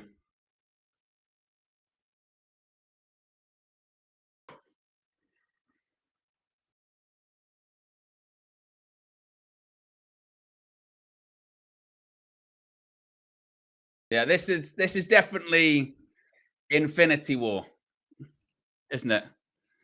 Definitely feels like Infinity War before Endgame tomorrow, but it's Bloodline rules, which means anything can and will happen. It means The Rock will be involved, but it also means that possibly your John Cena's or your Stone Cold Steve Austin's, your Undertakers. It opens up a lot of possibilities, and that's kind of the point. I mean, I think also the fact that, and we'll get into this more in the post show that we do shortly, but I think also the fact that Rock pinned Cody, to me, says that we're getting Rock versus Cody probably, I think, at WrestleMania next year, most likely. And in fairness, for a match that I felt for, gosh, like it must have been 15, 20 minutes, did nothing. I mean, the 15, 20 minutes really didn't do all that much. The finish, it did warm up towards the end, didn't it? I'll give them credit in that sense. It did kind of warm up a bit, and it did kind of get to a point where it's like, right, okay, right now we're going somewhere. Now we're getting somewhere, So yeah, I mean, I think it is probably the outcome that many people probably thought. I mean, I don't know about you, but I kind of thought that's probably where this one's going, that we're going to get this. Because let's face it, if they went, oh yeah, night 2, it's just going to be nothing, people would have been like, what? What do you mean night 2 is not going to be anything? People would have been a bit like, oh, I don't know how I feel about that. Now it's kind of like, okay, we know that night 2 is going to be just a complete overbooked mess. And I'm for that, by the way. I don't mind. I don't mind a complete overbooked mess. Good. I want it to be overbooked and crazy. That to me sounds fun. I'm not gonna lie. I think that's a fun thing, to be honest with you. So yes, indeed. There you go. Anyway, guys, a reminder. I will be live in probably like 2-3 minutes with the post show where you guys can come in, you can have your say, you can discuss what we have just witnessed, what we have just watched. You won't have to go anywhere as well. You'll be redirected straight there. So I appreciate everyone tuning in, and I'll be back in just a few seconds.